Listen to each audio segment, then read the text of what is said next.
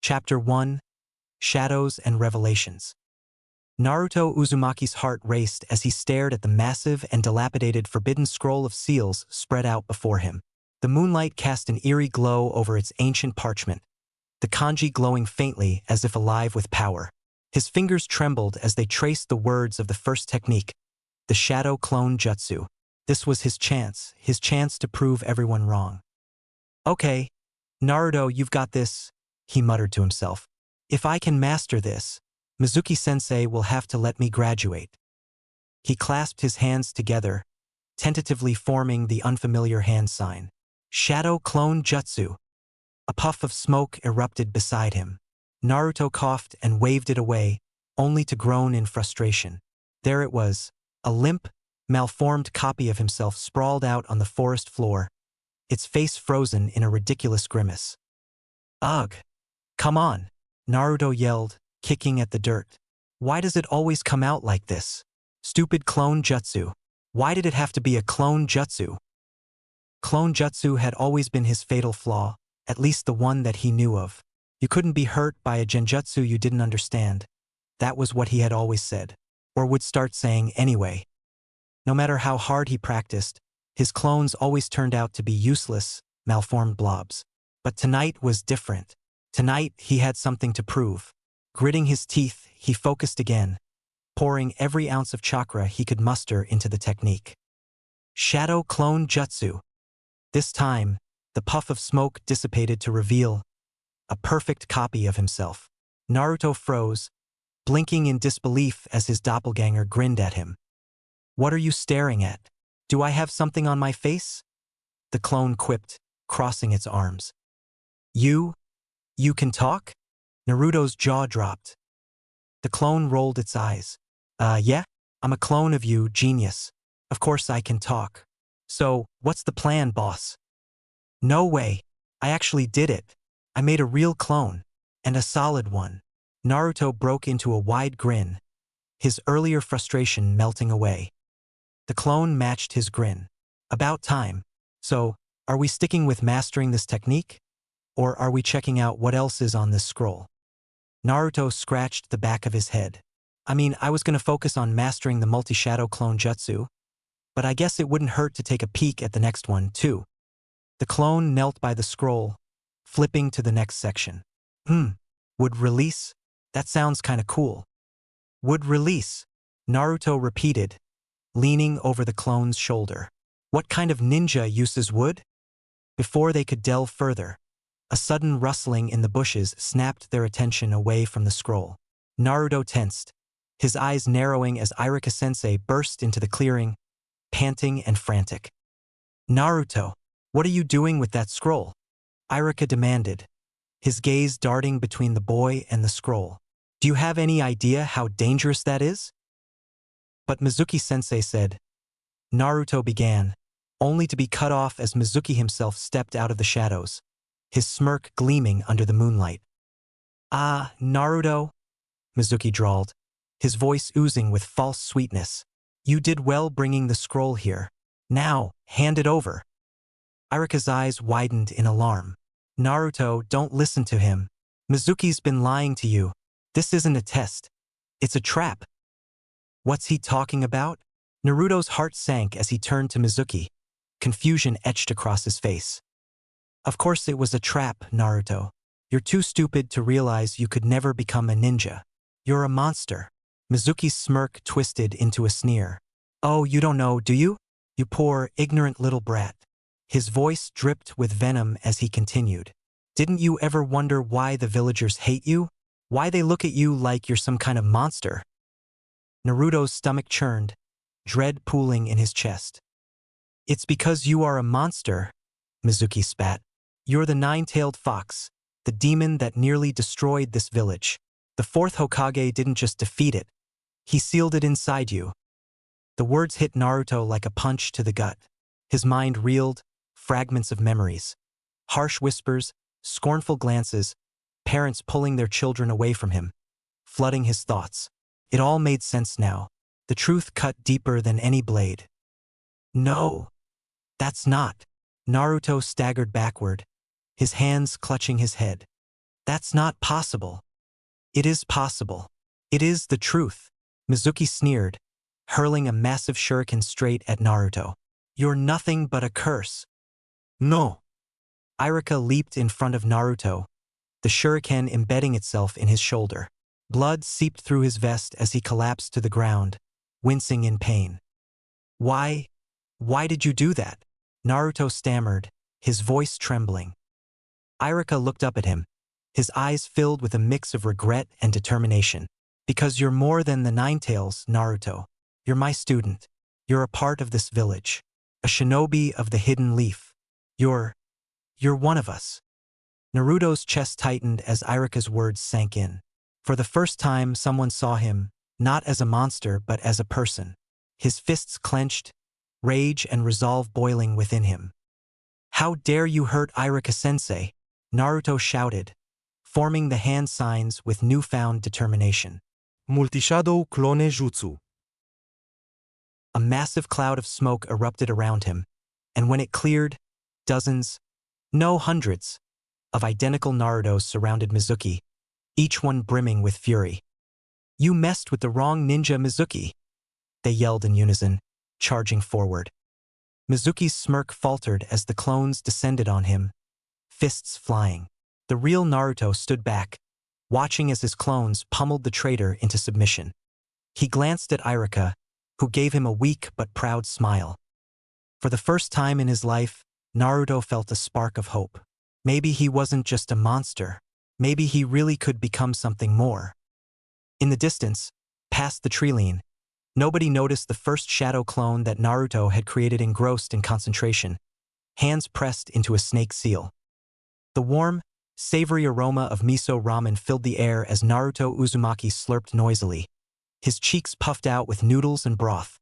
Across from him, Irika Yumino chuckled, nursing his own bowl at their favorite spot, Ichiraka ramen. To think, Naruto, Irika said between bites, you not only mastered a forbidden technique, but you also took down Mizuki. You've come a long way.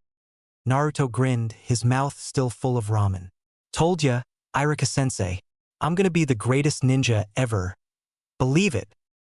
Irika shook his head, a fond smile on his face. It wasn't long ago that Naruto's antics were more about pranks than proving himself. But tonight, there was something different about the boy. A spark of determination, a glimpse of the ninja he was destined to become.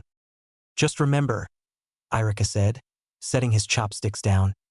I only gave you that headband because you proved to me that you're capable. It's not just about strength, Naruto. It's about protecting those around you. Naruto's expression softened, and he nodded. I get it, Irika-sensei. I really do. You protected me back there, even when... He hesitated, the memory of Mizuki's words clawing at his thoughts. Even when I didn't think I deserved it. You deserve it, Irika said firmly, his voice lowered into a whisper. You're not just the Ninetales, Naruto. You're a part of this village and you've got people who care about you. Don't ever forget that. Thanks, Irika-sensei. You're the best. Naruto's grin returned, a little wider this time. The two shared a laugh, their bowls steadily emptying. For Naruto, this was one of the best nights of his life. But far away, in the forest clearing where it had all begun, something curious was unfolding. The original shadow clone Naruto had created stood with his arms crossed, staring intently at the crude drawing of the wood release technique he'd sketched on a scrap of bark. The moonlight made the ink shimmer faintly, as if mocking him. I swear I'm doing this right, the clone muttered. He glanced at the instructions again, particularly the part that mentioned combining water and earth-nature chakra. How am I supposed to combine two chakra natures? I didn't even know chakra had natures. He scratched his head, thinking back to the times he'd seen Sasuke use fireballs or heard stories about the fourth Hokage's legendary wind techniques. Maybe chakra natures were something advanced, something the real Naruto hadn't learned yet. But then again, when had that ever stopped him before? It's only one hand sign, the clone grumbled, forming the snake seal as he had before. How hard can it be? He concentrated, pouring his chakra into the seal. The ground beneath him rumbled faintly, but nothing else happened. He sighed and dropped his hands, glancing at the scroll again. Maybe if I had some help, he grinned, forming the cross seal. Shadow Clone Jutsu. An immediate puff of smoke erupted beside him, revealing a second clone. The new clone looked around, taking in his surroundings before nodding with a grin. All right, things are getting a bit weird, but I know what I'm here for. You do? How? The original clone narrowed his eyes. The second clone shrugged, his grin turning a little mischievous. I dunno, but I do. We should get to work if we are gonna figure out this would release thing.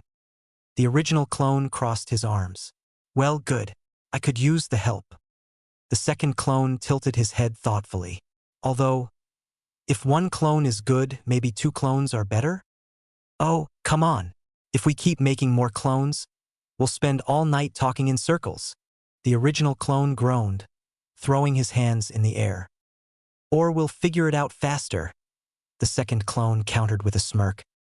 The first clone rubbed his temples. Fine, but no more clones after this. Got it. Got it. The second clone formed the cross seal. Shadow Clone Jutsu. A third clone appeared, blinking in confusion. Why am I here? The second clone pointed at the drawing. We're trying to figure out would release. Oh, right. I feel like I already knew that. The third clone knelt beside the original drawing, scratching his chin as he studied it. Looks tricky. No kidding, the first clone muttered. The three clones huddled together, each offering theories and trying variations on the hand seals. The clearing was soon filled with faint rumblings and small puffs of smoke as they worked tirelessly, their determination mirroring that of their creator. Back at Ichiraku, Naruto finished his fourth bowl of ramen with a satisfied sigh. Irika paid the bill, much to Naruto's delight, and the two headed home under the starry sky. You know, Irika said as they walked, if you keep this up, you really might become Hokage one day. Naruto beamed, the dream burning brightly in his heart. You bet I will, Irika-sensei. Just you wait. Far away, in the quiet of the forest, the original shadow clone was still hard at work, his focus unwavering. I don't care if it's impossible, he muttered, forming the snake seal yet again. I'm Naruto Uzumaki. Nothing's impossible for me. The ground rumbled a little more forcefully this time, and the clone's grin widened. Maybe, just maybe, he was onto something. Naruto yawned and stretched as he shuffled toward the door of his small apartment. The frantic pounding outside was relentless, and whoever was responsible was in serious danger of waking his neighbors, or worse, ticking them off. Who the heck is it this early in the morning? He grumbled, swinging the door open. To his shock, he was greeted by his own insufferably grinning face. We did it, boss! The shadow clone on the other side of the door shouted triumphantly, practically bouncing on his heels. Did what? Naruto stared at the clone, blinking in confusion. We did it. The clone's grin widened as he reached into his pocket, producing a tiny, nondescript twig with roots. Naruto tilted his head, inspecting the plant disinterestedly. You pulled out a weed? No, you dope! The clone laughed, holding the plant up like a trophy. This isn't just any plant. I made this. It's wood release. Naruto blinked again, the words barely registering before the clone vanished in a puff of smoke, leaving the twig in his hand. He frowned, staring at the small plant, a strange sense of familiarity washing over him. Would release, huh? He muttered, twirling the plant between his fingers. He couldn't deny there was something different about it, something that felt like it came from him. Guess I should ask old Grandpa Hokage about this. Naruto pocketed the plant and made his way toward the Hokage's office, muttering to himself about chakra nature and how complicated being a ninja was turning out to be. But as he approached the grand building, a commotion at the entrance caught his attention. Take this, old man, came a high-pitched battle cry. Naruto blinked just in time to see a small boy, his face painted like a miniature warrior, charging at the third Hokage with a crude kunai. The elderly leader, Hiruzen Sarutobi, sighed and easily sidestepped the attack. Before the boy could recover fully, Naruto instinctively stuck out a foot, tripping him and sending him sprawling onto the ground. "Hey, what gives?" the boy shouted, scrambling to his feet and glaring at Naruto. Naruto crossed his arms, grinning. "You're not gonna take down the old man with moves like that." "Who are you talking to, you orange weirdo?" the boy snapped. "Watch it, brat," Naruto shot back. "That's no way to talk to your future Hokage." The boy froze, his eyes widening. "Hokage? You want to be Hokage too?" Naruto smirked. "That's right. And no one's gonna beat me to it." "Then that makes us rivals. My name is Konohamaru, and I'm gonna beat you to the title of Hokage. Believe it." The boy's expression hardened with determination. Before Naruto could respond, Hiruzen cleared his throat, his amusement barely hidden behind a stern expression. "Naruto, Konohamaru, enough. Come inside before you cause any more of a scene." Inside the Hokage's office, Naruto quickly explained his reason for visiting, though he couldn't resist throwing in a dramatic retelling of Konohamaru's supposed ambush. Konohamaru, meanwhile, sulked at the edge of the room, muttering about how Naruto had stolen his spotlight. "You're asking about chakra nature?"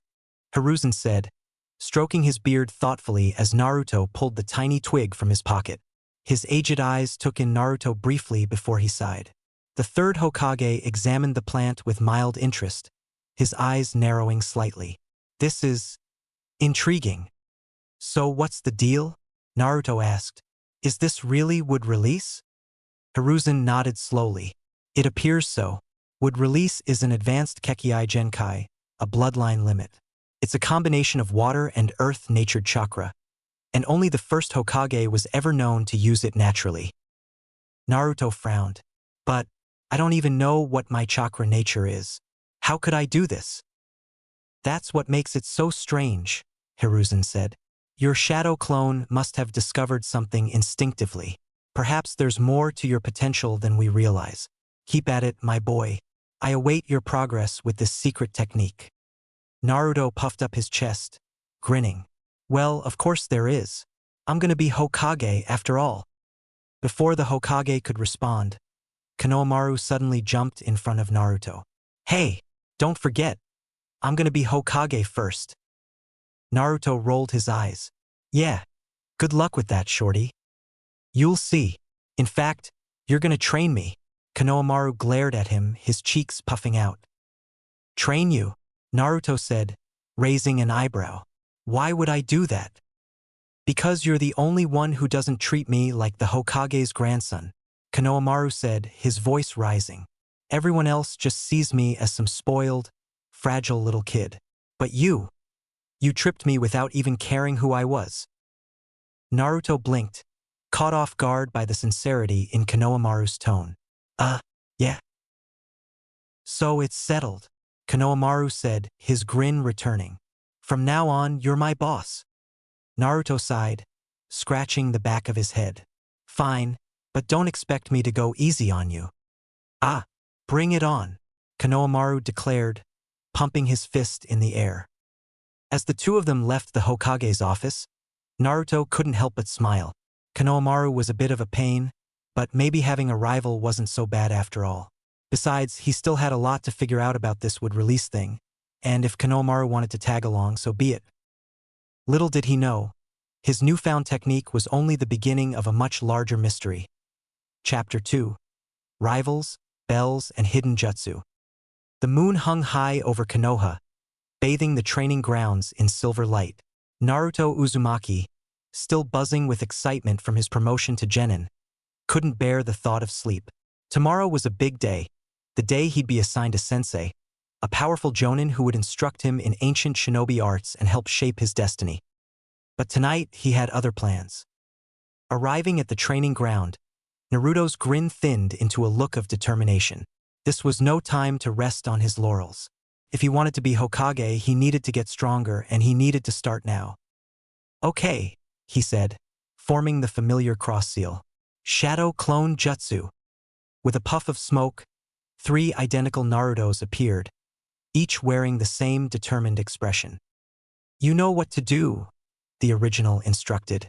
"Go figure out this would release thing again." The clones nodded solemnly before darting off to separate corners of the clearing, eager to be the first to replicate their earlier success. Despite their relentless efforts, they'd only managed it once. Naruto was beginning to wonder if the whole ordeal was a fever dream. He sighed, watching them disappear into the shadows. "Does the old man Hokage even believe me?" he muttered. "Or was he just humoring me?" As Naruto stood there, pondering his next steps, a faint sound caught his attention. Heavy breathing and the rhythmic thud of fists slamming into wood. Curious, he followed the noise until he spotted a strange sight. A boy, slightly older than himself, punching holes into a tree stump with his bare fists. The boy was dressed in a bright green jumpsuit, his bushy eyebrows and bowl-cut hair glistening with sweat as he delivered another devastating punch. Naruto's eyes bulged. "Whoa!" he whispered. Before Naruto could blink, the boy vanished from the stump and reappeared behind him, his movements almost too fast to register. "Hello, fellow shinobi of this great village," the boy greeted with unnatural cheer, bowing slightly. "I have never met you before, but you appear to be my age. As my class was the previous most recent to graduate, I surmise you must belong to the next class. The one that graduated last week, yes." Naruto blinked, still trying to process the boy's sudden appearance. "Whoa, you're smart, bushy brows." The boy faltered for a moment, taken aback, his neck tinged with a creeping red. Well, yes, but as an older shinobi, I must inform you that it is considered rude to spy on your fellow villagers while they train in their secret techniques." Naruto's face fell. I'm sorry. "I didn't mean to spy. I didn't even know you were here." He hesitated, scratching the back of his head. "I just graduated yesterday, actually, under special circumstances." The boy studied him for a moment but didn't press further. Instead, Naruto quickly changed the subject. Secret technique? "That sounds cool. I've got some of my own. Wanna compare?" The boy's eyes sparkled with excitement. "A youthful challenge? Yash, so soon after graduating. You are an inspiration." He settled into a solid yet flexible stance, one arm outstretched toward Naruto. "I must know your name, friend." Naruto's grin widened. Friend. He didn't hear that word often. "Naruto Uzumaki. You." "My name is Rock Lee," the boy declared, his voice brimming with pride. "My dream is to become the world's foremost expert on taijutsu." He gestured dramatically. Come Naruto-kun. "Let us dance." Naruto didn't need to be asked twice. Forming the cross seal, he summoned a dozen shadow clones, all of which charged at Lee with unrelenting enthusiasm. Lee's expression shifted slightly, his surprise evident. "They leave footprints? Solid clones?" Lee muttered, dodging the first attack. "This is no ordinary clone jutsu." Before he could finish the thought, one of the clones landed a solid punch to his cheek. Lee staggered ever so slightly, a red mark forming on his face. His shock melted into enthusiasm. "Your special technique is truly excellent, Naruto-kun. I will not hold back any longer." And then, Lee vanished. His speed was so blinding that Naruto couldn't even comprehend where he'd gone until it was too late. The fight was over before it had even truly begun. One by one, Naruto's clones disappeared in puffs of smoke, and the real Naruto found himself on his back, staring up at the stars. He felt a wave of disappointment damper his earlier optimism. He'd felt like he was really starting to get there. "You are incredible, Naruto-kun," Lee exclaimed, helping him to his feet. "Why, when I graduated, I couldn't even form an illusory clone, let alone solid ones like yours." "Hee. Yeah, I learned it from the Forbidden Scroll of Sealing just last night. Actually," Naruto rubbed the back of his head, grinning sheepishly. "And hey, thanks for the compliment. But you kinda destroyed me." Lee waved off the comment. "You've already mastered a forbidden technique. To do so in a single night, you are a genius of hard work. With training and dedication, you will surely prove yourself my worthy rival." Naruto blinked. A genius of hard work? No one had ever called him a genius before. Lee leaned closer, his eyes shining with enthusiasm. "You truly have great potential, Naruto-kun. Tell me, Would you like some pointers in taijutsu? Naruto hesitated for only a moment before nodding. Sure, that'd be great.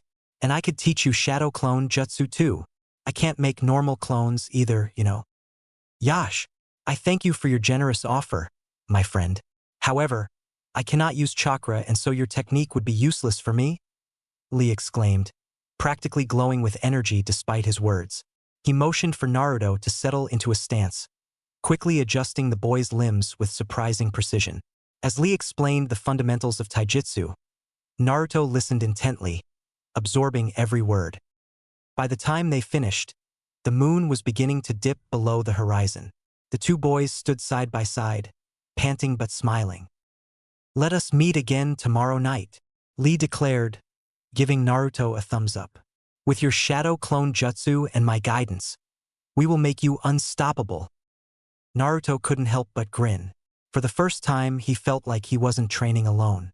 He had a rival, a friend, and that made all the difference. The morning sun cast long shadows over the training ground as Naruto Uzumaki stood with his teammates, Sasuke Uchiha and Sakura Haruno, each eyeing their sensei, Kakashi Hatake, with a mix of curiosity and apprehension. He couldn't believe his luck. He was teamed up with his longtime crush. Unfortunately, it meant he would have to tolerate the presence of his nemesis. Naruto shook himself free of his thoughts. In front of them, two small bells dangled provocatively from Kakashi's belt. All right, Kakashi drawled, his single visible eye crinkling in amusement. The goal is simple. Get one of these bells from me. If you fail, you go back to the academy. Naruto grinned, his determination blazing. Just you wait, sensei. I'm gonna knock those bells right off you. Humph, this'll be easy. Sasuke smirked, his arms crossed. Sakura, less confident but eager to prove herself, nodded firmly. We'll show you, Kakashi-sensei. All right then, begin. Kakashi reached into his pocket, pulling out a small orange book in lieu of a weapon or explosive tag. If that was odd to Naruto, he didn't waste a second to consider it. Shadow Clone Jutsu, he shouted, forming the cross seal. A dozen clones appeared in a puff of smoke, causing Sakura and Sasuke to gape in astonishment. Even Kakashi raised an eyebrow. Solid clones, Kakashi murmured, impressed. That's no ordinary clone jutsu. Let's get him, Naruto yelled, and his clones charged in unison, surrounding Kakashi with a chaotic flurry of attacks. Kakashi dodged effortlessly, weaving between the clones with uncanny precision. One by one, the clones were dispatched with swift but non-lethal strikes, vanishing in puffs of smoke. Is that all you've got? Kakashi taunted, his voice calm despite the onslaught. Naruto growled, charging forward himself. He threw a punch, his form noticeably more refined than Sakura remembered. Kakashi sidestepped smoothly, catching Naruto's wrist and flipping him over his shoulder. Naruto hit the ground with a grunt, clutching his ribs. You've got potential, Naruto, Kakashi said casually, but you're much too reckless. Sasuke, watching from the shadows, scowled. I'm not going to let that idiot show me up. He darted forward, launching a series of precise strikes at Kakashi. The Jonin blocked and deflected each one with infuriating ease, his nose still buried in his book. Impressive, Sasuke, Kakashi remarked, dodging a high kick, but predictable. Sakura, feeling the pressure, leaped into action. My turn, she cried, hurling a handful of kunai. Kakashi sidestepped them with minimal effort, his attention seemingly never leaving his book. One by one, each of them tried to fight Kakashi head-on. One by one, they failed. Hours later, Naruto found himself tied to a post, his stomach growling loudly as Sasuke and Sakura sat nearby with bentos Kakashi had provided. The Jonin stood a few feet away, watching them with his ever-present air of nonchalance. You failed, Kakashi said bluntly, closing his book. You didn't work as a team. Worse, Naruto, you left Sakura to be ambushed while you tried to grab a bell for yourself. A ninja who breaks the rules is scum, but a ninja who abandons their comrades is worse than scum. Naruto squirmed against his bonds, his frustration mounting. But I was trying my best. I don't need help. I can do this on my own. Sakura frowned, looking down at her bento. Kakashi-sensei, she said hesitantly. Naruto hasn't eaten anything all day. Kakashi's eye narrowed. Don't even think about it. Feeding him is against the rules. If you do, I'll make sure you can never retake this exam. He disappeared in the swirl of concentric leaves that was the preferred body flicker of Konohinin. Naruto's stomach growled again, louder this time. Sakura glanced at Sasuke, who shrugged indifferently, then made up her mind. Quietly, she slid her bento over to Naruto, holding a piece of rice to his mouth. Here, she said softly. Just don't get us caught, you moron. Naruto blinked in surprise, then smiled gratefully. As he took a bite, Kakashi reappeared in a blur, looming over them. Well, he said, his tone light but dangerous. You broke the rules. Naruto braced himself for a lecture, but instead, Kakashi's eye crinkled with approval. Congratulations, he said. You pass. Sakura and Sasuke gaped in disbelief. Wait. What? Kakashi crossed his arms, his voice softening.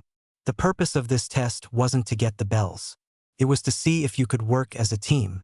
You may not have figured it out right away, but in the end, you showed that you were willing to help each other, even when it meant breaking the rules. That's what being a ninja is all about. Naruto's grin returned in full force. Ah, I knew it. Then we're officially Team 7. Kakashi nodded. Meet here tomorrow for your first mission. Dismissed.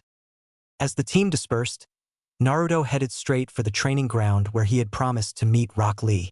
Sasuke watched him leave, his expression unreadable. He's going to train, Sasuke muttered to himself. Right after all of this? Humph, that dope doesn't know when to quit. But deep down, Sasuke couldn't help but feel a flicker of irritation and, perhaps, respect. Naruto, for all his flaws, was relentless, and that made him someone Sasuke couldn't ignore. At the training ground, Lee was already waiting, his arms crossed and his face lit up with a grin. Naruto-kun. You are late, but your youthfulness is forgiven. Let us begin immediately. Naruto grinned back, his exhaustion forgotten. You bet, bushy brows. Let's do this. As they squared off, Naruto felt a renewed sense of purpose. He had a lot to learn, but for the first time he felt like he was truly on the path to becoming Hokage. And nothing, not Sasuke, not Kakashi, not even Lee, was going to stop him. Chapter 3. The D-Rank Grind. Naruto groaned loudly as he trudged through the streets of Konoha, Sakura and Sasuke flanking him with equally bored expressions. Kakashi strolled lazily behind them, his usual book in hand, seemingly indifferent to their collective misery. This sucks, Naruto shouted, throwing his hands in the air.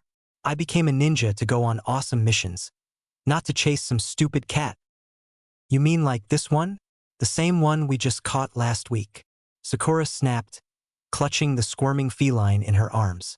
The cat, a rotund creature with a ribbon tied around its neck, yowled in protest, its claws narrowly missing Sakura's face. I swear, this thing hates me. It hates everyone. It's a demon comprised entirely of hate and loathing, Sasuke said flatly, his hands shoved in his pockets. And it's not a real mission if you're whining the whole time, Naruto. Naruto spun to face him, pointing an accusatory finger. Like you're having fun, Mr. Cool Guy. Enough, Kakashi said without looking up from his book. You're ninja now. D-rank missions are part of the job. Everyone has to start somewhere. Naruto grumbled under his breath, but didn't argue further. Instead, he glanced at his teammates, then at Kakashi, a sly grin spreading across his face. After returning the cat, Torichan, the daimyo's wife had called it, smothering the struggling creature in her arms, Team 7 found themselves saddled with another menial task, pulling weeds from an old woman's garden. This is so lame, Naruto muttered as he yanked at a particularly stubborn root. I could be training right now. You should be focusing on your work, Sakura said, glaring at him. This is part of being a ninja, Naruto. Naruto ignored her, forming the cross seal with a subtle motion. Shadow clone jutsu, he whispered. A faint puff of smoke appeared behind a row of hedges, and two clones slipped away unnoticed. Naruto grinned, satisfied. As the rest of the team continued their task, the clones darted toward the forest, heading straight for Naruto's secret training ground. There, they got to work, each focusing on the same task, recreating the ever-elusive phenomena that had produced that tiny plant. Back in the garden, Kakashi's eye flicked up from his book, briefly scanning the area. He frowned slightly, his gaze settling on Naruto, who was yanking weeds with exaggerated effort. Shadow clones, Kakashi thought. He's using them for something else. Has he discovered what the technique does? The shadow clone jutsu, while impressive outright in its offensive capabilities, had a significant and unique feature. Any experience or knowledge gained by the clones would transfer back to the original when they dispelled. It wasn't a technique to be used lightly, especially not by a genin. Yet here was Naruto apparently using it to train? Kakashi's frown deepened as he returned to his book. Just how much does this kid really understand about what he's doing?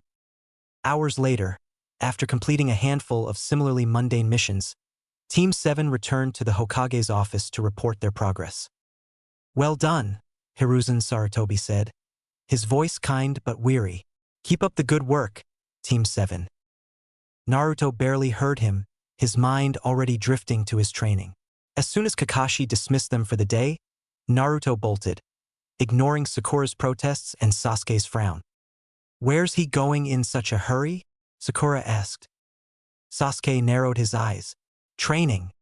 Training," Sakura repeated, incredulous. "After all that work?"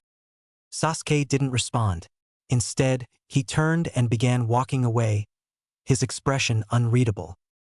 At the training ground, Naruto's clones dispelled one by one, their experiences flooding back to him. He staggered slightly, clutching his head as the memories and sensations hit him all at once. "Okay," he muttered, shaking off the disorientation. "So combining water and earth chakra isn't as simple as I thought, but I'm getting closer." He formed the snake seal again, concentrating on the faint feeling of interconnectedness he'd felt during the clone's attempts. The ground beneath him rumbled slightly, a patch of dirt shifting unnaturally before stopping. "Dang it!" Naruto groaned, flopping onto the ground. "Why is this so hard?" Before he could try again, a voice called out from the shadows. "Still working on your special technique, Naruto-kun?" Naruto jumped, spinning around to see Rock Lee standing nearby, his ever-present grin plastered across his face. "Lee!" Naruto exclaimed, quickly scrambling to his feet. "What are you doing here?" Lee crossed his arms, his grin widening. "I was going to train, but it seems you've beaten me to it. Tell me, Naruto-kun, how has your progress been?" Naruto hesitated, glancing at the patch of disturbed dirt. It's coming along," he said vaguely, "but it's gonna take a while." Lee nodded sagely. "All great techniques do.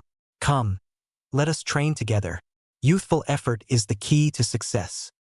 "All right, bushy brows. Let's do this."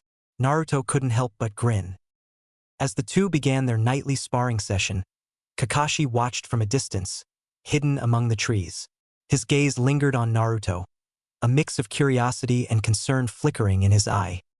There's something about him, Kakashi thought. Something different. If he keeps this up, he might surprise us all. Team 7 stood in the Hokage's office, the tension palpable. Naruto crossed his arms, glaring at the mission scroll Hiruzen Sarutobi had handed them. His voice echoed through the room as he shouted, "Another D-rank mission? Old man, come on. We're ninja, not babysitters." "Naruto, how can you talk to the Hokage like that? Show some respect." Sakura's eyes widened in horror as she spun on Naruto. Hiruzen chuckled warmly, stroking his beard. "It's all right, Sakura. Naruto is nothing if not direct." Naruto's indignant expression didn't waver. "We're ready for more. Something real, like an actual ninja mission." To everyone's surprise, Sasuke stepped forward, his arms crossed. "Naruto's right. We're wasting our time with these mundane tasks. We're ready for something more challenging." Sakura gaped at him, Sasuke-kun. The Hokage turned to Kakashi, who stood leaning against the wall, his book still in hand. What do you think, Kakashi?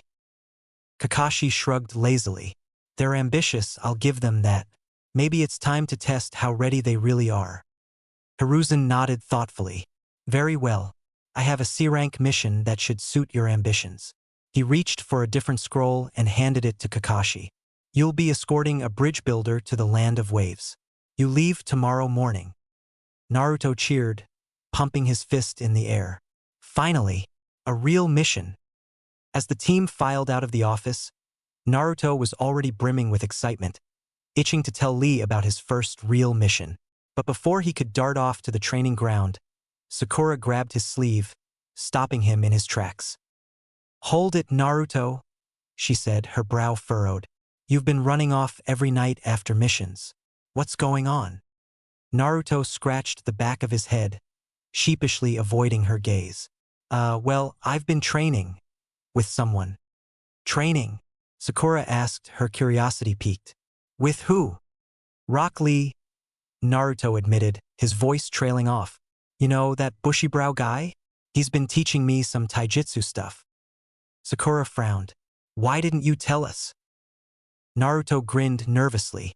I didn't think you'd care, but you could come if you want? Sakura hesitated, a faint blush coloring her cheeks. Fine, but only to make sure you're not slacking off. At the training ground, Naruto introduced Sakura to Rock Lee, who greeted her with his usual exuberance. Ah, Sakura-chan. Lee exclaimed, his eyes sparkling as he took her hand in both of his. You are as radiant as a cherry blossom in spring. It is an honor to train with you. Sakura blinked, her cheeks flushing a deeper pink as she awkwardly withdrew her hand. Thanks. Naruto rolled his eyes. All right, bushy brows. Let's get started. As the three began their training session, Lee's energy was infectious. He demonstrated several taijutsu forms with a level of precision and intensity that left Sakura in awe. Naruto, ever the ball of energy, threw himself into each exercise with reckless abandon, while Sakura tried her best to keep up. Unbeknownst to them, two figures watched from the shadows. Kakashi leaned against a tree, his book still in hand but forgotten as he observed his students with a rare look of interest. Beside him, Might Guy crouched, his eyes gleaming with pride. Ah, Kakashi, my eternal rival, Guy whispered, his voice brimming with emotion. Your student, Naruto, has a youthful spirit unmatched in Konoha, and Sakura-chan shows great potential under my prized pupil's guidance. Kakashi glanced at him, his expression unreadable. Naruto's resourceful, I'll give him that. Using shadow clones to train is an interesting approach. Guy nodded, his grin widening. He embodies the very essence of hard work, just like Lee. As they continued to watch, Naruto summoned several clones to spar with Lee. The two boys exchanged blows with increasing intensity, while Sakura practiced her strikes under Lee's encouragement. For all her initial hesitation, she found herself enjoying the training, her confidence slowly building. By the time they wrapped up for the night, all three were drenched in sweat but grinning from ear to ear. Yash, Lee declared, giving them a thumbs up. You are both growing stronger by the minute. With continued dedication, you will become formidable warriors of Konoha. Naruto grinned, his exhaustion forgotten. Thanks, Lee. This was awesome. Sakura, still catching her breath, managed a small smile. Yeah, it was. Thanks for helping us. Lee bowed deeply. It is my pleasure, Sakura-chan. As the three parted ways, Naruto couldn't help but feel a newfound sense of camaraderie with his teammates. Tomorrow they would embark on their first real mission. And for the first time, he felt like they were truly starting to come together as a team. Chapter 4. The Demon Brothers of the Mist. Team 7 gathered at the gates of Konoha, where their client waited. Tazuna, the bridge builder from the Land of Waves, stood with his arms crossed, a straw hat tilted slightly over his eyes. The older man scanned the group, his face etched with a mix of doubt and irritation. These are the shinobi I was promised? Tazuna scoffed, eyeing Naruto, Sasuke, and Sakura with open disdain. They look like snot-nosed brats to me. Naruto bristled, clenching his fists. Hey, old man, watch your mouth. We're ninja, and we can handle whatever you throw at us. I'd like to see you try to prove it, Tazuna said flatly, unimpressed. Sakura stepped forward, her voice calm but firm. It's customary for genin teams to take on simple escort missions like this, especially since this is only a C-rank mission. We're more than capable of getting you to the land of waves. Tazuna's eyes averted slightly, his demeanor softening. C-rank, huh? Yeah, of course. Kakashi, who had been leaning against the gate with his usual nonchalance, spoke up. I'm a jonin, and I'll be with you every step of the way. If my students can't handle something, I'll step in. You'll be safe. Tazuna sighed, scratching his head. All right, let's get this over with. The group set off, the road ahead stretching into the dense forests outside Konoha. The morning air was crisp, but the atmosphere was tense. Sparse conversation passed between them as they walked, Naruto occasionally trying to lighten the mood with his usual antics, only to be shushed by Sakura or ignored by Sasuke. Kakashi, as always, seemed entirely unbothered, his nose buried in his ever-present book. It wasn't until they had been traveling for a few hours that Kakashi's visible eye sharpened, his attention snapping to a small puddle on the dirt road ahead. He slowed his pace, his hand subtly drifting toward his kunai pouch. Naruto noticed the change in Kakashi's demeanor and frowned. What's up, Kakashi-sensei? Nothing, Kakashi said smoothly, his voice betraying no hint of concern. Keep walking. Naruto shrugged, but his unease lingered. Moments later, two shinobi clad in dark armor and breathing apparatuses erupted from the puddle, their chains flashing as they entwined Kakashi in their trap. Got him, one of them growled as they pulled the chains taut. With a violent yank, Kakashi's body was shredded, exploding into a cloud of smoke and splinters. Kakashi-sensei, Sakura screamed, her face pale. Naruto's heart pounded, his feet rooted to the ground as fear gripped him. He couldn't believe what he'd just seen. Kakashi-sensei, gone? Before anyone could react further, the two shinobi turned their attention to the rest of the group. You're next, one of them snarled, lunging toward Tazuna. Sasuke was the first to move, his instincts kicking in. He darted forward, hurling a kunai to intercept the attack. The blade narrowly missed its mark, grazing one of the shinobi and forcing them to step back. Snap out of it, Naruto, Sasuke barked, his voice cutting through Naruto's haze. Sakura grabbed Naruto's arm, shaking him. Naruto, we need you. Kakashi-sensei wouldn't just let himself get taken down like that. Come on.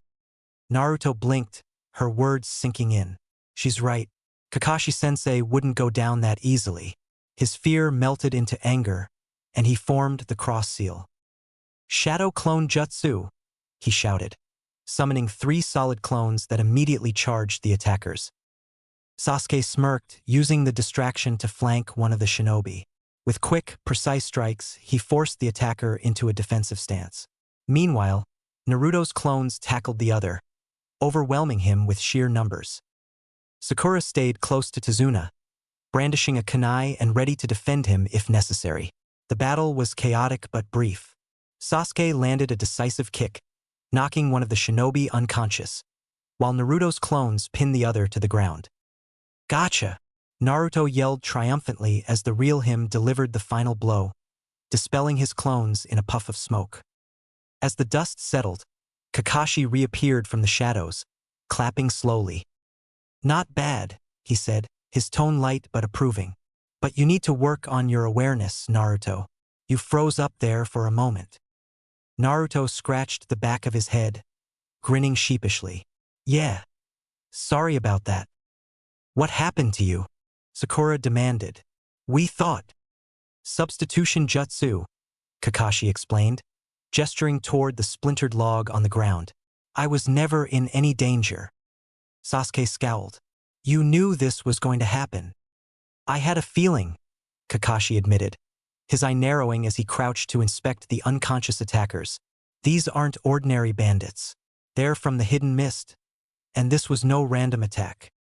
Tazuna shifted uncomfortably, avoiding Kakashi's gaze. You've got some explaining to do, Tazuna-san, Kakashi said, his tone turning serious. The bridge builder sighed, running a hand through his graying hair.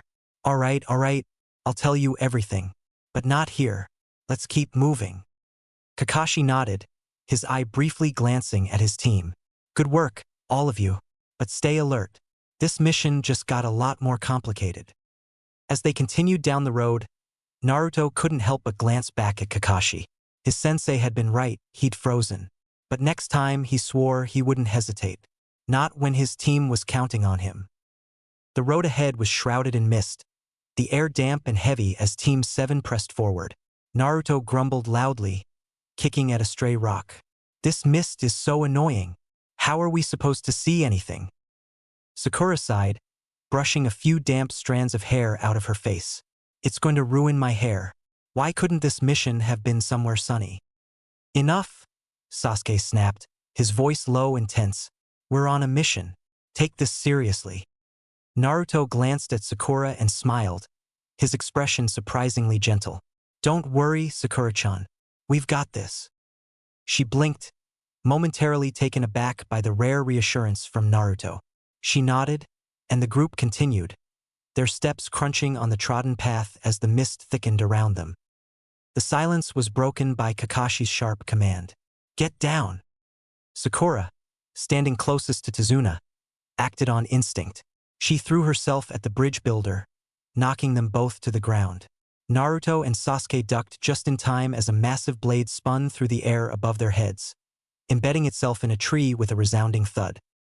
A figure appeared, balanced effortlessly on the flat of the enormous sword. He was shirtless, his face partially obscured by bandages, and his presence exuded an almost tangible menace. The air grew colder, thick with the weight of his killing intent. Sasuke froze, his breath catching in his throat. He hadn't felt a presence this overwhelming since his brother. The man's voice was low and mocking as he addressed Kakashi. Kakashi Hatake, the copy ninja of Konoha. And to think I was told this mission would be easy. What a surprise. Kakashi's demeanor shifted instantly. His book was gone, replaced by a sharp intensity that even Naruto had never seen before. He regarded the figure with measured caution. Zabuza Momochi, Kakashi said evenly. A rank missing ninja of the hidden mist. Wanted for the attempted assassination of the Mizukage. Kakashi's single visible eye shifted briefly to Tazuna. If we survive this, you and I have much to discuss, Tazuna-san. Tazuna's face went pale, but he said nothing. Zabuza's laugh was chilling, echoing through the mist. Your reputation precedes you, copy ninja. The fabled Sharingan. It'll be an honor to cut you down. Kakashi sighed, reaching for his headband. I didn't think I'd need this today. As Kakashi lifted his headband to reveal his Sharingan eye, Sasuke's mind reeled. The Sharingan. His thoughts raced, his heart pounding in his chest. How does Sensei have that eye? Zabuza's grin widened, his teeth glinting in the dim light. Your blood will feed my blade nicely. The fight erupted in a blur of movement. Zabuza leapt from his sword, the massive weapon dislodging itself from the tree. As he swung it in a deadly arc, Kakashi met him head-on, their weapons clashing with a reverberating clang. The force of the impact sent shockwaves through the mist, rustling the nearby trees. Naruto, Sakura, and Sasuke could only watch in awe as their sensei matched the infamous rogue ninja blow for blow. Kakashi's Sharingan glinted in the fading light, tracking Zabuza's every move with uncanny precision. But Zabuza wasn't just a swordsman. With a series of swift hand seals, he summoned a dome of water, trapping Kakashi within a watery prison. The Jonin's movements slowed as he struggled against the liquid barrier. Stay back, Zabuza barked, his voice filled with malice. One wrong move, and your sensei dies. Naruto froze, panic setting in. What do we do? What do we do? Sasuke's voice snapped him out of it. Naruto, focus. We have to work together to free Kakashi-sensei. Sakura nodded, clutching her kunai tightly. Naruto, come on. We can do this. Naruto swallowed his fear, his resolve hardening. All right, I've got a plan. With Sasuke's help, Naruto transformed into a shuriken. Sasuke hurled it with precise aim, the spinning projectile sailing behind Zabuza and striking the water prison. In the chaos, Naruto dispelled his transformation and landed on Zabuza's back, disrupting his control over the technique. The prison collapsed and Kakashi was free. Standing atop the water's surface, Kakashi faced Zabuza once more, his Sharingan blazing in the dim light of dusk. Zabuza's expression shifted, his confidence wavering as Kakashi began to mimic his hand seals perfectly. What? Zabuza growled, his voice cracked with unease. How are you? Kakashi's voice was calm, almost taunting. The Sharingan doesn't just see, it predicts. Zabuza's hands faltered for a fraction of a second, but it was enough. Kakashi finished the water dragon jutsu first, the massive serpent of water crashing into Zabuza and sending him sprawling. As Zabuza lay unconscious, Kakashi stepped forward cautiously. It's over. But before he could check Zabuza's condition, a masked figure appeared in the mist, their presence silent and swift. They moved with precision, hurling a barrage of needles that impaled Zabuza's neck. His body slumped lifelessly to the ground. A figure appeared next to him. The masked figure turned to Kakashi, bowing slightly.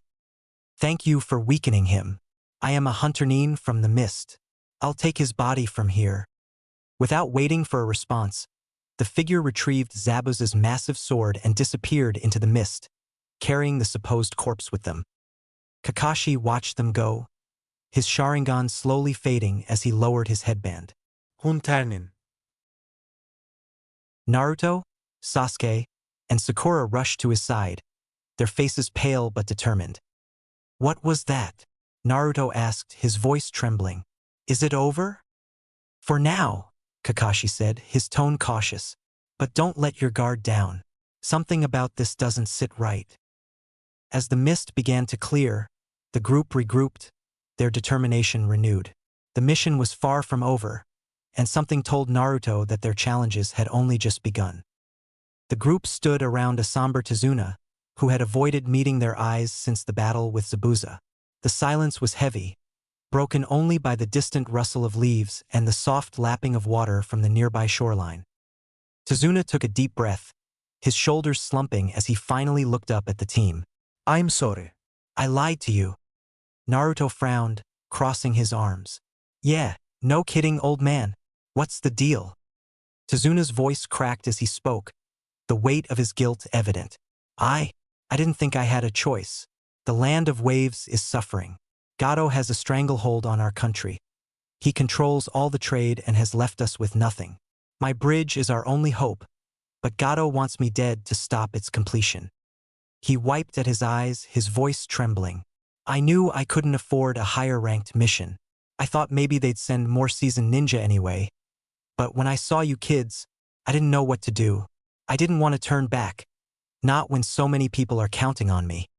Kakashi, leaning heavily on a nearby tree, fixed Tazuna with a sharp gaze. Deception is never the answer, Tazuna-san. We're shinobi, we would have helped you regardless of the mission rank. But your lie put everyone here at unnecessary risk. Tazuna lowered his head, shame flooding his features. I'm sorry. I truly am. Naruto glanced at his teammates, then stepped forward, his voice loud but resolute. We're not going anywhere.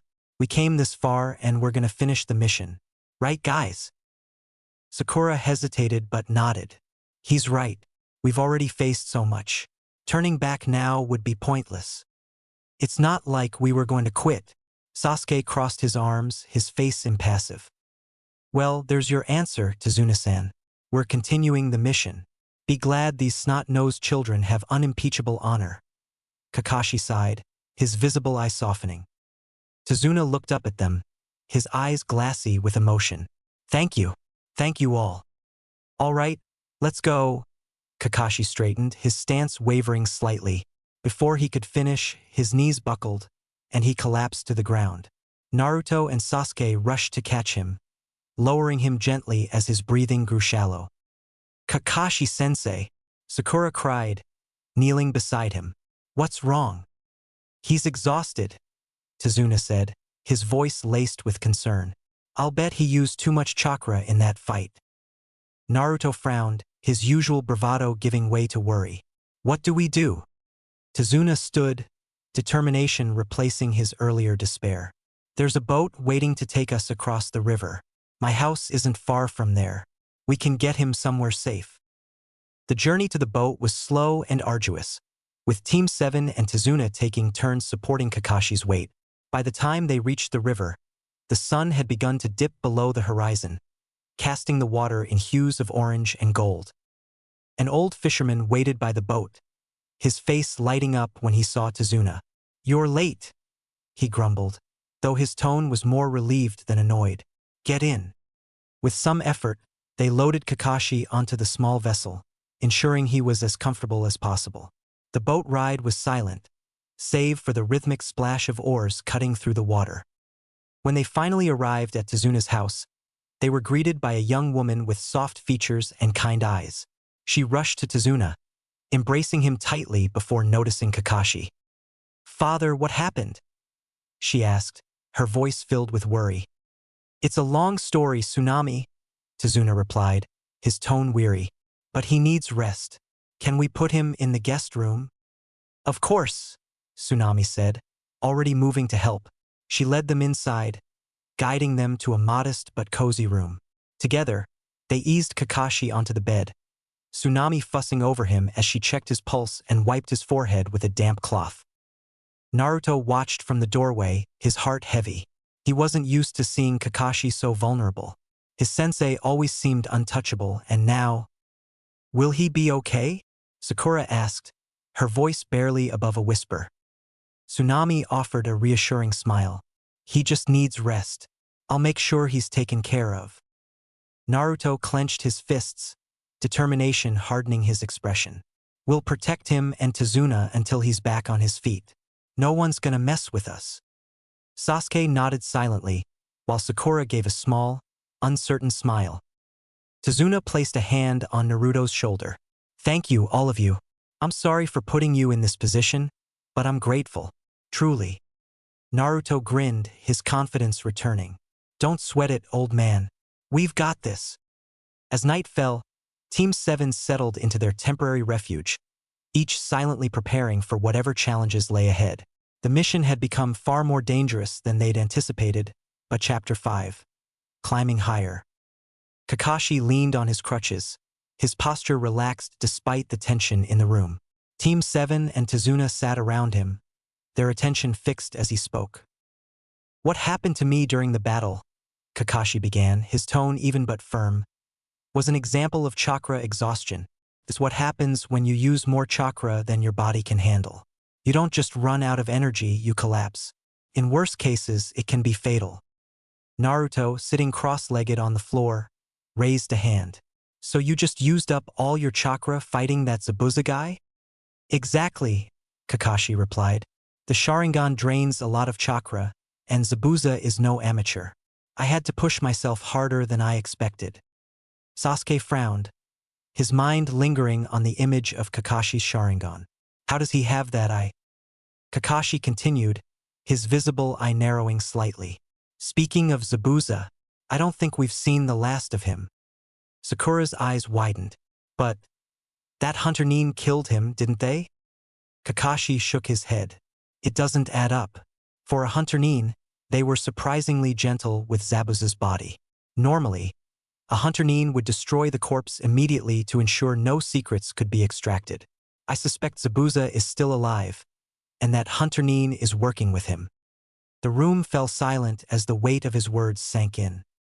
If I'm right, Kakashi said, they'll come back, and we need to be ready. Despite his crutches, Kakashi led the team into the forest behind Tazuna's house, the canopy thick with leaves and the air damp from the nearby river.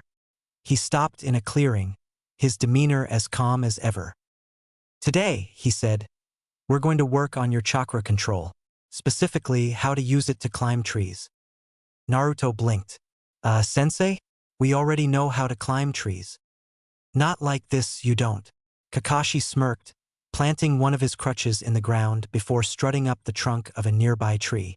Even with his crutches, he moved effortlessly, defying gravity as he stood upside down on a branch. The idea is to focus your chakra into your feet, allowing you to stick to vertical surfaces. Naruto's jaw dropped. That's so cool. Sasuke crossed his arms, his competitive spirit igniting. So, how do we do it? Kakashi hopped down, landing lightly despite his crutches. It's all about control. Too much chakra, and you'll repel yourself. Too little, and you'll fall. Use a kunai to mark your progress. The training began with varying levels of success. Sakura was the first to catch on, her chakra control precise and efficient. Within minutes, she was standing triumphantly on a high branch, waving down at her teammates. "Look!" she called, her voice brimming with pride. "I did it!" Naruto scowled, clutching a kunai. "Show off. I'll catch up in no time." Sasuke, already halfway up his own tree, smirked. "We'll see about that, Dobe." Naruto growled, redoubling his efforts. He managed to climb a few feet before the bark splintered beneath his feet, sending him tumbling to the ground. Unbeknownst to his teammates, Naruto summoned a few clones to slip away and continue experimenting with would release. He was close, he could feel it. The clones worked tirelessly in a nearby grove, repeating the hand signs and focusing their chakra. Meanwhile, the real Naruto and Sasuke continued their training, marking their progress with kunai slashes in the trunks. The two boys pushed each other relentlessly, neither willing to let the other outdo him. Hours passed, and the night deepened. By the time Naruto and Sasuke finally mastered the technique, they were both drenched in sweat and leaning on each other for support. "We did it," Naruto panted, his grin exhausted but triumphant. "HN," Sasuke muttered, though there was a faint hint of satisfaction in his tone. The two trudged back to Tezuna's house, barely managing to keep each other upright. When they reached the door, Sakura opened it, her expression a mix of exasperation and amusement. "Finally," she said, stepping aside to let them in. "You guys look like you've been through a war." Naruto grinned, giving her a thumbs up. "Yeah, well, that's what it takes to be awesome." Sasuke rolled his eyes but said nothing, too tired to argue. As the three of them settled in for the night, Kakashi watched from the corner, his crutches leaning against the wall. His eye softened as he observed his team. They were far from perfect, but they were learning. And with the threat of Zabuza looming, they'd need every bit of strength they could muster. The next saw the soft glow of dawn bathe the clearing as Sasuke stood by a quiet stream, his mind restless. Kakashi approached slowly, leaning on his crutches, his expression calm but expectant. "You've been quiet," Kakashi said, his voice steady. Sasuke turned to him, his face a mixture of curiosity and unease. "Sensei, I need to know. The Sharingan. How do you have it?" Kakashi's gaze softened, and for a moment, he looked away, as though the memory weighed too heavily. He sighed, placing a hand over his covered eye. "It's not something I talk about often, but I suppose you have the right to know." Sasuke remained silent, his eyes locked on Kakashi. "I had a teammate once," Kakashi began, his tone distant. "His name was Obito Uchiha. We were young, about your age, and on a mission together. Obito was different from you in some ways. He was late, reckless, always getting into trouble. But he had a big heart, even if it took me a while to see it." Kakashi's voice grew softer. "During one mission, everything went wrong. We were ambushed, and Obito's Sharingan awakened for the first time. He saved my life, but at the cost of his own. A landslide crushed him. Before he died, he asked our teammate Rin, a medic Nin, to take his newly awakened Sharingan and give it to me, so that I could protect her since he couldn't." Sasuke's eyes widened, the story striking something deep within him. Kakashi lowered his hand from his covered eye. "I'm not an Uchiha, so using the Sharingan takes a toll on me. I can't even turn it off. That's why battles like the one with Zabuza are so taxing. But I carry Obito's Sharingan because it's a part of him that still lives on, and because I owe him my life." For a moment, neither spoke. Sasuke stared at the ground, his mind swirling with thoughts of his own loss, his own grief. I know what it means to lose someone precious, Kakashi said gently, and I know how easy it is to let that pain consume you. But revenge isn't the answer, Sasuke. Sasuke stiffened, his jaw tightening. You don't understand. I do, Kakashi said, his voice firm but kind. More than you think. Sasuke looked away, his heart heavy. For the first time, he felt a connection to his aloof sensei, one forged by shared loss. It was humbling, grounding. Meanwhile, deep in the forest, one of Naruto's shadow clones worked tirelessly, attempting to refine his control over the elusive wood release. Sweat dripped from his brow as he focused, his hands forming the snake seal over and over. Almost there, he muttered. A soft voice interrupted him. Sorry to startle you. Naruto jumped, spinning around to see a figure standing in the clearing. A girl, brunette with soft eyes and a gentle smile, stood watching him. Who are you? Naruto asked, his tone defensive. The girl chuckled softly. Just someone passing through. I didn't mean to interrupt. Naruto chuckled nervously, scratching the back of his head. You didn't scare me or anything. Ninja instincts, you know. You're a ninja? The girl smiled, stepping closer. You're a ninja? Naruto puffed out his chest. Yup, I'm here on a mission. We're trying to help you. Help me? The girl tilted her head. Well, not just you, Naruto said with a grin. The people of this island. We're gonna take down Gato and his goons so everyone can live peacefully again. The girl's smile faltered, a shadow passing over her face. You sound like a hero. Naruto's grin softened. I'd like to be. I want to protect people. To make sure no one else has to feel what it's like to be alone. The girl, Haku, felt a pang in his chest. Do you have anyone precious to you? Naruto frowned thoughtfully. Ido. I didn't always. For a long time I was alone. But then I met people who saw me for who I am. Like Irika-sensei and my teammates. Yeah, I've got precious people now. Haku smiled, but his mind churned with conflict. This boy. What are you doing out here? Haku asked. Naruto grinned. Training. I'm mastering a secret technique. A secret technique. Haku's voice was curious.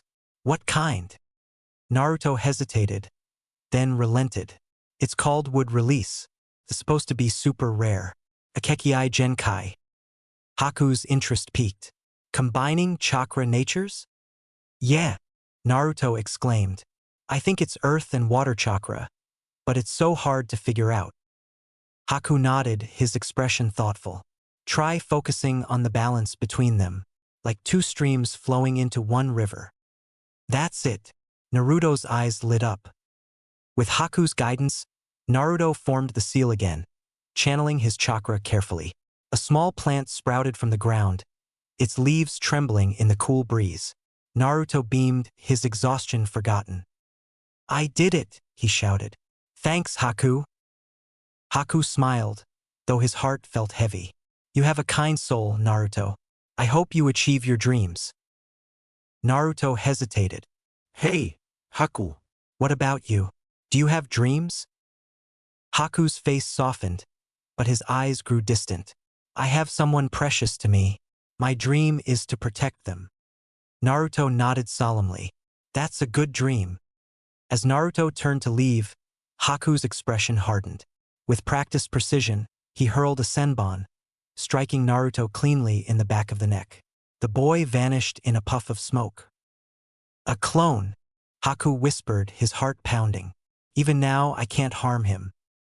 Elsewhere, the real Naruto staggered, clutching his head as a vivid memory rushed into his mind. He gasped, his heart racing. That girl. Haku. He murmured. Who was that? The morning sun filtered through the windows of Tezuna's house, casting a soft glow on Team 7 as they gathered in the main room. Kakashi, still leaning on his crutches but looking much improved, sat in a chair while Naruto stood before him, a frown tugging at his face. Kakashi-sensei. Naruto began hesitantly, scratching the back of his head. Something weird happened last night. Kakashi raised a brow, his visible eye focused on his student. Go on.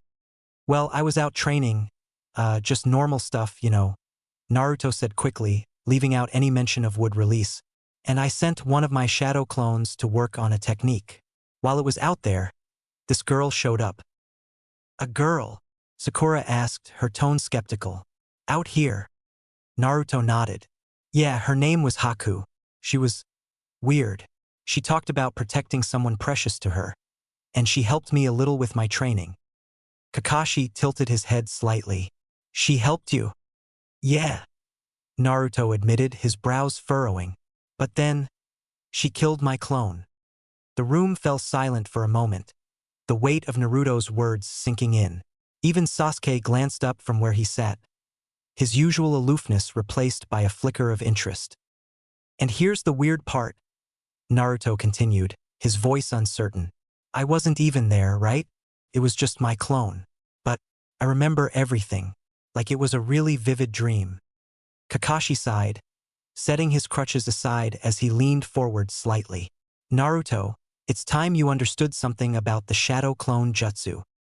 Naruto blinked, his curiosity piqued. What do you mean? You know Shadow Clone Jutsu, Kakashi-sensei? Kakashi gestured for him to sit. The Shadow Clone Jutsu is unique. It doesn't just create physical copies of you, it also divides your chakra equally among your clones. But that's not the most important part. Naruto leaned forward, hanging on every word. When a shadow clone disperses, Kakashi explained, everything it experienced, memories, knowledge, even fatigue, returns to the original. That's why you remember what happened with Haku. It's one of the reasons why this technique is considered forbidden. Naruto stared in awe, his mouth slightly open. Wait, so, you're saying, all my clones' memories come back to me? Kakashi nodded. Exactly. It's a powerful tool, but also a dangerous one. Imagine creating hundreds of clones, each one exhausting themselves in battle or training. When they disperse, all of that strain comes back to you at once. If you're not careful, it can overwhelm you.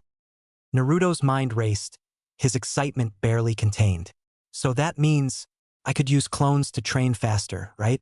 I could make a bunch of them, have them work on different techniques, and I'd learn them all at once.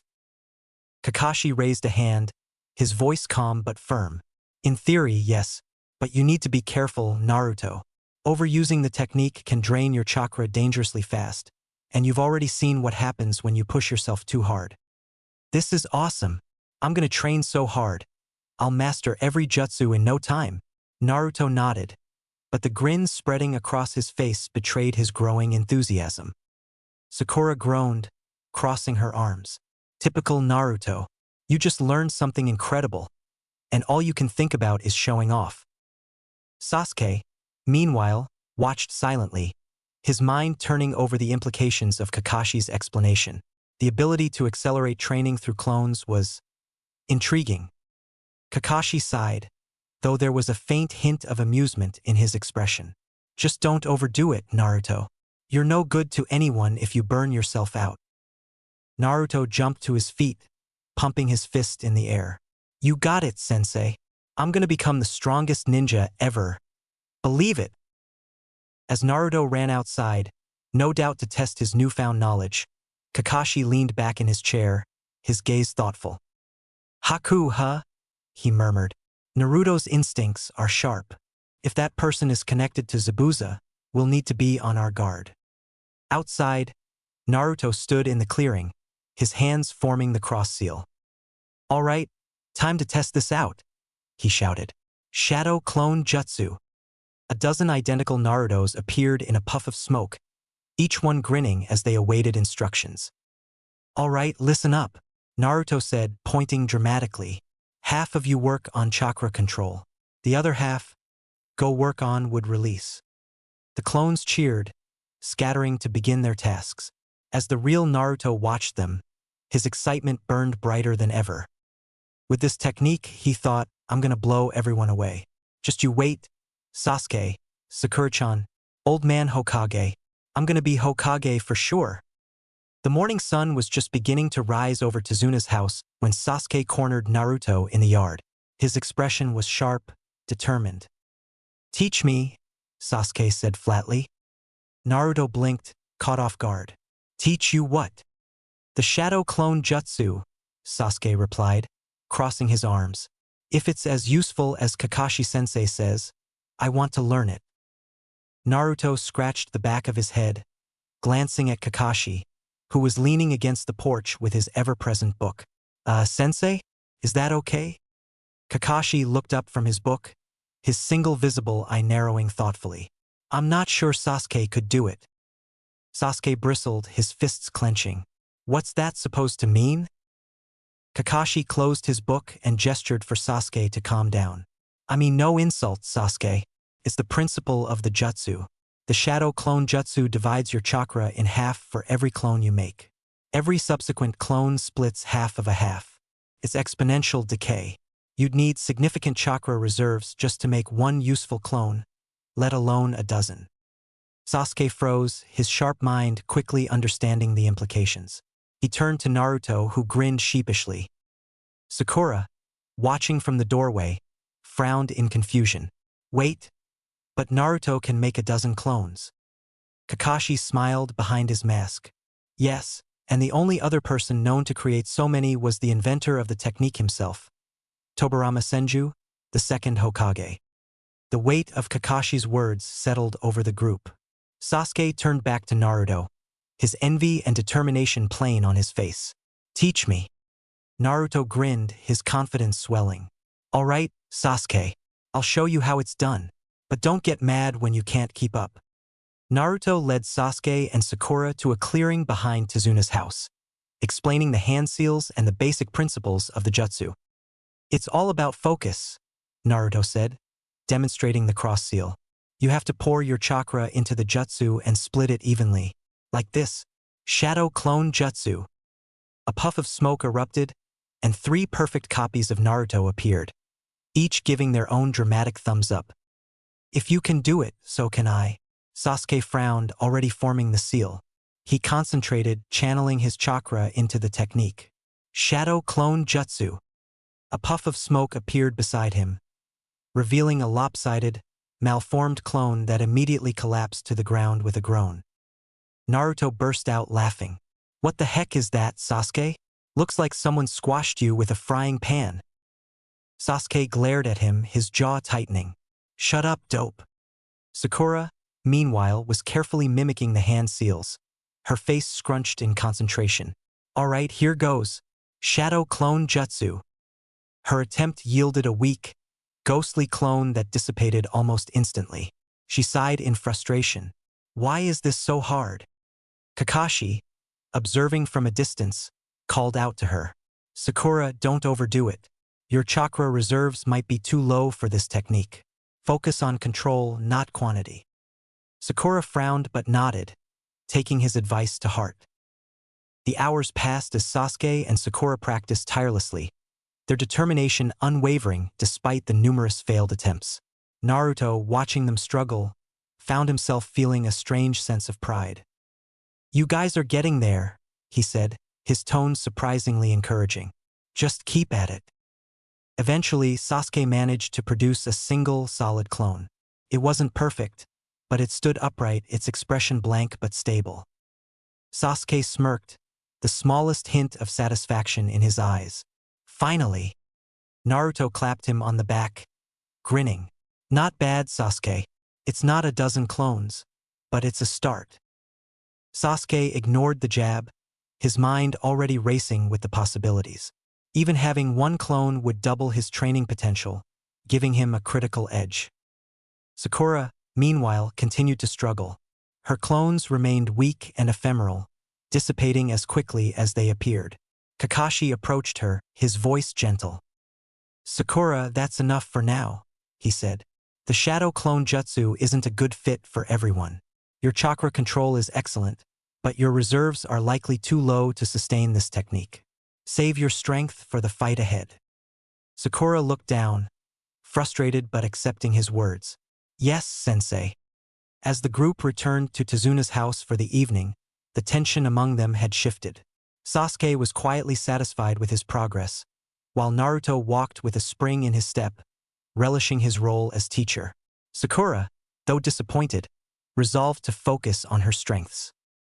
Kakashi, bringing up the rear, glanced at his team with a faint smile. They were far from perfect, but they were growing. And with the battle against Zabuza looming, that growth might be the difference between survival and failure. Chapter 6. The Battle on the Bridge. The forest was peaceful in the early hours of dawn, the faint rustling of leaves accompanied by the occasional chirping of birds. Naruto lay sprawled on the ground, snoring softly, a small sapling growing beside him. He had done it, would release. The baby tree swayed gently in the breeze, its tiny leaves catching the morning light.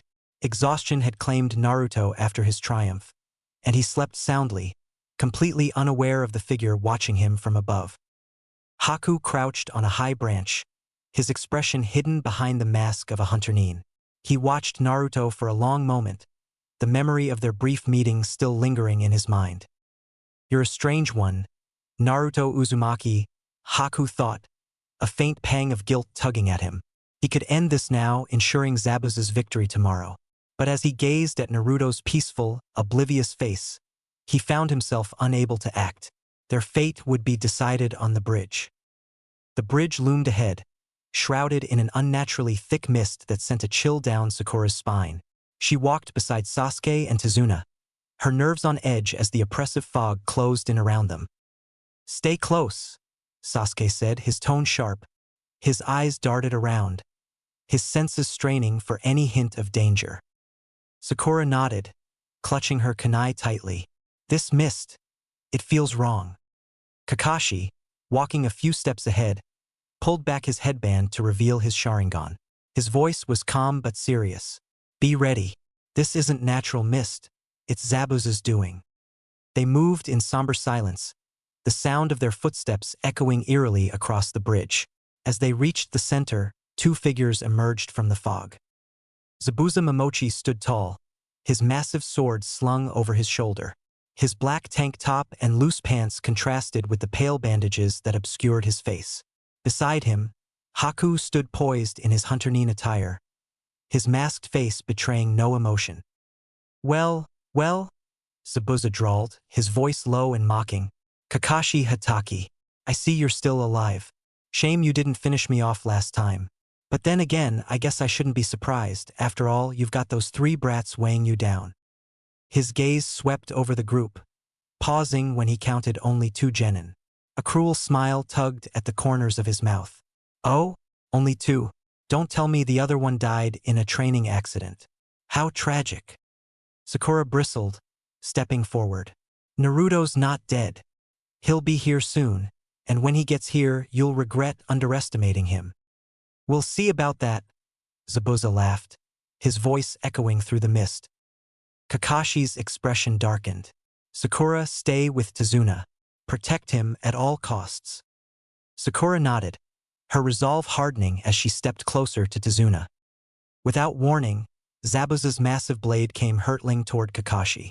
The Jonin's Sharingan flared, his body reacting instinctively as he dodged the strike by a hair's breadth. "You'll have to do better than that," Kakashi said, his voice cold. Zabuza smirked, his hands forming the seals for his hidden mist technique. The fog thickened, swallowing the battlefield in a disorienting haze. Kakashi's Sharingan flicked back and forth, tracking Zabuza's movements with difficulty. Meanwhile, Haku turned to Sasuke, his voice soft but firm. "Shall we begin?" "Bring it." Sasuke smirked, his confidence unshaken. The two launched into a fierce exchange of blows, their speed and precision evenly matched. Haku moved with a fluid grace, his attacks almost dance-like, while Sasuke's strikes were sharp and calculated. "You're impressive," Haku said, his tone calm even as they fought. "A true prodigy of your village." Sasuke's eyes narrowed. "And you're not bad for Zabuza's lackey." Haku's voice softened. "But not all ninja are born equal. Some are born with power far beyond the reach of others." Akekiai Genkai. Haku stepped back, forming a series of rapid hand seals. "Let me show you." In an instant, a dozen crystal-clear ice mirrors materialized around Sasuke, forming a dome that trapped him inside. Haku's reflection appeared in each mirror, his voice echoing hauntingly. "This is my ice release. Let's see how you fare." Sasuke's heart raced as Senbon needles rained down on him from every direction. He dodged as best he could, his mind racing for a way out. Outside the dome, Kakashi glanced at the scene, his Sharingan briefly flickering toward Sasuke, but Zabuza's relentless assault left him no room to intervene. Naruto sprinted across the bridge, the eerie mist pressing against his skin like a cold shroud. He skidded to a stop as the scene unfolded before him. Kakashi locked in a fierce battle with Zabuza, Sakura standing protectively in front of Tazuna, and Sasuke trapped within a glittering dome of ice mirrors. A chill ran down Naruto's spine as he stared at the mirrors. Something about them felt wrong, foreboding. He clenched his fists, his determination flaring. "Hang on, Sasuke. I'm coming." The sound of shattering ice echoed through the bridge as Naruto barreled into the crystalline dome, his orange jacket standing out starkly against the cold, reflective walls. He skidded to a halt, his breath visible in the freezing air. "Sasuke!" Naruto shouted, his voice ringing with determination. "I'm here." Sasuke, kneeling on the icy floor and riddled with sunbon needles, turned his head with a sharp glare. "I can see you're here, Naruto. Inside the dome. Trapped like me." Naruto blinked, his bravado faltering. "What's wrong with that?" "What's wrong?" Sasuke snapped, his voice a low growl. "You could have stayed outside and supported me with a two-pronged assault. Now we're both trapped, and we'll both die." Naruto frowned, his confidence slipping further. "I didn't think of that." "Obviously," Sasuke muttered, his tone dripping with frustration. He forced himself upright, wincing as the senbon embedded in his body shifted. "He's too fast." His Kekkei Genkai, its two elemental natures combined, ice release. Naruto's eyes widened as he looked at the mirrored images of their masked opponent. "Ice release?" His gaze narrowed, and something clicked in his mind. Haku. "You're a boy." The mirrored reflections of Haku faltered for a moment before the real one spoke, his voice calm but tinged with regret. "I'm sorry, Naruto." "I should have killed you that night in the forest. It would have spared you the pain that is to come." Naruto's fists clenched. "You have a bloodline? Like..." He stopped himself, swallowing the words "like me." His thoughts raced, his frustration mounting. Haku's hand lowered, another senbon forming from ice as his voice turned cold. "It ends here." The battle inside the dome raged on. Naruto and Sasuke fought with everything they had, their attacks relentless. Naruto created dozens of clones, each charging at Haku with unwavering determination. But it was futile. Haku moved between the mirrors with impossible speed, his movements so fast they seemed like light itself. One by one, the clones fell, vanishing in puffs of smoke. Sasuke gritted his teeth, his sharp eyes tracking Haku's every move. But even he couldn't keep up. "He's everywhere at once," Sasuke muttered, his voice strained. "We can't hit him." Naruto panted heavily, his body covered in shallow cuts from Haku's senbon. "We just need to figure out how to slow him down." But Haku gave them no time to think. The air shimmered with icy light as more senbon flew toward them in a deadly barrage. Sasuke shoved Naruto aside, his body moving on instinct as he evaded the needles with newfound clarity. His vision felt sharper, the world around him moving slower. "What's happening to me?" Sasuke thought, his heart pounding. He glanced at a fragment of ice and caught his reflection. His eyes were no longer the same. His Sharingan had awakened, bearing two tomo in each eye. With his heightened perception, Sasuke could predict Haku's movements, dodging the next wave of senbon with precision. But even with his improved reflexes, it wasn't enough. Haku was too fast, his mirrors too confining. Naruto's back hit the wall of the dome, his breath coming in ragged gasps. Sasuke stood in front of him, his body trembling with exhaustion but refusing to fall. Another barrage of senbon flew toward Naruto, the sharp needles glinting in the pale light. Time seemed to slow for Sasuke. He saw Naruto's wide, panicked eyes, the senbon closing in, and something inside him snapped. Without thinking, he moved, placing himself between Naruto and the deadly projectiles. The Senbon struck home, embedding themselves in Sasuke's back. He gasped, his body shuddering as he fell to his knees. "Sasuke!" Naruto shouted, his voice cracking with panic. He caught Sasuke as he collapsed, lowering him to the icy floor. "Why did you do that? Why?" Sasuke's breaths were shallow, his voice barely above a whisper. I don't know. I just didn't want to watch you die." He coughed, his eyes fluttering shut. "You better not lose to him, dope." Naruto froze as Sasuke's body went limp, his mind reeling. A rush of emotions surged through him: grief, anger, despair. Somewhere deep within, something stirred. Far away, deep inside Naruto's consciousness, the nine-tailed fox rumbled, its massive form shifting. Its crimson eyes opened slowly, glowing with malevolent intent. Finally, the fox growled, its voice a low, dangerous rumble. "You call on my power." Naruto's head snapped up, his eyes blazing red with slit pupils. His breath came in ragged snarls, an aura of raw, oppressive chakra radiating from his body. The air around him grew heavy, vibrating with unrestrained energy. Haku faltered, his eyes widening behind his mask. "What is this chakra?" Naruto's voice was low, almost feral. "You hurt Sasuke, and now you'll pay."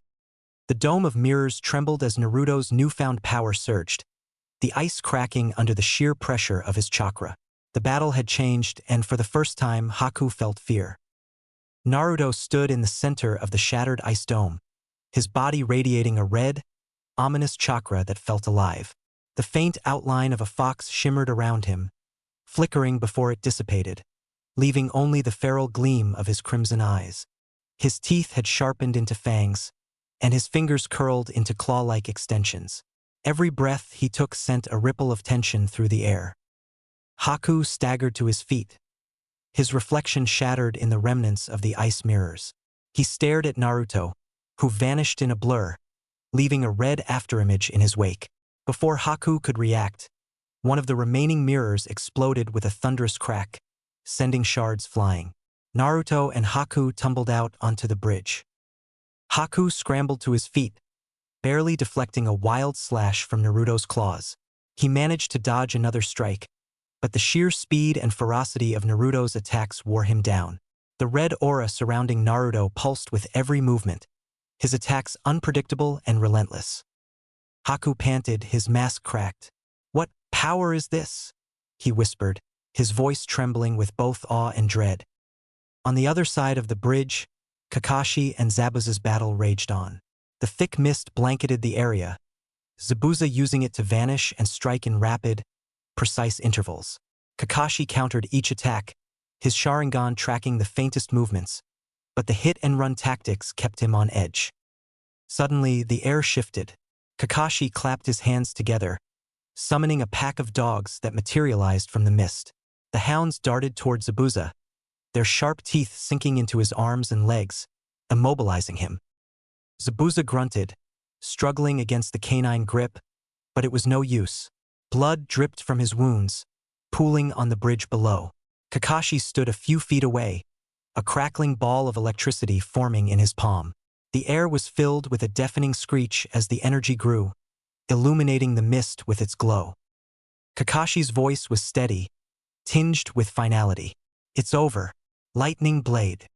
With a blur of motion, Kakashi dashed forward, his arm extended, the lightning in his hand roaring like a caged beast. The attack was aimed directly at Zabuza's chest, the immobilized swordsman unable to dodge. But then Haku moved.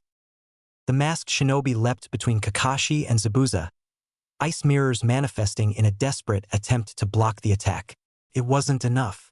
Kakashi's lightning blade pierced through the mirrors and into Haku's chest, shattering the ice and driving both of them to the ground.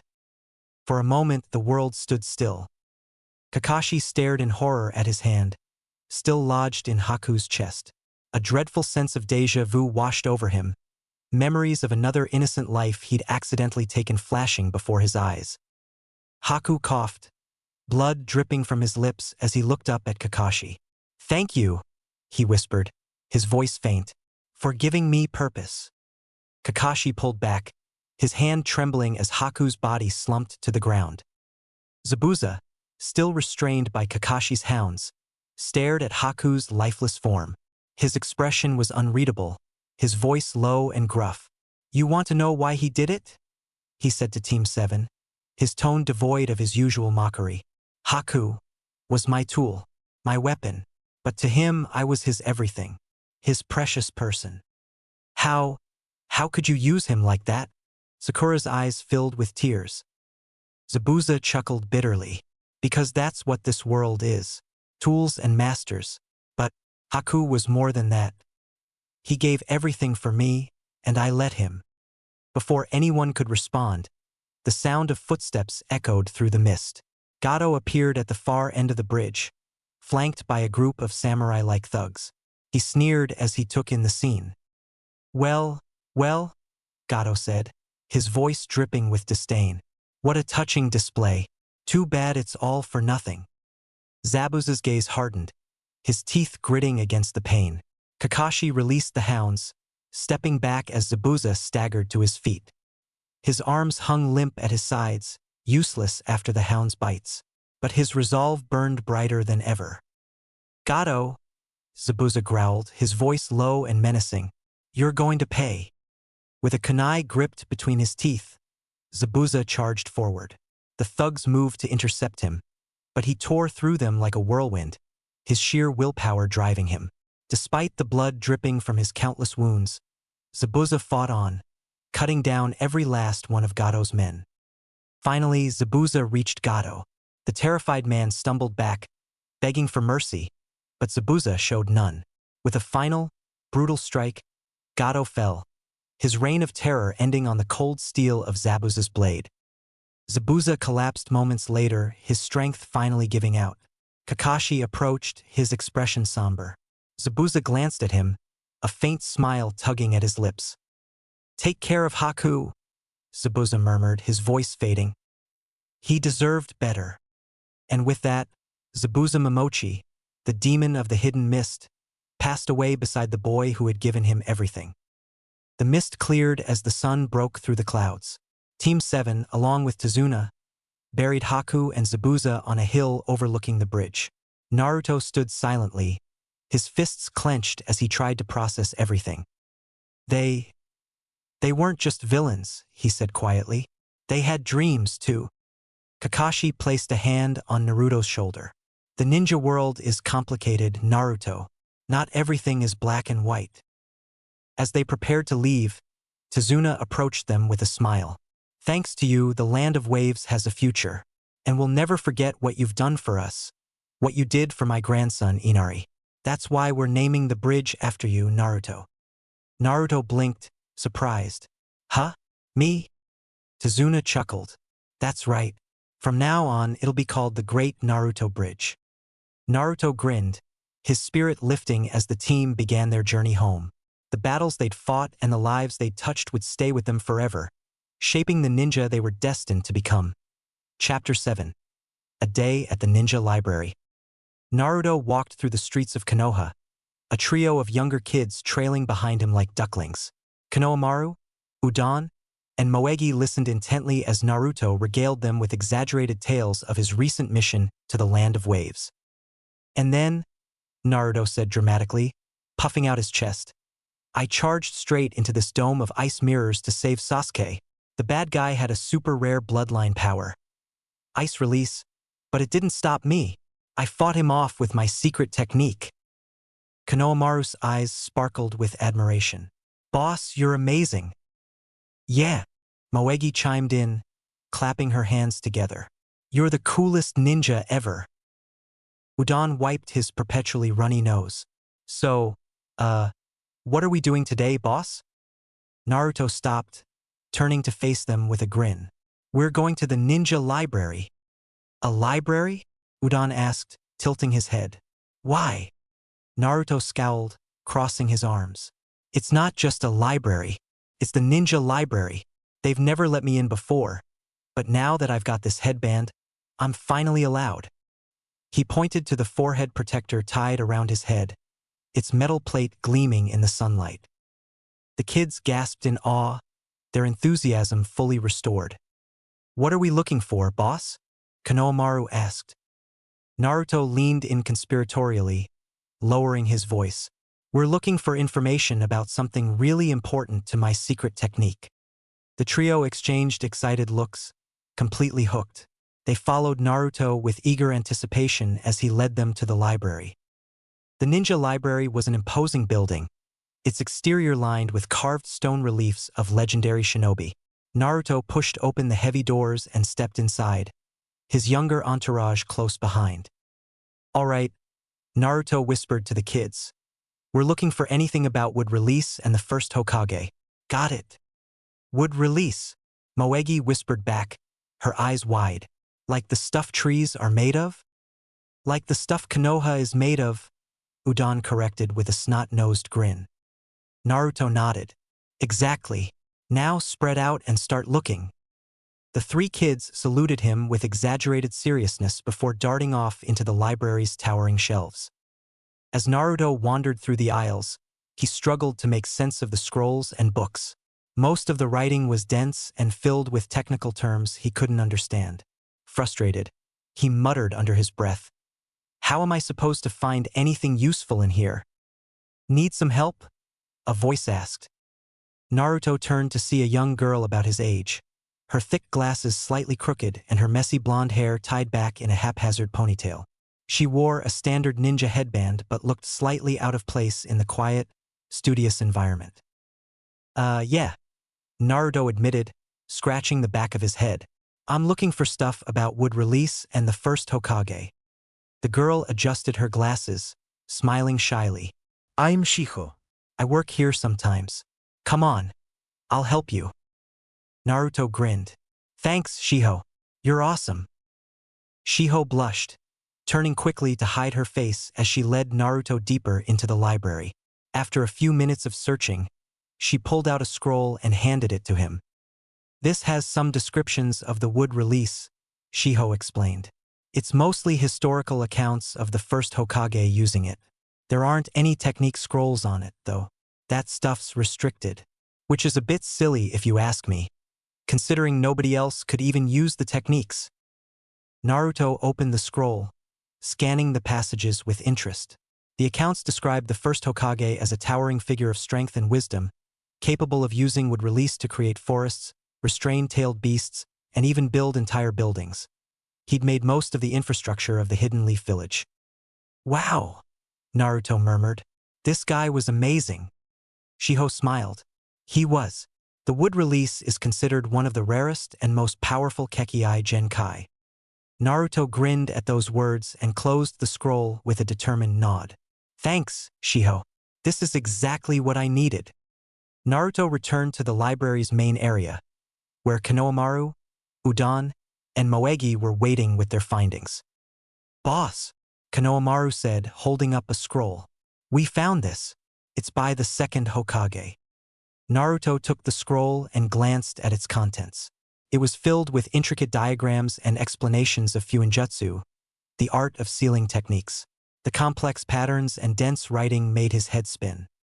Yeah, this looks interesting, Naruto said, scratching his head. But I think I'll give it to Sakura. She likes reading this kind of complicated stuff. Good idea, boss, Moegi said, nodding eagerly. As they left the library, Naruto carried the wood release scroll under his arm, his mind buzzing with possibilities. For the first time, he felt like he was getting closer to understanding his rare ability, and maybe, just maybe, to mastering it. The sun hung high over Konoha as Naruto, Sakura, and Rock Lee stood at the base of the Hokage monument. Lee, as enthusiastic as ever, struck a dramatic pose, his green jumpsuit gleaming in the sunlight. Today, Lee declared, his voice booming with passion, we will undertake a training regime to increase our strength and speed beyond anything we've ever achieved before. Our goal, to scale the Hokage monument with one hand. Sakura stared up at the towering cliff face, her jaw dropping in disbelief. This is ridiculous. Naruto groaned, leaning on his knees. Yeah, Lee. At least let us use chakra control to make it easier. Lee shook his head, his bowl-cut hair bouncing slightly. Yash, you would only be cheating yourselves, Naruto-kun, Sakura-chan. True strength comes from overcoming one's physical limits. I believe in you both. Do you believe in me? Sakura frowned, sweat already trickling down her brow. She had agreed to this extra training to help her catch up to Naruto and Sasuke, but this was beyond what she'd expected. The memory of how helpless she'd felt during the Land of Waves mission resurfaced, gnawing at her resolve. But at this moment, her anger at Lee for convincing her to do this outweighed everything else. Naruto stretched his arms and sighed. Fine, let's do it. But if I fall, I'm blaming you, bushy brows. Lee beamed. That is the spirit, Naruto-kun. The climb was grueling.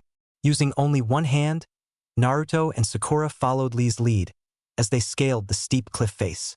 Every centimeter felt like a kilometer, their muscles burning and trembling with the effort. This is insane, Sakura yelled, gritting her teeth as her hand slipped slightly. She caught herself just in time, her heart pounding. You can do it, Sakura-chan, Lee called down, his voice full of encouragement.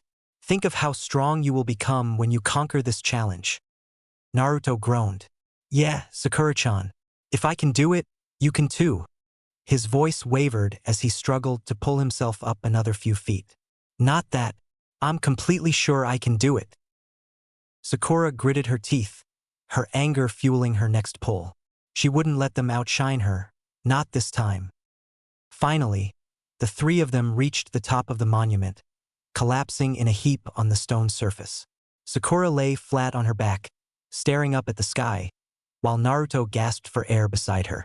Lee, on the other hand, sat cross-legged, his energy seemingly boundless. That was amazing, Lee exclaimed, giving them a thumbs up. You both did wonderfully. Are you ready to begin the real training now that our warm-up is complete? Warm-up? Sakura and Naruto shouted in unison, their voices filled with disbelief. Hours later, sore and utterly exhausted, the three of them left the training area, their bodies aching but their spirits surprisingly high. Naruto wiped sweat from his brow and grinned. Hey, that wasn't so bad, he said, despite his limp. Sakura shot him a withering glare. Speak for yourself. As they reached the crossroads where they parted ways, Naruto suddenly remembered something. Oh yeah. He rummaged through his pouch and pulled out a scroll. Here, Sakura. This is for you. Sakura raised an eyebrow. What is it? It's a scroll on sealing techniques, Naruto explained, handing it to her. You like writing and complicated patterns and stuff, right? I figured you'd be good at it. He grinned sheepishly, his expression both sincere and a little dumbfounded. Sakura rolled her eyes, taking the scroll with a sigh. I don't know the first thing about Fuinjutsu, Naruto. Naruto shrugged. You're smart. You'll figure it out. With that, he gave her a wave and jogged off. Sakura watched him go, her fingers tightening around the scroll. She glanced down at it, the intricate patterns and complex descriptions already making her head hurt. But as she walked home, she bit her lip, her thoughts swirling. I did say I wanted a way to catch up with them, she thought. Maybe this is it. She looked at the scroll again, a flicker of determination in her eyes. All right, sealing technique. Let's see what you've got. The morning sun warmed the training ground as Naruto, Sasuke, and Sakura sat in a loose circle, waiting for their perpetually late sensei to arrive. Naruto lay flat on the grass, his arms behind his head, grumbling about Kakashi's tardiness. Can't believe he's late again, Naruto muttered. What's his excuse gonna be this time? Got lost on the road of life? Please. Sasuke ignored him, staring off into the distance with his usual brooding intensity. Meanwhile, Sakura sat with her scroll spread out in front of her, her brow furrowed in concentration as she read the intricate notes written by the second Hokage himself. The text described various Fuinjutsu techniques in remarkable detail, but what caught Sakura's attention were the disruption seals. These seals were said to cancel enemy jutsu, disrupt chakra flow, and even incapacitate opponents if applied correctly. The thought fascinated her. Almost like what a Hyuga does with their gentle fist, she mused. Her eyes lingered on a particular passage. Theoretically, a seal could store chakra over time, allowing a ninja to use it in larger quantities later. This would require precise chakra control and careful preparation. Sakura's heart raced as an idea took shape. What if I could use a seal to store chakra gradually? Then I could release it all at once when I needed it, maybe even enough to make a shadow clone or perform a powerful jutsu. She chewed her lip, her mind racing. There has to be something about that here. Sakura! Naruto's voice snapped her out of her thoughts. What are you reading so intently over there? None of your business, Naruto. Sakura snapped, quickly rolling up the scroll. Naruto pouted. Geez, I was just curious. Before the argument could escalate, Kakashi appeared in his usual casual fashion, strolling toward them with his nose buried in his book. You're late, Naruto shouted, leaping to his feet. Kakashi looked up lazily, his single visible eye crinkling in amusement. Good morning to you, too. You'd better have a good reason for keeping us waiting. Naruto crossed his arms. I do, Kakashi said, tucking his book away. I wanted to make sure I had all the details right for what I'm about to tell you. Sasuke's gaze sharpened, and Sakura leaned forward slightly, her curiosity piqued. The Chunin exams, Kakashi began, his tone serious. They're happening soon, and this time, they're being held here in Konoha. Naruto's eyes lit up. Chunin exams? Does that mean we're gonna get promoted? Not so fast, Kakashi said, raising a hand. The exams are held once every 6 months, and they're designed to test genin from every hidden village. It's not just about promotion, it's about proving your skills on a much larger stage. The competition will be fierce. Sasuke smirked faintly. Sounds like a good opportunity. Yeah, Naruto shouted, pumping his fist. I'll show everyone how awesome I am. Sakura frowned, her excitement tempered by nerves. Are we ready for something like that? Kakashi's expression softened. That's for you to decide. I've chosen to recommend you for the exams, but there's a condition. The 3 genin looked at him expectantly. You can only participate if all 3 of you agree to do so, Kakashi explained. This isn't a solo endeavor. It's a team decision. Naruto grinned. Of course I'm in. There's no way I'm gonna pass up a chance to show off. Sasuke nodded, his confidence unwavering. I'll do it. All eyes turned to Sakura. She hesitated, her thoughts racing. The mission to the Land of Waves had shown her just how far behind she was compared to her teammates. But then she thought of the disruption seals and the potential they held. This could be my chance to prove myself. I'm in, Sakura said finally, her voice steady. Kakashi nodded, his eye crinkling in approval. Good. The exams begin in a week. Use this time to prepare. You'll need it. As Kakashi dismissed them, Naruto and Sasuke began discussing their training plans, but Sakura lingered behind, clutching her scroll tightly. Her determination burned brighter than ever. I'll show them I'm not just a tag-along, she thought. I'll find a way to stand beside them as equals. Chapter 8. The Chunin exams build up. The streets of Konoha buzzed with activity as shinobi from all over the hidden villages began arriving for the Chunin exams. Naruto strolled through the marketplace, flanked by the ever-loyal Konohamaru Corps, Konohamaru, Udon, and Moegi. The younger kids hung on his every word as he regaled them with exaggerated stories of his missions. And then, with one mighty punch, I sent Zabuza flying, Naruto exclaimed, throwing a dramatic air punch. Wow, boss, you're amazing, Konohamaru said, his eyes wide with zealous admiration. Moegi giggled.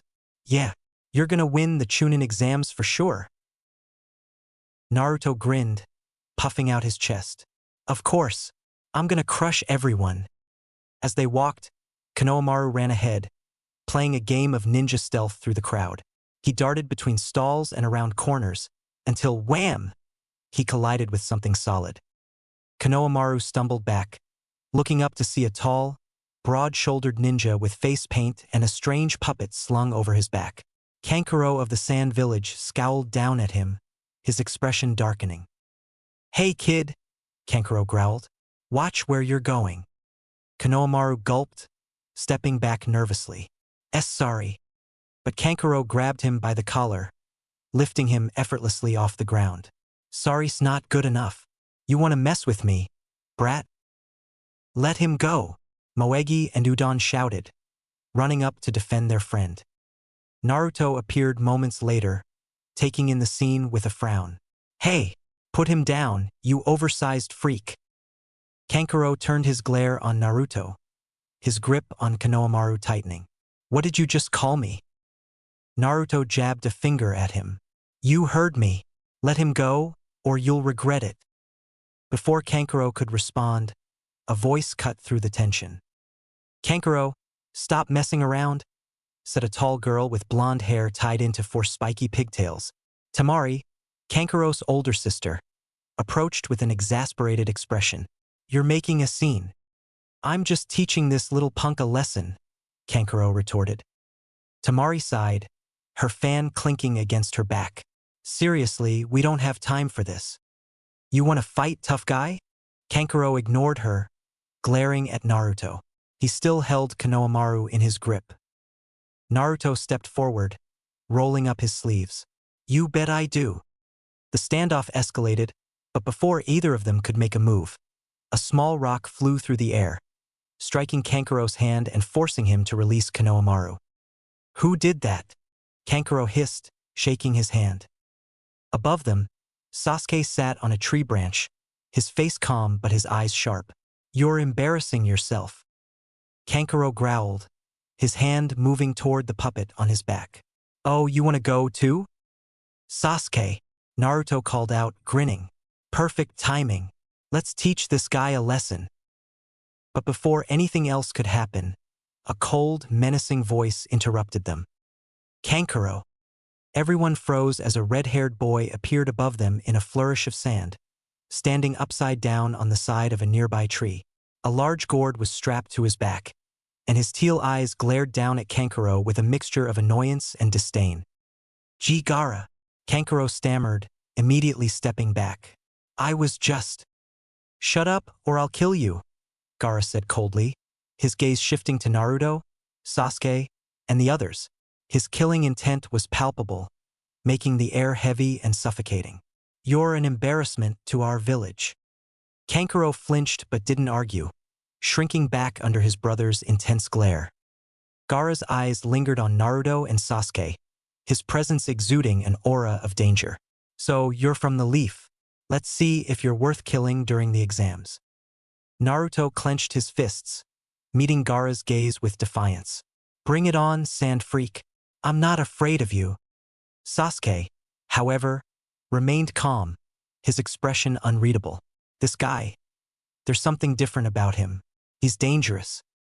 Tamari cleared her throat, stepping forward with an awkward smile. Naruto blushed, for the first time taking in her beauty as she said, Okay, we're done here. Sorry about the trouble. Let's go, guys." Kankuro shot one last glare at Naruto before following Tamari. Gaara lingered for a moment, his piercing gaze sweeping over Team 7, before disappearing in a swirl of sand. As the tension faded, Konohamaru looked up at Naruto, his voice trembling. "Boss, who was that?" "Just some jerks who don't know what they're in for." Naruto grinned, though his bravado was slightly forced. Sasuke said nothing, his eyes still fixed on the spot where Gaara had stood. "The Chunin exams are going to be interesting." The large, crowded room buzzed with nervous energy as genin from various hidden villages gathered for the first part of the Chunin exams. Team 7 stood together near the edge of the room, Naruto's usual excitement clashing with Sasuke's calm demeanor and Sakura's quiet nervousness. Naruto grinned, scanning the room. "Look at all these people. They're all here to see me shine." Sakura rolled her eyes. "They're here to compete, Naruto, to fight you, not to watch you." Sasuke, his gaze sharp, added, "You should focus. Most of these people will be stronger than you." "Yeah, right. I'm gonna wipe the floor with them." Naruto crossed his arms, his grin unfazed. Before they could continue, a voice interrupted. You three are from the Leaf Village, right? The trio turned to see a ninja with silver hair and glasses approaching them. He wore a leaf forehead protector and had an air of casual friendliness. The name's Kabuto Yakushi, he said, offering a polite smile. You all seem new to this, so I thought I'd say hello. Sakura tilted her head. You're a leaf ninja? You don't look like a genin. Kabuto chuckled, scratching the back of his head. Well, this isn't my first Chunin exam. Actually, it's my 7th. I'm what you'd call a veteran. Naruto blinked. 7th? You must really suck if you haven't passed yet. Kabuto laughed it off, though a faint twitch in his smile betrayed his irritation. It's not that simple. These exams are designed to be challenging. But I've learned a lot from my failures. He reached into his pouch and pulled out a stack of cards. In fact, I've put together a bit of intel on the competition. Care to see? Naruto perked up immediately. Yeah, show us. Kabuto spread the cards out and held one up, channeling a small amount of chakra into it. The card revealed detailed information about the number of participants, the breakdown of genin from each village, and a few notable teams. This, Kabuto said, is the kind of info you need to succeed. I can tell you about specific competitors, too. Sasuke, always one to analyze his opponents, spoke up. What do you have on Gaara of the Sand? Kabuto smirked, flipping to another card. Ah, Gaara. From the hidden sand. He's completed several high-ranked missions, even as a genin. His abilities are unique. You'll want to watch out for him. It says he's completed multiple B-rank missions. Wow, even an A-rank mission. And he's never been scratched. Sasuke frowned, filing the information away. Hey, Kabuto! Naruto piped up, his voice unusually serious. Do you have anything on the first Hokage? Hashirama Senju? Kabuto raised an eyebrow, clearly surprised by the question. The first Hokage? That's a bit unexpected. He sifted through his cards before pulling one out. I don't have much, just an overview. Most of the first Hokage's secrets are highly classified. He activated the card, and a holographic summary of Hashirama's abilities appeared. Hashirama Senju, Kabuto began, was one of the strongest shinobi in history. His Kekkai Genkai would release, allowed him to create and manipulate forests with ease.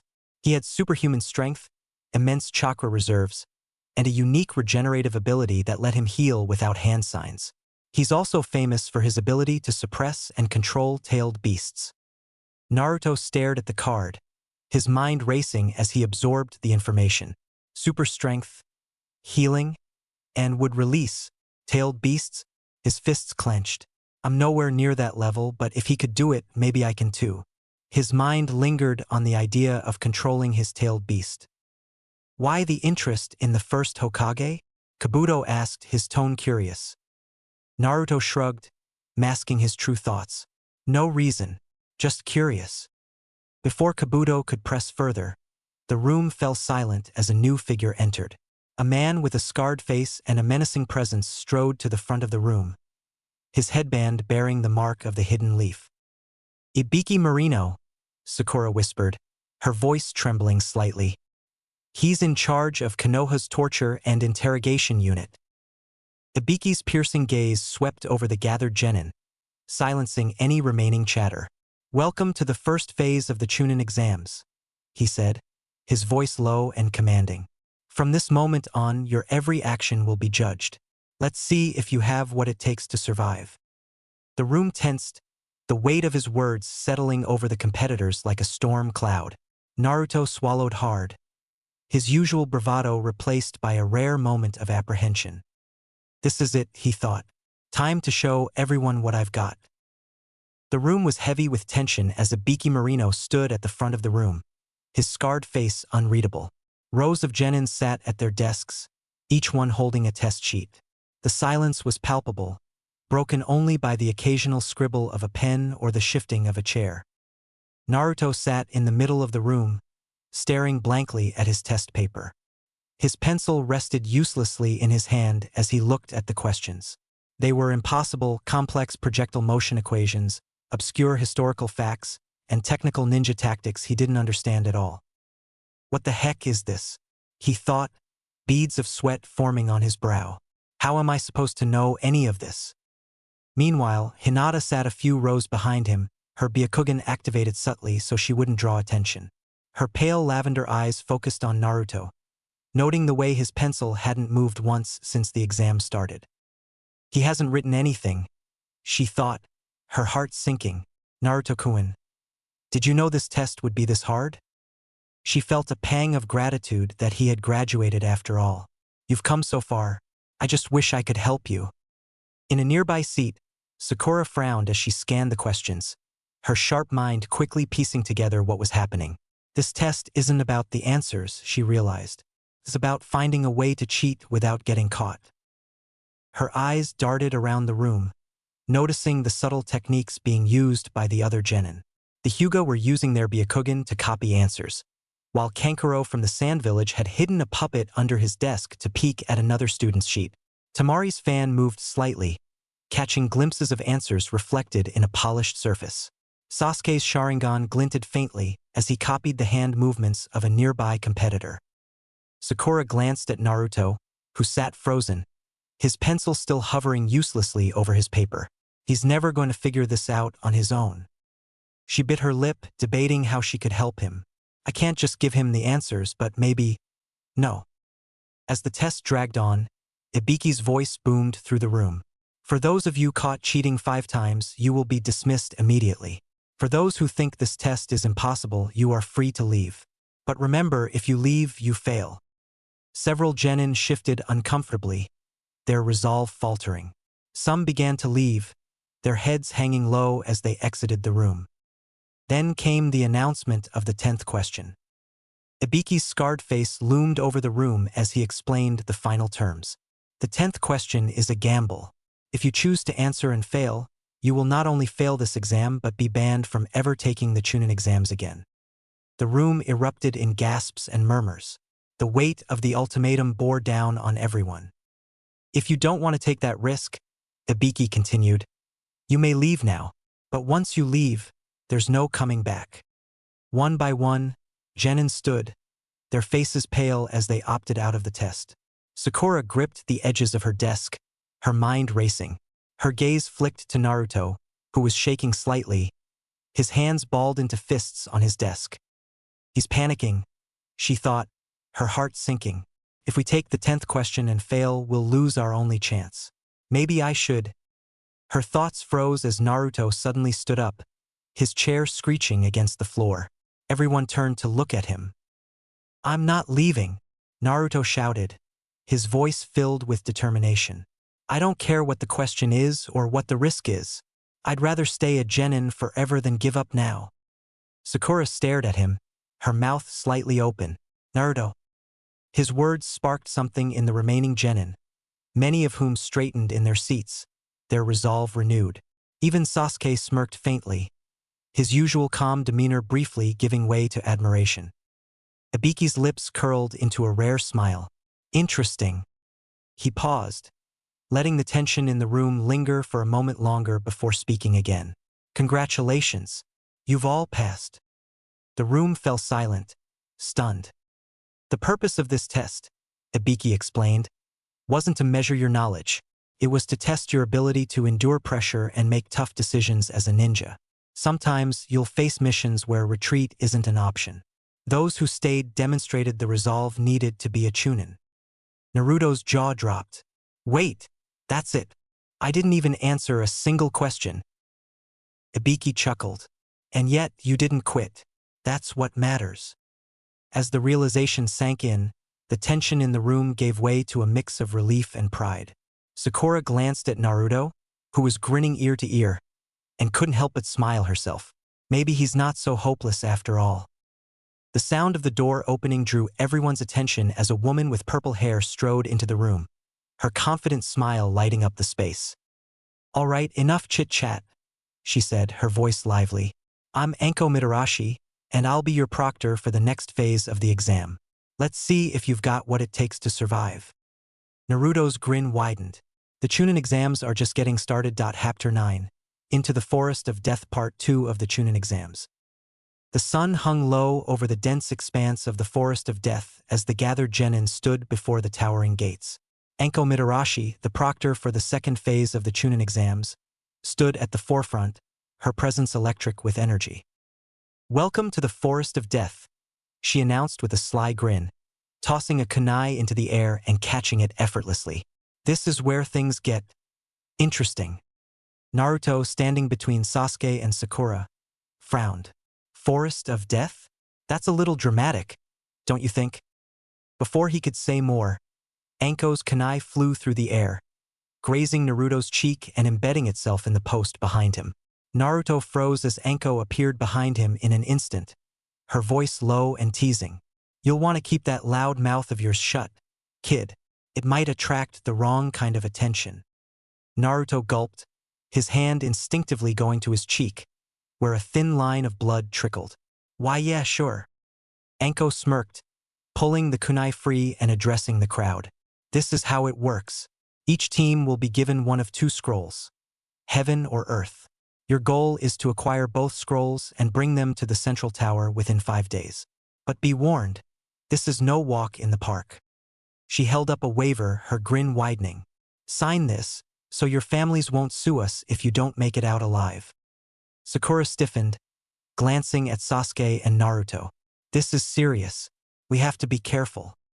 Nearby, an inconspicuous ninja from the hidden grass village watched them intently, his gaze lingering on Sasuke. His face was hidden behind his village's standard-issue bandana, but his presence carried an unnerving air. Anko's sharp eyes flicked toward him briefly, narrowing slightly before she continued. "Now, with all that out of the way, the second phase of the Chunin exams begins now." The gates creaked open, revealing the dark, sprawling forest beyond. Team 7 shared a tense glance before darting inside, the ominous shadows of the forest swallowing them whole. The Forest of Death lived up to its name. The air was thick with the sounds of rustling leaves, distant growls, and the occasional scream echoing through the trees. Team 7 moved cautiously, their senses heightened. "We need to find a team with the other scroll as soon as possible," Sasuke said, his Sharingan active as he scanned their surroundings. Naruto grinned, forming the cross seal. "No problem. My shadow clones will track them down in no time." Before he could summon them, a group of ninja from the hidden rain village emerged from the underbrush, their faces masked and weapons drawn. "Well, that was fast," Sakura muttered, readying a kunai. "Figured you rookies would be easy pickings." A distorted voice came through the respirator. The rain ninja didn't waste time. They launched a coordinated attack, their movements swift and practiced. One hurled a barrage of sunban at Naruto, who dodged and countered with a wave of shadow clones. "Get 'em, boys!" Naruto shouted as his clones charged forward, overwhelming the attackers with sheer numerical advantage. Meanwhile, Sasuke engaged another rain ninja in close combat. His Sharingan tracked every movement, allowing him to dodge a series of rapid strikes. "Naruto, boost me." "On it," Naruto replied, forming another set of clones. They lifted Sasuke into the air with a coordinated leap, giving him the perfect angle to deliver a devastating kick to the rain ninja's chest. The enemy crumpled to the ground, unconscious. Sakura, meanwhile, evaded an attack from the third rain ninja and countered with precision, her kunai slashing through the ninja's defenses. As soon as he stumbled, she slapped a paper tag on his arm. "That's one down." With the rain ninja subdued, Sakura quickly tagged the others with her chakra disruption seals, placing them carefully on their bodies. "These seals will disrupt their chakra flow. They'll wear off in about 6 hours, so we'd better get moving." Naruto held up the rain team's scroll, grinning triumphantly. "Check it out. It's an earth scroll. We've got both now." "Good," Sasuke said, his voice calm but focused. "Let's get to the tower." Unbeknownst to them, the hidden grass ninja who had been watching them earlier lingered nearby, hidden among the trees. His unsettling presence radiated malice as his gaze followed Team 7. "They're strong," he murmured, his voice low and almost serpentine, "especially the Uchiha." His lips curled into a sinister smile as he vanished into the shadows, his target clear. The Forest of Death had only just begun to live up to its name. The dense underbrush of the Forest of Death crackled underfoot as Team 7 pressed forward, their nerves taut. The eerie quiet of the forest was broken only by distant sounds. The rustling of leaves, faint growls, and the occasional scream far in the distance. "We're making good time," Sakura said, glancing at the 2 scrolls they'd secured. "If we keep this up, we'll reach the tower early." Naruto grinned. "Told you we'd crush this test. Nothing can stop us, Databeo." His confidence was short-lived. The ground beneath them trembled, and a deafening roar echoed through the forest. Trees snapped like twigs as a massive serpent burst through the foliage, its yellow eyes locked on the team. "A giant snake?" Naruto shouted, his grin replaced by wide-eyed panic. "Why is it always snakes?" The snake lunged, its gaping maw aimed directly at them. Sasuke leapt back, his Sharingan spinning to life. "Stay sharp," he barked. The battle was chaos manifest. The snake's massive tail swept through the air, forcing the team to scatter. Sakura hurled kunai at its thick scales, but they bounced off harmlessly. Sasuke darted in, aiming for the beast's head with a fireball jutsu, but the snake countered with a snap of its jaws, forcing him to retreat. "Is that all you've got, Sasuke?" Naruto shouted, forming a wave of shadow clones that swarmed the snake. "What's wrong? Are you scared?" Sasuke froze at the words, his jaw tightening. He hated the implication. Scared? The word burned in his mind. Naruto's clones distracted the snake just long enough for Sasuke to recover. His eyes narrowed as determination flared within him. "Shut up, dope," he muttered, forming hand seals. With renewed focus, Sasuke unleashed a massive fireball aimed directly at the snake's head. The flames engulfed the beast, and with Naruto's clones attacking from all sides, the giant serpent finally collapsed with a guttural roar. Naruto stood beside Sasuke, panting. "Took you long enough." Sasuke smirked faintly. "You're welcome for saving your butt." The victory was short-lived. As they caught their breath, a new presence, dastardly and dangerous, emerged from the shadows. The ninja from the hidden grass village stepped into view, but something about him felt wrong. His movements were too fluid, his aura too suffocating. "Who's that?" Sakura whispered, clutching her kunai. The ninja smiled, his voice low and mocking. "What a promising team, especially you, Uchiha." Sasuke's Sharingan spun as he stepped forward, his instincts screaming danger.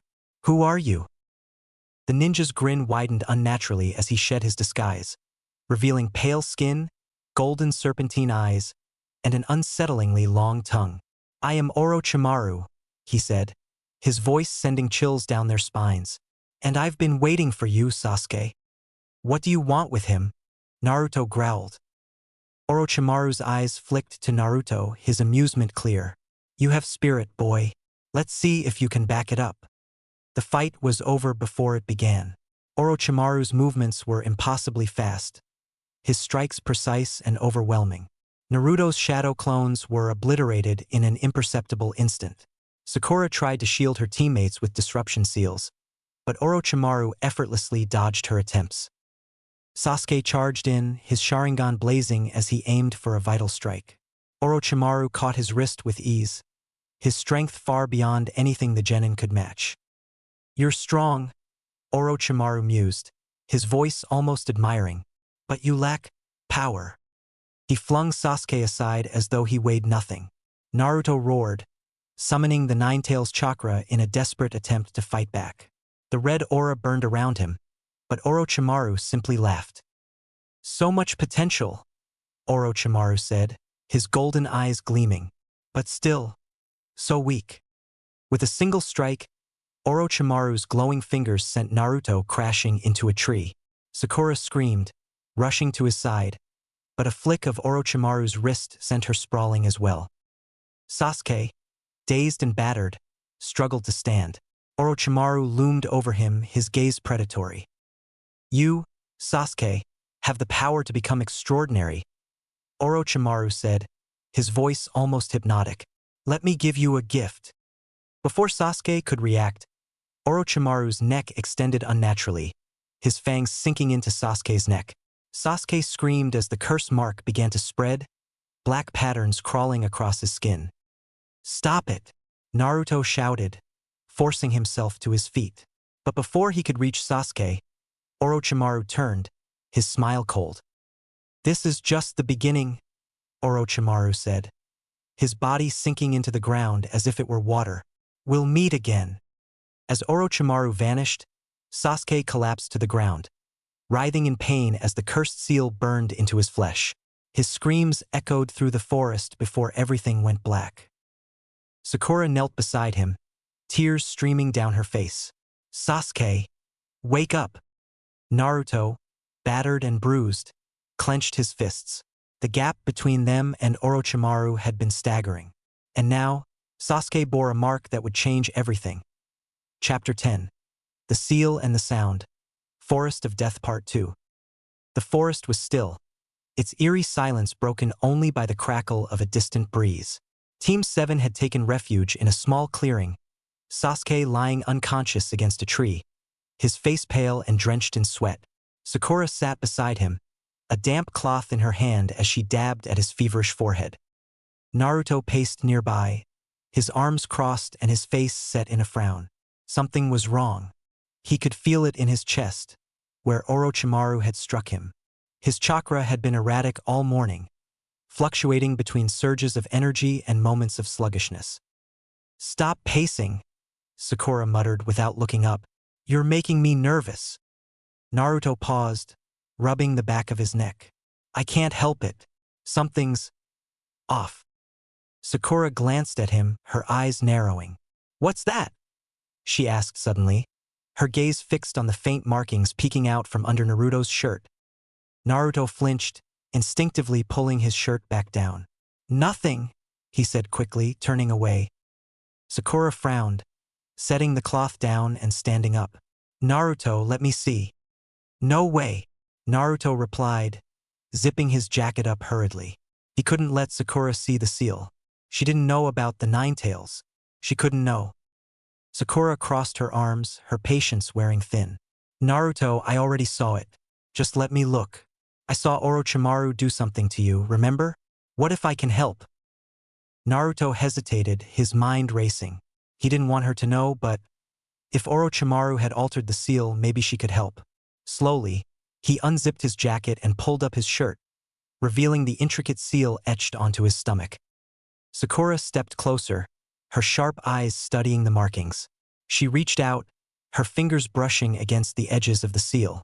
This is Fuinjutsu," she said softly. "A complicated piece of it, too." Naruto tensed under her touch, his heart pounding. "What does it mean?" he asked, his voice quiet. Sakura traced the patterns carefully, her delicate hand trailing over the outer edges. Her fingers paused as she noticed a faint discoloration, a newer, cruder addition to the seal. "Orochimaru did this," she said, her voice filled with certainty. "This five-pronged seal here, it's not part of the original. It's disrupting the flow of chakra." Naruto stared at her, his blue eyes wide. "You can tell that just by looking at it?" Sakura nodded, a faint blush coloring her cheeks as she realized how close she was to him. She stepped back quickly, clearing her throat. "Sorry, but I think I can fix it." Naruto blinked, surprised. "You can?" "I've been studying the scroll from the second Hokage," Sakura explained, her confidence growing. "Releasing seals is much easier than creating them. I just need to remove Orochimaru's interference." Naruto hesitated, his gaze meeting hers. For a moment, all his fears and doubts melted away as he saw the determination in her green eyes. "Sakura-chan, I trust you. Do it." Sakura smiled, holding out her hand. Her fingers began to glow faintly with chakra as she focused on the seal. "Okay, this might feel a little weird, but it shouldn't hurt." She placed her glowing hand over the five-pronged seal and whispered, "Five-pronged release." Naruto felt an immediate shift. The chaotic, volatile chakra that had been swirling within him suddenly calmed, returning to its usual steady rhythm. He took a deep breath, relief washing over him. "Sakura-chan, It worked. I feel normal again. Sakura grinned. Good. I guess all that reading paid off. Their brief moment of peace was shattered by the sound of rustling leaves and hurried footsteps. Sakura turned sharply, instinctively reaching for a kunai. Looks like we've got company, Naruto muttered, his fists clenching. 3 ninja emerged from the shadows, their headbands bearing the symbol of the hidden Sound Village. They moved with predatory grace, their eyes locked on Team 7. Well, the leader sneered, his voice dripping with mockery. Looks like we found some easy pickings, prey licking their wounds. Sakura stepped protectively in front of Sasuke, her kunai at the ready. Naruto, we can't let them take our scrolls. Naruto cracked his knuckles, his confidence returning with his stabilized chakra. Don't worry, Sakura-chan. They messed with the wrong team. The Sound Ninja wasted no time, launching their attack with ruthless precision. Naruto and Sakura braced themselves, knowing this fight would test everything they had. The clearing in the Forest of Death erupted into chaos as Naruto and Sakura faced off against Zaku and Rin, 2 of the Sound Village genin. The third member of their team had slipped away, hunting for other targets, leaving Zaku and Rin confident that they could handle the 2 rookies. Naruto cracked his knuckles, his usual grin plastered on his face. You guys think you can take us just because there's 2 of you? Let's even the odds. Forming the cross seal with his fingers, he shouted, Shadow Clone Jutsu. In a puff of smoke, dozens of Narutos materialized around the clearing, their confident smirks matching his. They surrounded the Sound Ninja, cutting off all escape routes. Nice move. Sakura glanced at Naruto, a faint grin tugging at her lips. Naruto shot her a quick look of appreciation. Thanks, Sakura-chan. Couldn't have done it without you fixing my chakra. Sakura readied her tools, her seal papers clutched in one hand and a kunai in the other. She'd set several traps earlier, hoping to gain the upper hand. As Zaku and Rin charged forward, Sakura triggered the traps, forcing the Sound Ninja to leap and twist to avoid the hidden wires and explosive tags. Is that all you've got? Zaku taunted, his voice full of bravado. He raised his arms, aiming his implanted air cannons. Let me show you real power. A blast of compressed air tore through Naruto's clones, dispelling half of them instantly. The real Naruto and Sakura worked together seamlessly, evading the onslaught while counterattacking with precision. Naruto's clones provided cover, distracting the Sound Ninja, while Sakura maneuvered into position to throw her tagged kunai. You guys are better than I thought, Rin admitted, her tone grudging. She formed a series of hand seals, her chakra flaring. But this ends now. Naruto suddenly froze mid-step, his vision swimming. The forest around him blurred and twisted, and he felt a strange weight pressing on his mind. Genjutsu, he muttered, struggling to break free. Rin smirked, her fingers still forming the last seal. You Leaf Ninja have such obvious weaknesses. Too bad you won't get to fix this one. Naruto collapsed to the ground, clutching his head as he fought the illusion. Sakura-chan, I can't. Sakura turned, her eyes wide with panic. Naruto. She tried to reach him, but Zaku intercepted her with a powerful blast from his air cannons. The force sent her sprawling to the ground, her weapons scattering. Zaku loomed over her, his expression dark. You should have stayed down, little girl. Now you're gonna die. Sakura gritted her teeth, trying to move, but the blast had left her dazed. She closed her eyes, bracing herself for the end. Suddenly, a dark, oppressive chakra filled the clearing, stopping Zaku in his tracks. Sakura's eyes snapped open, her gaze darting to Sasuke, who was slowly rising to his feet. Sasuke's head hung low, his bangs shadowing his face. Black markings spread across his skin, pulsating with the sinister energy of the curse mark. When he finally looked up, his Sharingan burned with an intensity that sent chills down Sakura's spine. Sasuke? She whispered, her voice trembling. Zaku smirked, clearly unimpressed. So the pretty boy finally wakes up. What are you gonna do? Huh. In an instant, Sasuke was behind him. Zaku barely had time to react before Sasuke grabbed his arm, twisting it with brutal precision. Zaku screamed as the sickening crepitus of breaking bones echoed through the clearing. You, Sasuke said, his voice low and cold. You dared to touch my teammates. Rin tried to intervene, hurling a barrage of shuriken at Sasuke, but he dodged them effortlessly, his movements almost inhuman. He turned his cold gaze on her, and for a moment, she froze in fear. We're done here, Rin muttered, grabbing Zaku and retreating into the forest. Their confidence shattered. The sound ninja fled, leaving Team 7 behind. The oppressive chakra faded as Sasuke collapsed to his knees, clutching his neck where the curse mark had burned itself into his skin. Naruto finally broke free of the genjutsu, groaning as he sat up. What happened? He asked, rubbing his head. Sakura rushed to Sasuke's side, her hands trembling as she checked his condition. Sasuke, are you okay? Sasuke's breathing was ragged, his body shaking from the aftereffects of the curse mark. I'm fine, he muttered, though his voice was strained. Naruto stood, his gaze shifting between his teammates. He clenched his fists, the memory of Orochimaru's sinister smile flashing in his mind. That power. It's because of him, isn't it? Orochimaru. Sakura nodded, her face pale. We need to get to the tower. We can't stay out here like this. With their resolve renewed, Team 7 gathered their scrolls and helped Sasuke to his feet. The forest of death had tested them in ways they hadn't expected, but together, they had survived. As they made their way toward the tower, the weight of what had happened lingered heavily in the air.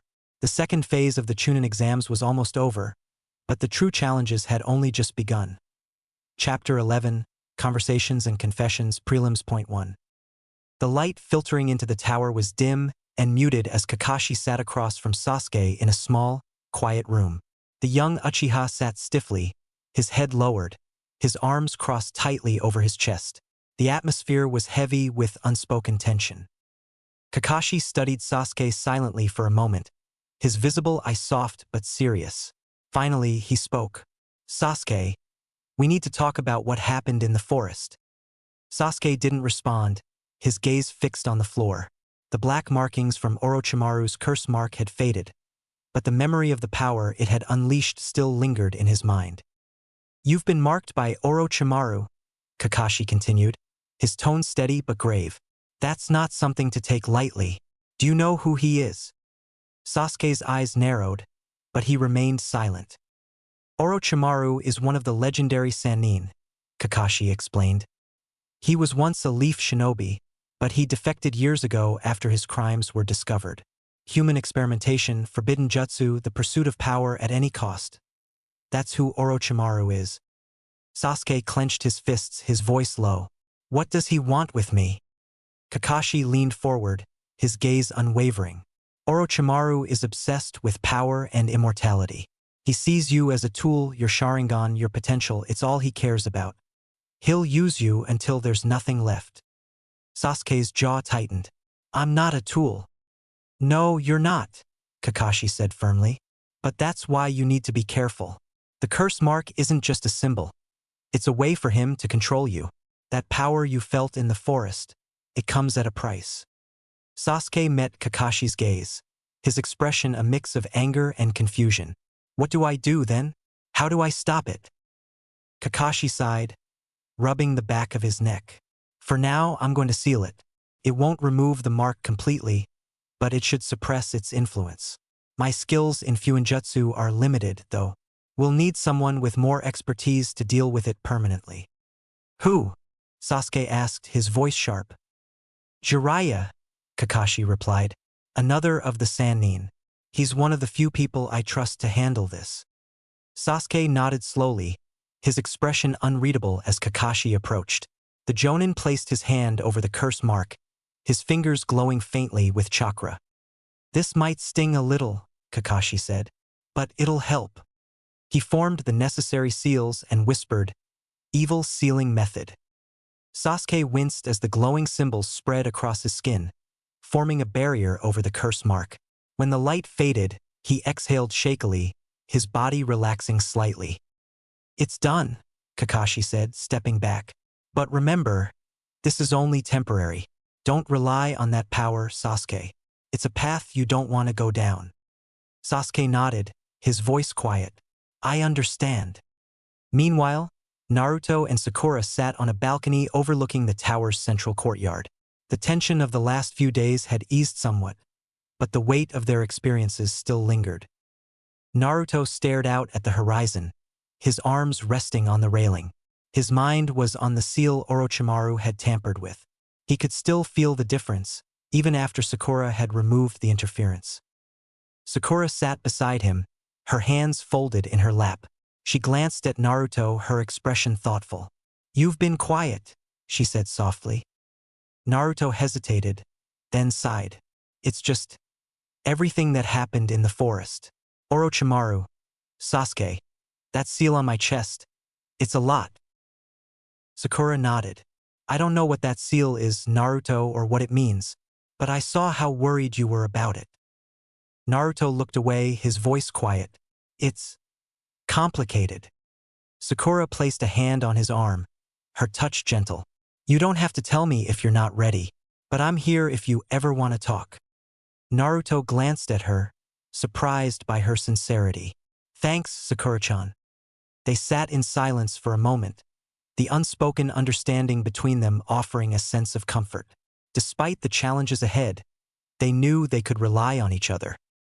As the sun dipped below the horizon, casting long shadows across the tower, Naruto felt a flicker of hope. Whatever secrets he carried, he wasn't alone, and that made all the difference. The tension in the room was palpable as the remaining genin stood before the third Hokage. Hiruzen Sarutobi's presence was calm yet commanding as he addressed the group, his wise gaze sweeping over the young shinobi who had made it this far. Congratulations to all of you for passing the first 2 phases of the Chunin exams, he began. Your courage, skill, and determination have brought you here. However, his tone grew more serious. Far more of you have passed than anticipated. As a result, we must conduct a preliminary round to determine who will proceed to the final stage. Whispers and murmurs rippled through the room. The genin exchanged glances, some nervous, others eager. Even Naruto, usually full of bravado, seemed slightly uneasy.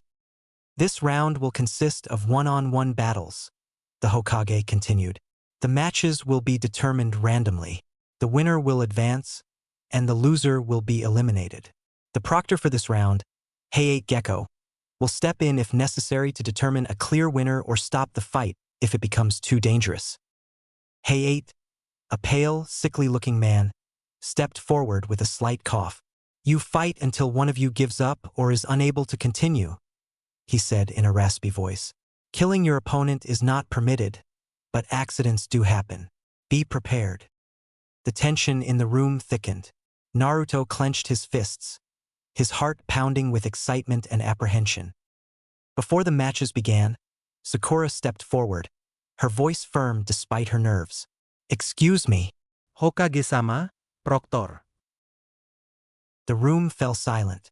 All eyes turned to Sasuke, who stood with his arms crossed, his expression unreadable. He glanced at Sakura, his gaze sharp. Sakura, mind your own business, Sasuke said, his tone cold. I don't need you to speak for me. Naruto stepped forward, his voice rising. Hey, Sakura's just trying to help. You shouldn't fight if it's going to hurt you. Sasuke turned to Naruto, cutting him off. Stay out of it, Naruto. This is my decision. Naruto glared at Sasuke, but before he could retort, Sasuke's lips curled into a faint smirk. Besides, you're one of the people I want to fight. Naruto froze, his surprise quickly morphing into a grin. Heh, you'd better be ready when that happens, 'cause I'm gonna wipe the floor with you.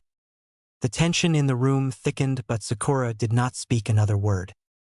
Hayate stepped forward. Now, we'll begin the preliminary round, he said, motioning to a large electronic board that flickered to life. The first matchup will be chosen at random. Everyone turned their eyes to the board, the names scrolling rapidly before stopping.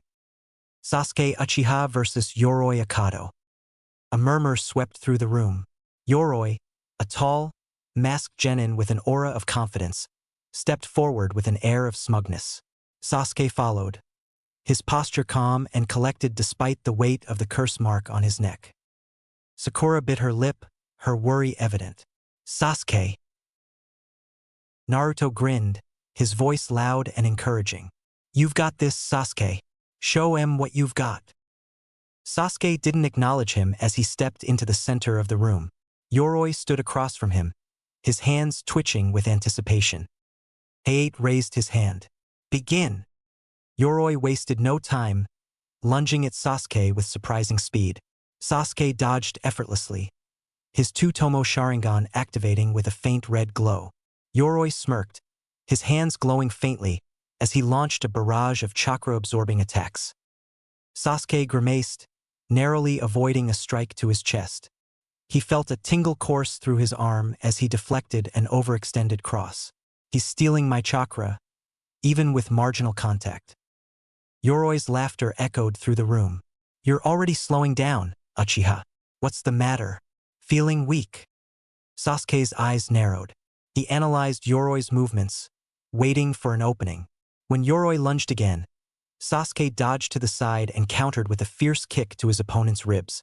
Yoroi staggered back, his smirk replaced by a scowl. Don't underestimate me, Sasuke muttered, his voice low and steady. The curse mark began to tingle on his neck, its sinister energy clawing at his senses. For a moment, he savored the sense of righteous purpose he felt, an almost religious zeal that made him feel invulnerable. He thought of Naruto's inexplicably red chakra that carried with it such a heavy presence. I won't lose to you. His eyes downcast, Sasuke felt small next to Naruto's growing strength and the ever-looming, inexorable shadow his brother cast. He gritted his teeth, suppressing the mark's influence with the aid of Kakashi's seal as he pressed the attack. Each strike was precise and relentless, forcing Yoroi onto the defensive. Impossible. Yoroi scowled deeply as he felt himself rapidly losing ground, both figuratively in terms of the battle's momentum and literally in terms of the floor beneath his feet, retreating into the rapidly approaching wall. By inadvertent instinct, he locked eyes with his opponent. He cursed his mistake before even noticing that Sasuke's Sharingan now contained 3 methodically spinning tomo. Finally, Sasuke feinted left before landing a devastating blow to Yoroi's chest, following it by exhaling a great fireball jutsu that hit head-on, sending him crashing to the ground, bruised and burned. Yoroi groaned, unable to rise. Hayate stepped forward, raising his hand. Winner, Sasuke Uchiha. The room erupted into a mix of cheers and murmurs. Sasuke stood over his fallen opponent, his breathing heavy but controlled. He turned and walked back to his team, his face unreadable. Sakura exhaled in relief. He did it. Naruto grinned, clapping Sasuke on the shoulder. Not bad, Sasuke, but you'd better save some of that for when we fight. Sasuke smirked faintly. We'll see. As the next matchup began to roll on the board, the tension in the room reignited.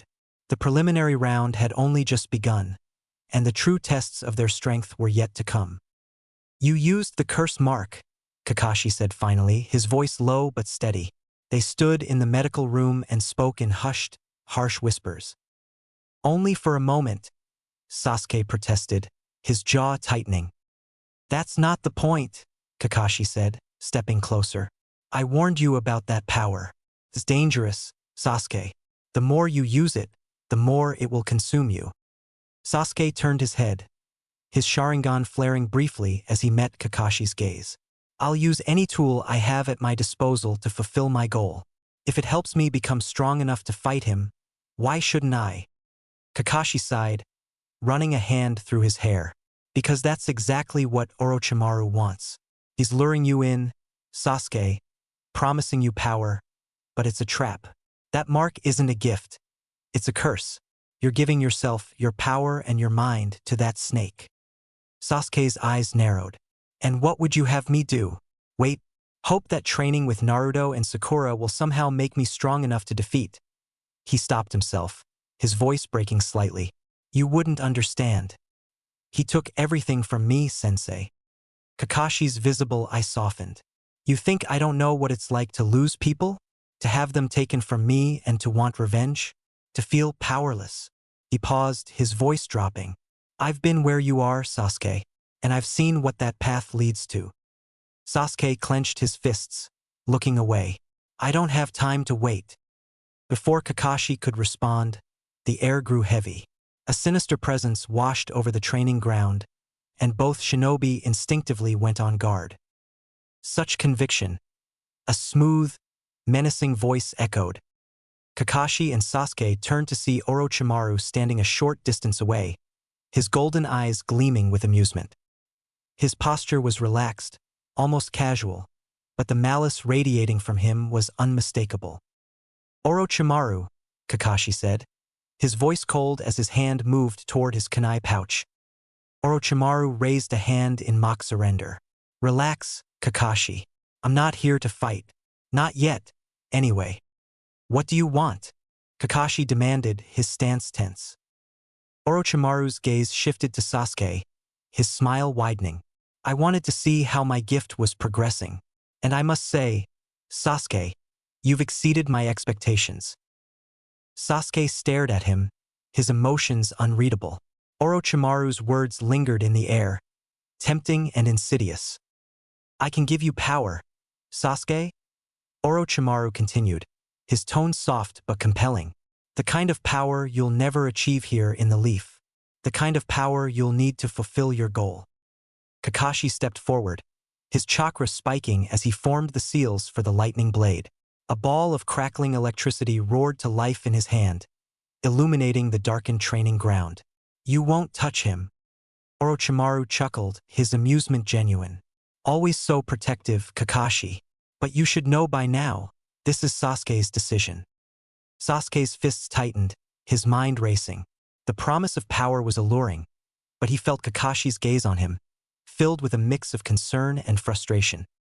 You're not taking him, Kakashi said, his voice firm. He lunged forward, the lightning blade aimed directly at Orochimaru.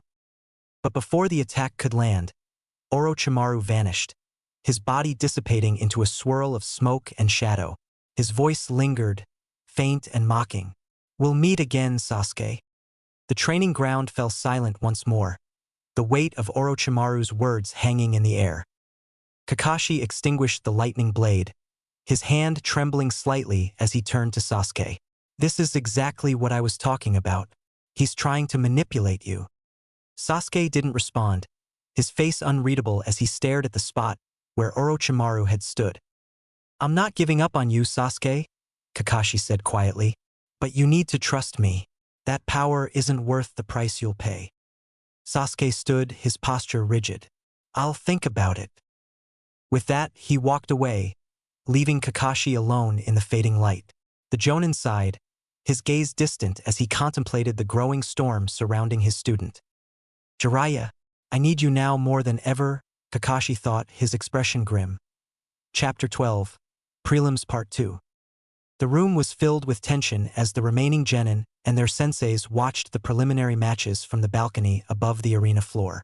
Below, Hayate Gecko stood at the center, his calm demeanor masking the excitement that crackled in the air. The next match is set, Hayate announced, glancing at the electronic board as the names flickered before stopping. Shino Aburame versus Zaku Abumi.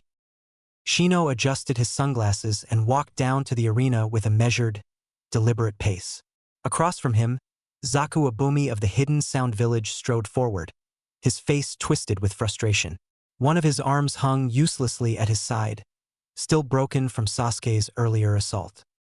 You've already lost one match, Shino said, his calm voice echoing slightly in the arena. Are you sure you want to do this with only one arm? Zaku scowled, his remaining hand flexing. I'll crush you, bug boy. Hayate raised his hand. Begin.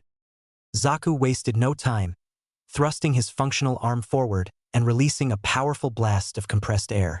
Shino moved fluidly, avoiding the attack with ease. The air cannon shattered part of the arena floor, sending debris flying. Still fast, huh? Zaku muttered, glaring at Shino. Let's see how long you can dodge. Another blast followed, then another, but Shino weaved between them with minimal effort. His movements were precise, as if he were analyzing Zaku's every move. You rely too much on brute force, Shino said, his tone calm. And like I've told you, you've already lost this fight. What are you talking about? Zaku snarled. Shino lifted his hand, revealing a swarm of Kikeichu insects crawling across his palm. While you were busy trying to hit me, my insects were closing in. Zaka's eyes widened as he noticed the black swarm spreading across the arena floor, climbing the walls and surrounding him. They moved like a living wave, cutting off any possible escape. Damn it! Zaka shouted, aiming his air cannon at the incoming swarm. He fired a desperate blast, scattering some of the insects but failing to stop the tide. The Kikeichu swarmed over Zaku, crawling across his body and latching onto his remaining functional arm. Zaku screamed as they began to drain his chakra. Yield, Shino said, his voice emotionless, or this will only get worse. Gritting his teeth, Zaku fell to one knee, unable to fight back against the relentless insects. I give up. Hayate raised his hand. Winner, Shino Aburame. Shino silently recalled his insects, walking back to the balcony without sparing Zaku another glance. The defeated sound ninja was carried away, his expression a mix of rage and humiliation. The board lit up once more, displaying the names of the next match. Kankuro versus Misumi Tsurugi. Kankuro smirked as he descended the stairs to the arena, his puppet strapped to his back. Misumi, a genin from the hidden leaf, followed, his expression calm but focused. This should be fun, Kankuro said, his voice laced with arrogance. Try not to embarrass yourself too much.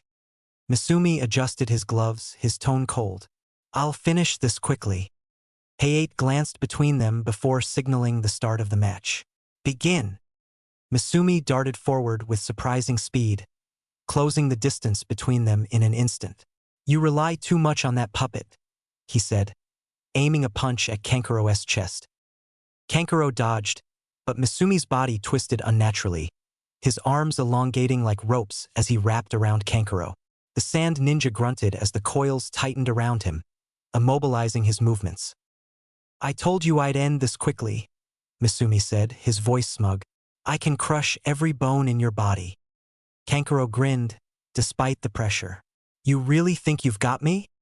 Misumi's brow furrowed. What? In a blur of motion, Kankuro's body fell apart, revealing a wooden frame beneath the cloth. The real Kankuro stood a few feet away, his fingers moving in intricate patterns as he controlled the puppet. You were fighting Karasu the whole time, Kankuro said, his grin widening. And now, it's my turn. The puppet sprang to life, its limbs spinning and extending with blinding speed. Misumi barely had time to react before Karasu's segmented arms shot forward, wrapping around him in a crushing grip. Let's see how you like being squeezed, Kankuro said, his voice cold. Misumi struggled, but the puppet's grip was unrelenting. With a flick of his fingers, Kankuro tightened the hold until Misumi cried out in pain. I give up, Misumi shouted, his voice strained. Hayate stepped in, raising his hand. Winner, Kankuro. Kankuro released Misumi, who crumpled to the ground, clutching his sides. With a smug grin, Kankuro hoisted Karasu onto his back and returned to the balcony. The remaining genin watched from above, the tension growing with each match. Naruto leaned against the railing, his fists clenched in anticipation. These guys are tough, he muttered, glancing at his teammates. But we've seen tougher. Sakura nodded, her eyes flicking to Sasuke, who stood silently, his face unreadable. The curse mark on his neck was a constant reminder of the challenges ahead.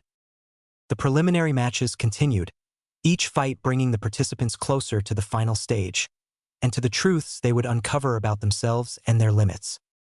The tension in the arena shifted as the electronic board flickered, displaying the next match. Sakura Haruno versus Ino Yamanaka. The room seemed to freeze for a moment as both girls stared at the board. Sakura's fists clenched tightly, her heart pounding. Across the balcony, Ino smirked, flipping her blonde hair over her shoulder. Well, Ino said, her tone teasing but sharp. Looks like it's finally time to settle things, billboard brow. Sakura turned to face her, her green eyes blazing with determination. Don't think I'm the same girl from the academy, Ino. I've changed. Ino's smirk widened. We'll see. As the two descended the stairs to the arena, the tension in the room grew palpable. Naruto leaned over the railing, cupping his hands around his mouth. Go get her, Sakura-chan. Sasuke remained silent, his gaze fixed on the arena below. Sakura and Ino stood across from each other in the center of the arena. The years of rivalry between them seemed to manifest as an invisible wall of tension. Hayate glanced between them, coughing slightly before raising his hand. Begin! The fight started with a flurry of kunai and shuriken as the two girls tested each other's reflexes. Their movements were precise, almost mirror-like, as they dodged and countered. The crowd watched in silence, captivated by the balance of skill. Sakura darted in close, aiming a punch at Ino's side. Ino deflected the blow and countered with a kick, forcing Sakura to retreat. They exchanged strikes, neither gaining a clear advantage. You've improved, Ino admitted, a hint of respect in her voice. So have you, Sakura replied, her breath steady but strained. The fight dragged on, both girls showing impressive stamina and tactical skill. Ino's confidence began to waver as she realized just how evenly matched they were. I didn't think you'd last this long, Ino said, forming a series of hand seals. But let's see how you handle this. She raised her hands, her chakra focusing into a single point. Mind transfer jutsu. A faint light enveloped her body as her consciousness shot toward Sakura. The crowd held their breath as the technique connected. Sakura froze, her body stiffening as Ino's jutsu took hold. Ino's voice echoed through Sakura's lips, a triumphant smirk appearing on her face. Looks like I win, billboard brow.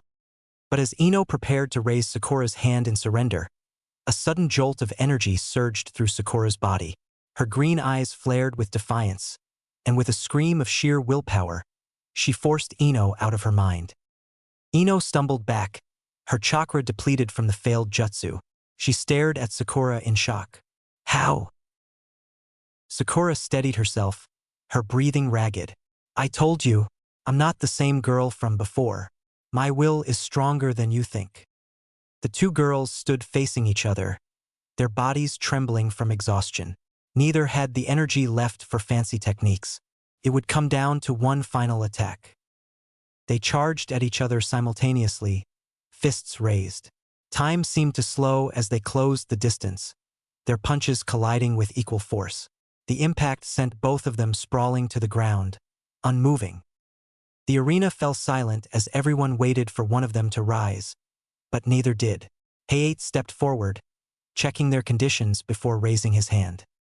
This match is a draw, he announced. Neither Sakura Haruno nor Ino Yamanaka will advance to the next round. Naruto slammed his hands on the railing. What? No way. Sakura-chan should have won. Calm down, idiot, Sasuke muttered, though his gaze lingered on Sakura's unconscious form. Medics arrived to carry both girls off the field. As they were taken to the infirmary, the tension in the room shifted once more. The matches continued, but the rivalry between Sakura and Ino left an impression on everyone present. In the end, their battle wasn't just about strength or skill. It was about their unwavering determination to prove themselves, both to each other and to themselves. The electronic board flickered once more, and the next matchup appeared. Tenten versus Temari. From the balcony, Tenten stepped forward, her expression calm and determined. She adjusted the straps on her scrolls, her confidence evident as she descended the stairs. On the opposite side, Temari smirked, the large fan strapped to her back glinting under the light. She descended the stairs lazily, her posture casual but her eyes sharp. Naruto leaned over the railing, whispering loudly to Sasuke and Sakura. Tenten's from Bushy Brow's team, right? She must be tough if she's training with him. Sasuke gave a slight nod, his attention on the arena. She's skilled with weapons, but Temari's not going to be easy. Hayate stepped to the center of the arena, coughing lightly before raising his hand.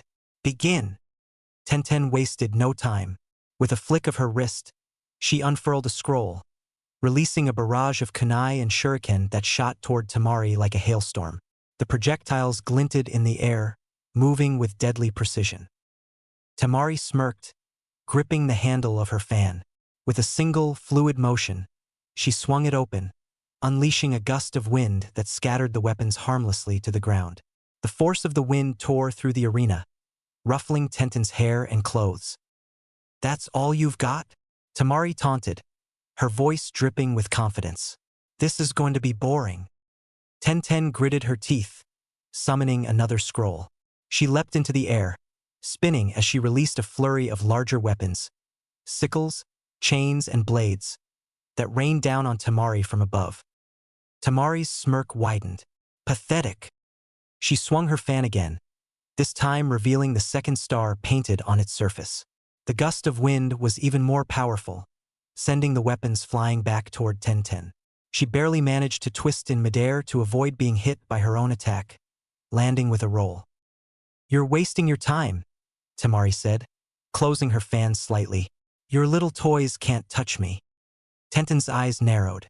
She reached for her final scroll, unrolling it on the ground. "Let's see if you can handle this." With a burst of chakra, Tenten summoned a massive barrage of weapons, each one glowing faintly with her chakra. She launched them toward Tamari with a shout, the sheer number of projectiles overwhelming. Tamari's expression didn't falter. She swung her fan fully open, revealing the third and final star. This is the end. The gust of wind that followed was immense, creating a vortex that not only deflected Tenten's weapons, but sent them scattering across the arena. The force of the wind knocked Tenten off her feet, slamming her into the ground. The crowd winced as the dust settled, revealing Tamari standing unscathed while Tenten struggled to get up. "You're done," Tamari said, closing her fan with a flourish. "You never stood a chance." Tenten collapsed, unable to continue. Hayate stepped forward, raising his hand. "Winner, Tamari." From the balcony, Rock Lee clenched his fists, his green eyes blazing with anger. How dare she treat Tenten like that? Before anyone could stop him, Lee leapt from the balcony, landing in front of Tamari with a determined expression. "You've gone too far. I won't allow you to disrespect my teammate." Tamari raised an eyebrow, amused. "Oh? And what are you going to do about it?" Bushy brows. Lee dropped into his combat stance, ready to attack. But before he could move, a hand landed on his shoulder. "Lee," my guy said, his voice calm but firm. "This isn't your fight." "But Guy-sensei," Lee protested, his eyes wide with frustration. Guy shook his head, his usual cheerful demeanor replaced by a rare seriousness. "Your time will come, Lee. For now, let it go." Lee hesitated, his fists trembling, but he finally relented, stepping back. Tamari smirked, turning to walk back to the balcony without another word. As Tenten was carried off to the infirmary, the tension in the arena remained thick. The matches continued, but the dominance Tamari displayed left a lasting impression on everyone watching. The board flickered again, displaying the next match. Shikamaru Nara versus Kin Tsuchi. Shikamaru let out a long sigh, scratching the back of his head. "Great, just what I needed. More work." Ino smacked him lightly on the shoulder. "Stop whining and go show them what you've got." Choji, munching on a bag of chips, added, "Yeah, good luck, Shikamaru."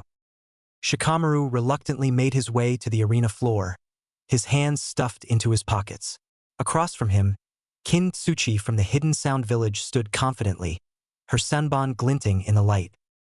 Kin smirked, her tone mocking. "You're the lazy one, right? This should be easy."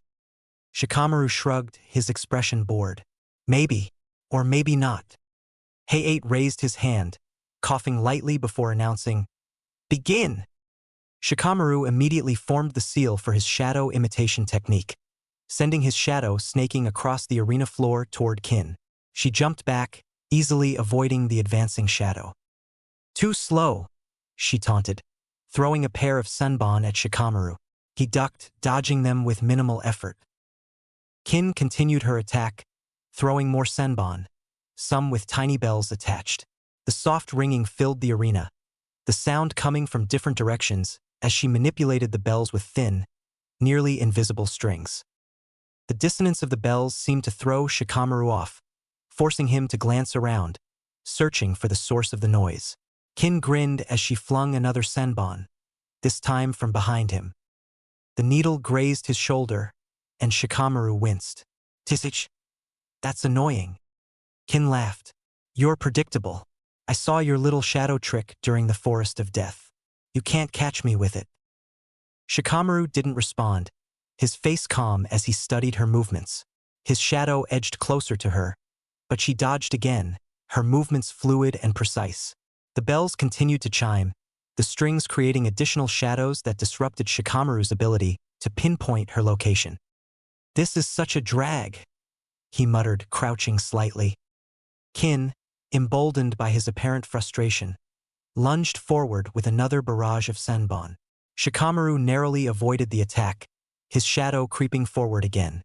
This time, it connected with the strings Kin was holding, traveling along them and catching her shadow. Kin froze, her eyes widening in shock. "What?" Shikamaru stood, his hands forming the shadow imitation seal as he smirked. "You shouldn't have kept hold of those strings. Thanks for the shortcut." Kin's movements mirrored Shikamaru's as the jutsu took effect. She glared at him, her frustration mounting. "So what? We're just stuck like this now." Shikamaru reached for a shuriken, and Kin, forced to mimic his actions, did the same. They both hurled the weapons simultaneously. Kin's shuriken missed entirely, while Shikamaru's grazed her shoulder. "That was pointless," Kin sneered. "Was it?" Shikamaru replied, tilting his head toward the wall behind her. Kin frowned, confused, as Shikamaru crouched slightly. When she instinctively followed suit, her head banged into the wall behind her with a loud thud. The impact knocked her out instantly, and her body slumped to the ground as Shikamaru released the jutsu. The arena was silent for a moment before Heiei stepped forward, raising his hand. "Winner, Shikamaru Nara." Shikamaru let out another sigh, scratching the back of his head as he walked back to the balcony. "How troublesome." Naruto leaned over the railing, his jaw dropping. "That was awesome, Shikamaru. How'd you come up with that?" Shikamaru shrugged. "She did most of the work. All I had to do was wait for the right moment." Ino crossed her arms, grinning. "That's my teammate. Way to show everyone how smart you are." Shikamaru waved her off, muttering something about it being too troublesome to celebrate. But as he leaned against the wall, his sharp eyes flicked to the arena, already thinking about the challenges still to come. The atmosphere in the room shifted as the board displayed the next match. Naruto Uzumaki versus Kiba Inuzuka. Naruto's face lit up with excitement. "Finally! My turn!" He leapt to his feet, grinning confidently as he made his way down to the arena floor. Kiba smirked, his canine partner Akamaru perched on his shoulder. "This won't take long," Kiba said, cracking his knuckles as he walked down the stairs. "I've been waiting to show everyone what I'm made of." From the balcony, Hinata's soft voice broke through the chatter. "Don't underestimate him, Shino." Shino glanced at her, his expression unreadable. "Naruto's unpredictable, but Kiba is stronger." Hinata frowned, her hands clutched nervously in front of her. "Naruto-kun has improved a lot. You'll see." Meanwhile, Sakura gripped the railing tightly, her green eyes fixed on Naruto. "You've got this one, Naruto.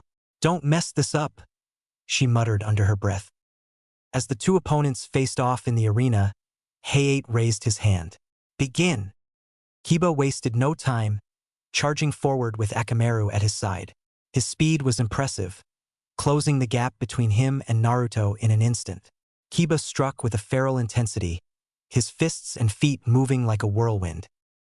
Naruto barely managed to dodge the initial attack, and found himself ducking and weaving to avoid Kiba's follow-up strikes.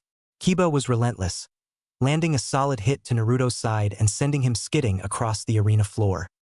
Kiba smirked, standing tall. "Is this all you've got, Naruto? I thought you'd at least put up a fight." Naruto groaned as he pushed himself to his feet, his grin unfazed. That's what you think. Let's see how you handle this. Forming the cross seal, Naruto shouted, "Shadow Clone Jutsu." In an instant, a dozen clones sprang to life, surrounding Kiba and Akamaru. The spectators were stunned. Kurenai turned an accusatory gaze to Kakashi. "You taught him shadow clones?" Guy interjected, his voice filled with enthusiasm. No, no. "I saw Naruto training with a shadow clone before Kakashi even met him. I was observing my youthful student Lee's progress when Lee gave Naruto a few pointers. For that reason, I believe Naruto will win." His teeth sparkled, his thumbs-up pose radiant. Kakashi sighed, his tone nonchalant. Naruto taught himself the shadow clone jutsu. He also taught his teammates the technique. At that, Sasuke and Sakura exchanged uncomfortable glances, not used to being under scrutiny. Kakashi continued, "Of course, no ordinary person could make so many. Even I can only create 5 clones before noticing the toll on my chakra." The genin spectators were silent, their previous doubts about Naruto fading. For the first time, they began to see him in a different light. In the arena, Kiba narrowed his eyes. "Clone jutsu, huh? They're just illusions. Let's see how tough you really are." Akamaru leapt from Kiba's shoulder, transforming into a perfect clone of his master with a puff of smoke. The two Kibas tore through Naruto's clones with vicious efficiency, their speed and coordination overwhelming. But Naruto wasn't done. "You think you've got me figured out? Guess again." As the last of his clones fell, Naruto surged forward, using the opening created by the chaos to get close. Kiba swung at him, but Naruto ducked under the attack, landing a solid punch to Kiba's stomach. "Don't underestimate me," Naruto shouted, leaping back to create distance. Kiba growled, clutching his stomach. "You're tougher than I thought, but this is over now. Fong over Fong." Kiba and Akamaru spun toward Naruto like twin cyclones, tearing through his new wave of clones with raw power. But Naruto grinned, watching them closely. As they slowed, he launched his counterattack. With his signature cross-seal, Naruto created 12 shadow clones. Without verbal direction, his clones split into 4 groups of 3. Kiba and Akamaru, still in his beast clone form, recovered deftly from their rotation and used their angular momentum to twist into viscous kicks aimed at 2 separate Naruto clones, each dispelled with a resounding pop and plume of smoke. The others used the obfuscation provided by the smoke to conceal their movements. "Now it's my turn. Naruto Uzumaki Barrage." A fresh set of clones surrounded Kiba, the original 10 of the other set surrounding the clone of Kiba that was Akamaru. The 2 units moved with uncanny symmetry, each one attacking in perfect coordination. Kiba and Akamaru fought back, but the sheer numbers were overwhelming. They fought not like the group of street thugs Naruto had been when he beat Mizuki, but as a coordinated unit, a single front. One clone spun into a low kick that swept Kiba's feet. Another took the opportunity to nail the Inuzuka with a roundhouse kick Lee had taught him. Kiba lurched forward, his equilibrium spinning in circles in his head. A third clone connected with a vicious uppercut that sent Kiba flying skyward. Finally, the real Naruto delivered the finishing blow, a powerful axe kick that sent Kiba ricocheting off the arena floor. As Kiba hit the ground, Akamaru returned to his original form, landing beside his partner. He licked his owner repeatedly, as if trying to heal his injuries with salivary enzymes. Both were too exhausted to continue. Hayate stepped forward, raising his hand. "Winner, Naruto Uzumaki." The arena erupted in murmurs. Naruto stood tall, his grin as wide as ever, and looked up at the balcony. "See? I told you I could do it." Hinata smiled softly, her heart swelling with pride. "I knew he could." Kiba groaned as he sat up, glaring at Naruto. "You got lucky." Naruto extended a hand to help him up. "Nah, I just worked harder."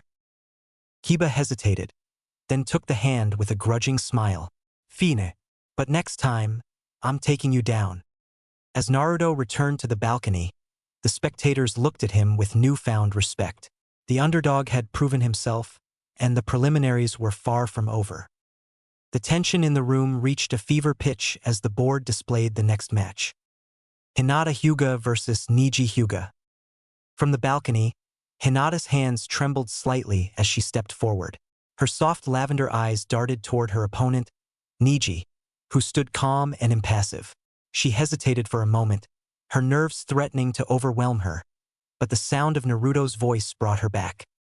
"You've got this, Hinata," Naruto shouted, his voice filled with encouragement. "Show him what you're made of." Kiba, still being carried off on a stretcher after his fight, looked over and called out weakly, "Hinata, just forfeit. You don't have to do this." Hinata's hands balled into fists as she descended the stairs. She glanced back at Naruto, who gave her a wide, reassuring grin.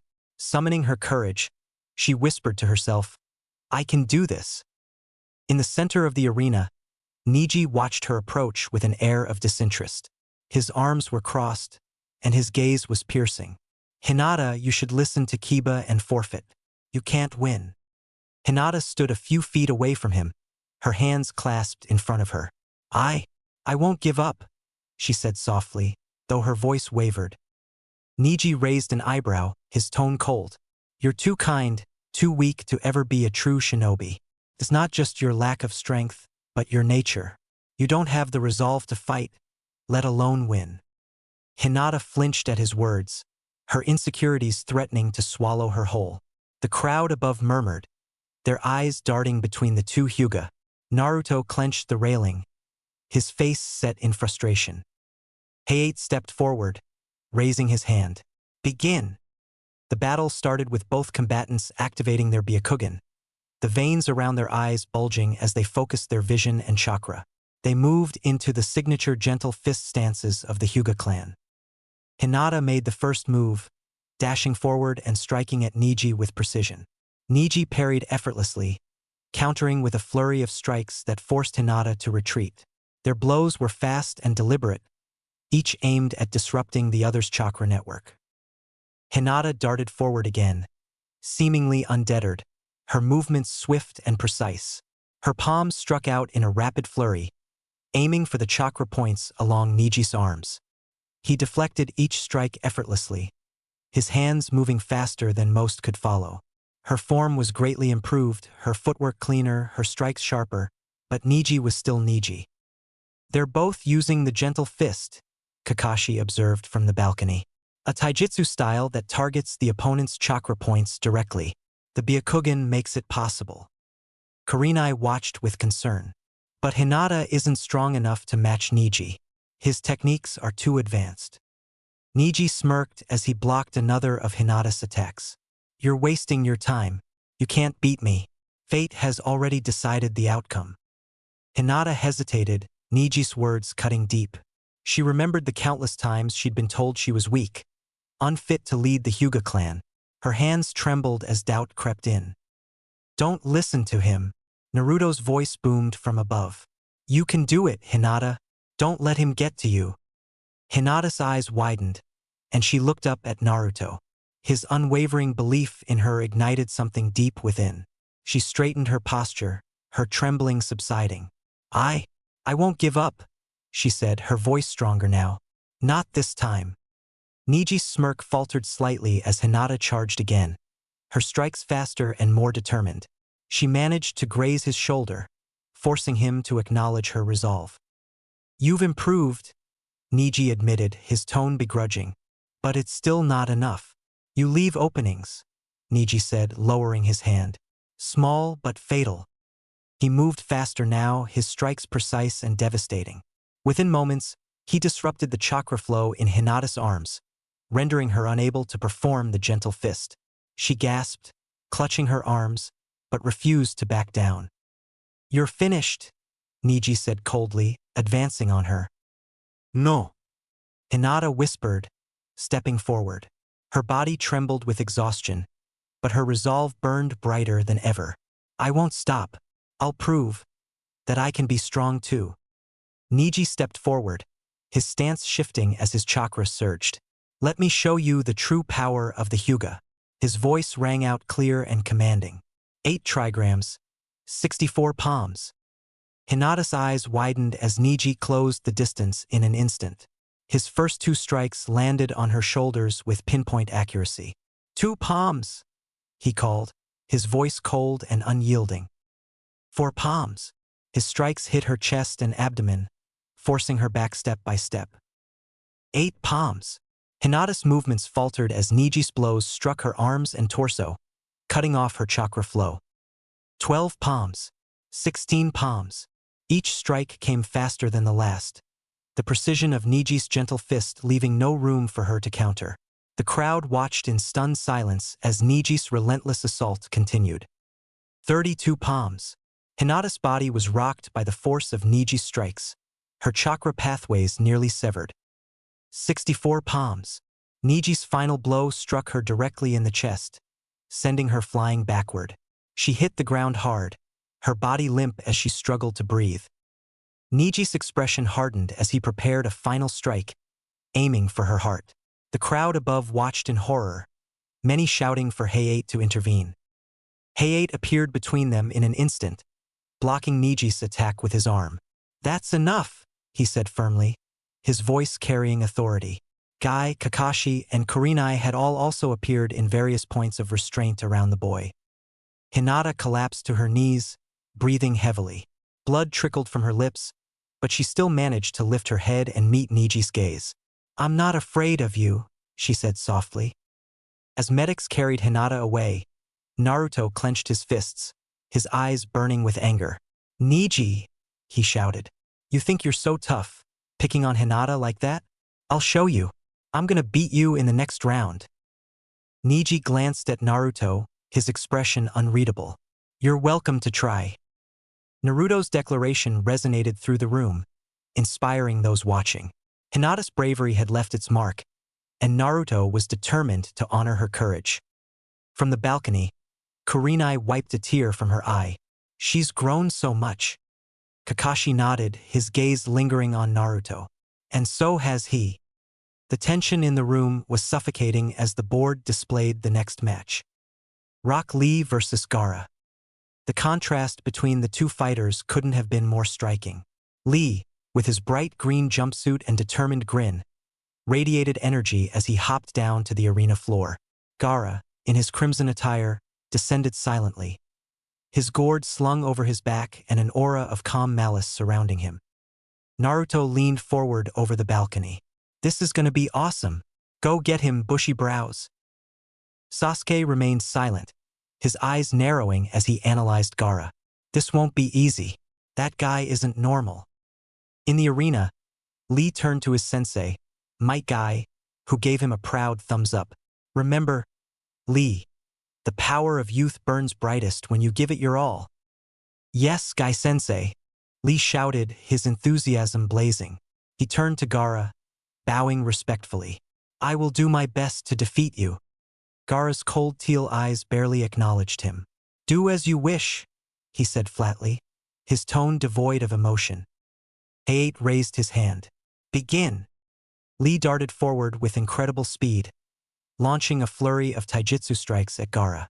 However, every punch and kick was intercepted by Gaara's autonomous sand shield, which moved to protect him. The crowd watched in awe as Lee's relentless attacks were stopped effortlessly. "That sand moves on its own," Sakura murmured, her eyes wide. "Lee can't get through it," Tenten whispered, gripping the railing tightly. Despite the apparent futility, Lee didn't falter. He increased the speed and intensity of his strikes, but the sand kept pace, forming an impenetrable barrier. "You're wasting your time," Gaara said, his voice calm. "You'll never touch me." Lee stopped, panting slightly as he stepped back. He clenched his fists, determination flaring in his eyes. "Guy Sensei," he called, "is it okay if I take them off?" Guy's expression turned serious, but he nodded. "Go ahead, Lee." Lee reached down and unclipped the weights strapped to his legs. He dropped them to the ground with a loud thud, and the resulting crater stunned the audience. When the smoke cleared, Lee stood triumphant and stretched himself out. "Those were just weights?" Naruto shouted, his jaw dropping. In an instant, Lee vanished. The next moment, he reappeared behind Gaara, landing a powerful kick to his side. The sand barrier wasn't fast enough to block the attack. Gaara staggered, his eyes widening in surprise. He hit me. The crowd erupted into murmurs of disbelief. For the first time in his life, Gaara had been struck. Lee pressed his advantage, moving with such speed that Gaara's sand couldn't keep up. His taijutsu strikes landed one after another, forcing Gaara onto the defensive. However, as Lee's attacks grew more ferocious, Gaara's armor of sand became apparent, protecting his body even when the shield failed. "He's got another layer of defense," Kakashi observed from the balcony. "This won't be easy for Lee." Realizing his normal attacks wouldn't work, Lee leapt back and reached for the bandages on his arms. Wrapping them tightly around Gaara mid-dash, he launched into the air, spinning rapidly as he executed the front lotus. Gaara crashed to the ground with tremendous force, but as the dust settled, it was revealed that Lee had only struck a sand clone. The real Gaara appeared behind him, his expression calm once again. Lee landed, his body shaking slightly from the strain of the front lotus. "He's stronger than I thought," Lee muttered, sweat dripping from his brow. Guy shouted down, "Lee, you have my permission. Open the gates." Lee's eyes widened before his expression hardened with resolve. "Yes, Guy-sensei." The crowd watched in stunned silence as Lee's chakra spiked dramatically. His body glowed with a green aura as he opened the first 5 of the 8 inner gates. The sheer force of his chakra cracked the ground beneath him. "What is this?" Gaara murmured, for the first time showing a hint of unease. Lee vanished again, his speed now incomprehensible. He struck Gaara with a barrage of devastating blows, his movements a blur. Gaara's sand could barely react, and the armor of sand began to crack under the pressure. "Take this," Lee shouted, launching Gaara into the air with a powerful kick. He followed up with the reverse lotus, a spinning, high-speed assault that sent Gaara crashing to the ground with earth-shattering force.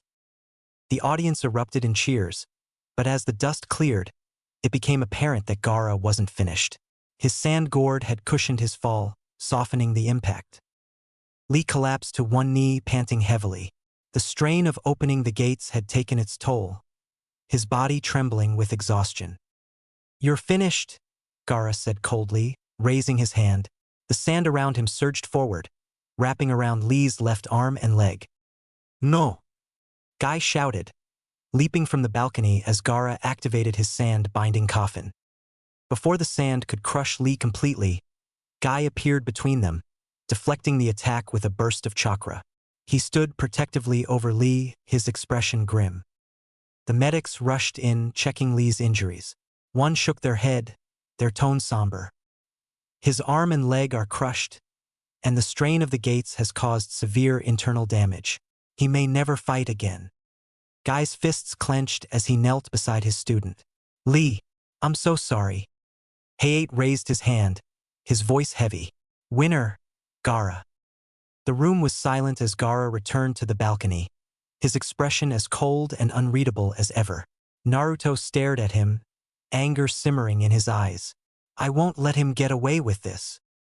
Sakura gripped Naruto's arm with both hands, her voice soft. "Naruto." Guy carried Lee out of the arena, his face filled with regret. Despite the loss, Lee's bravery left an indelible mark on everyone watching.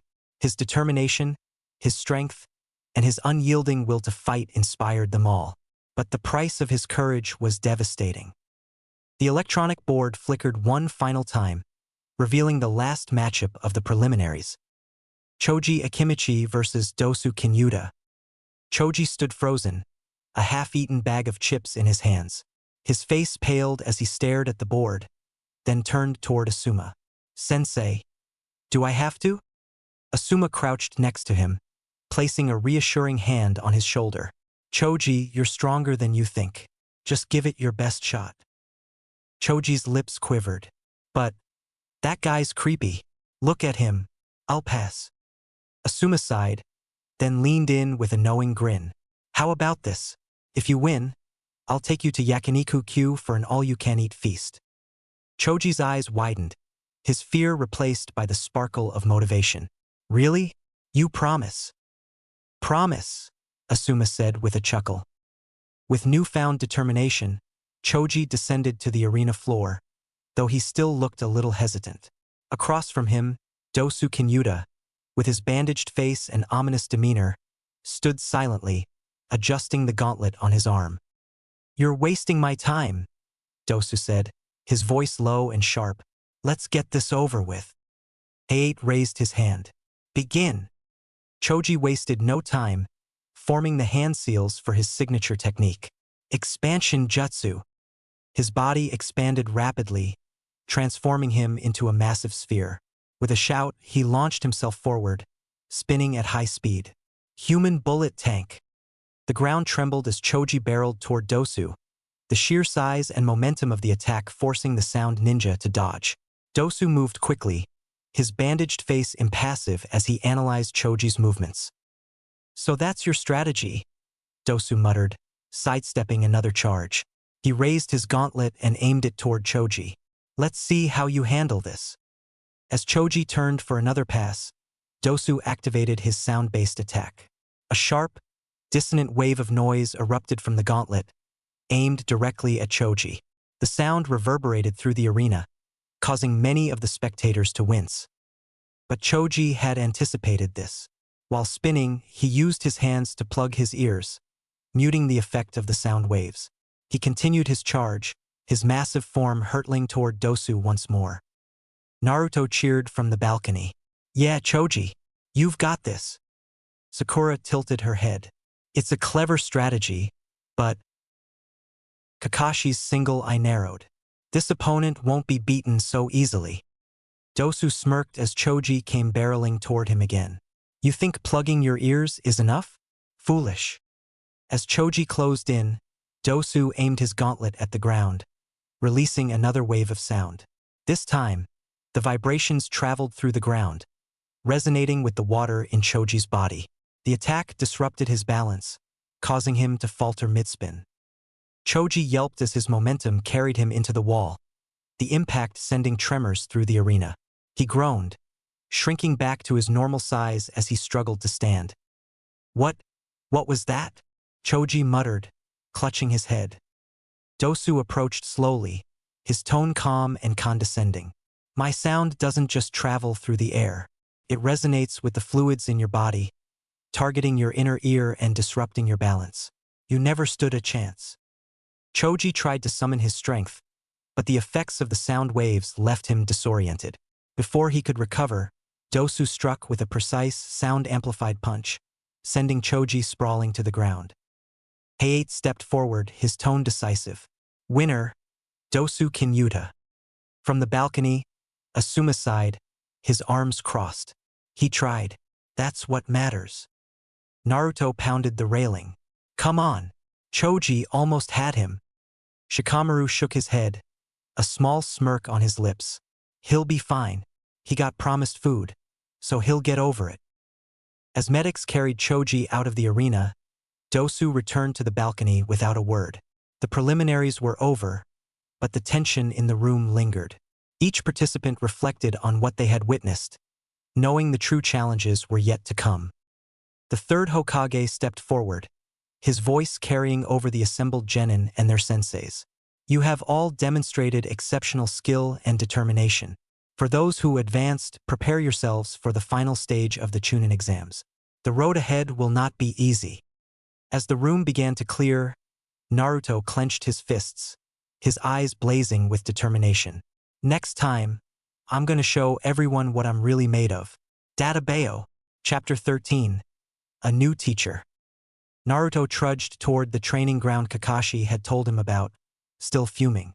"Specialist? Yeah, right. He just didn't want to deal with me," he thought, kicking a rock as he ambled sullenly. He'd been looking forward to learning some flashy new jutsu, not more boring fundamentals. He grumbled under his breath, already preparing himself to deal with Ebisu again. When he arrived, however, Naruto froze mid-step. Instead of the bespectacled Ebisu, a tall man with dark hair, dark eyes, and a calm demeanor stood in the middle of the training field.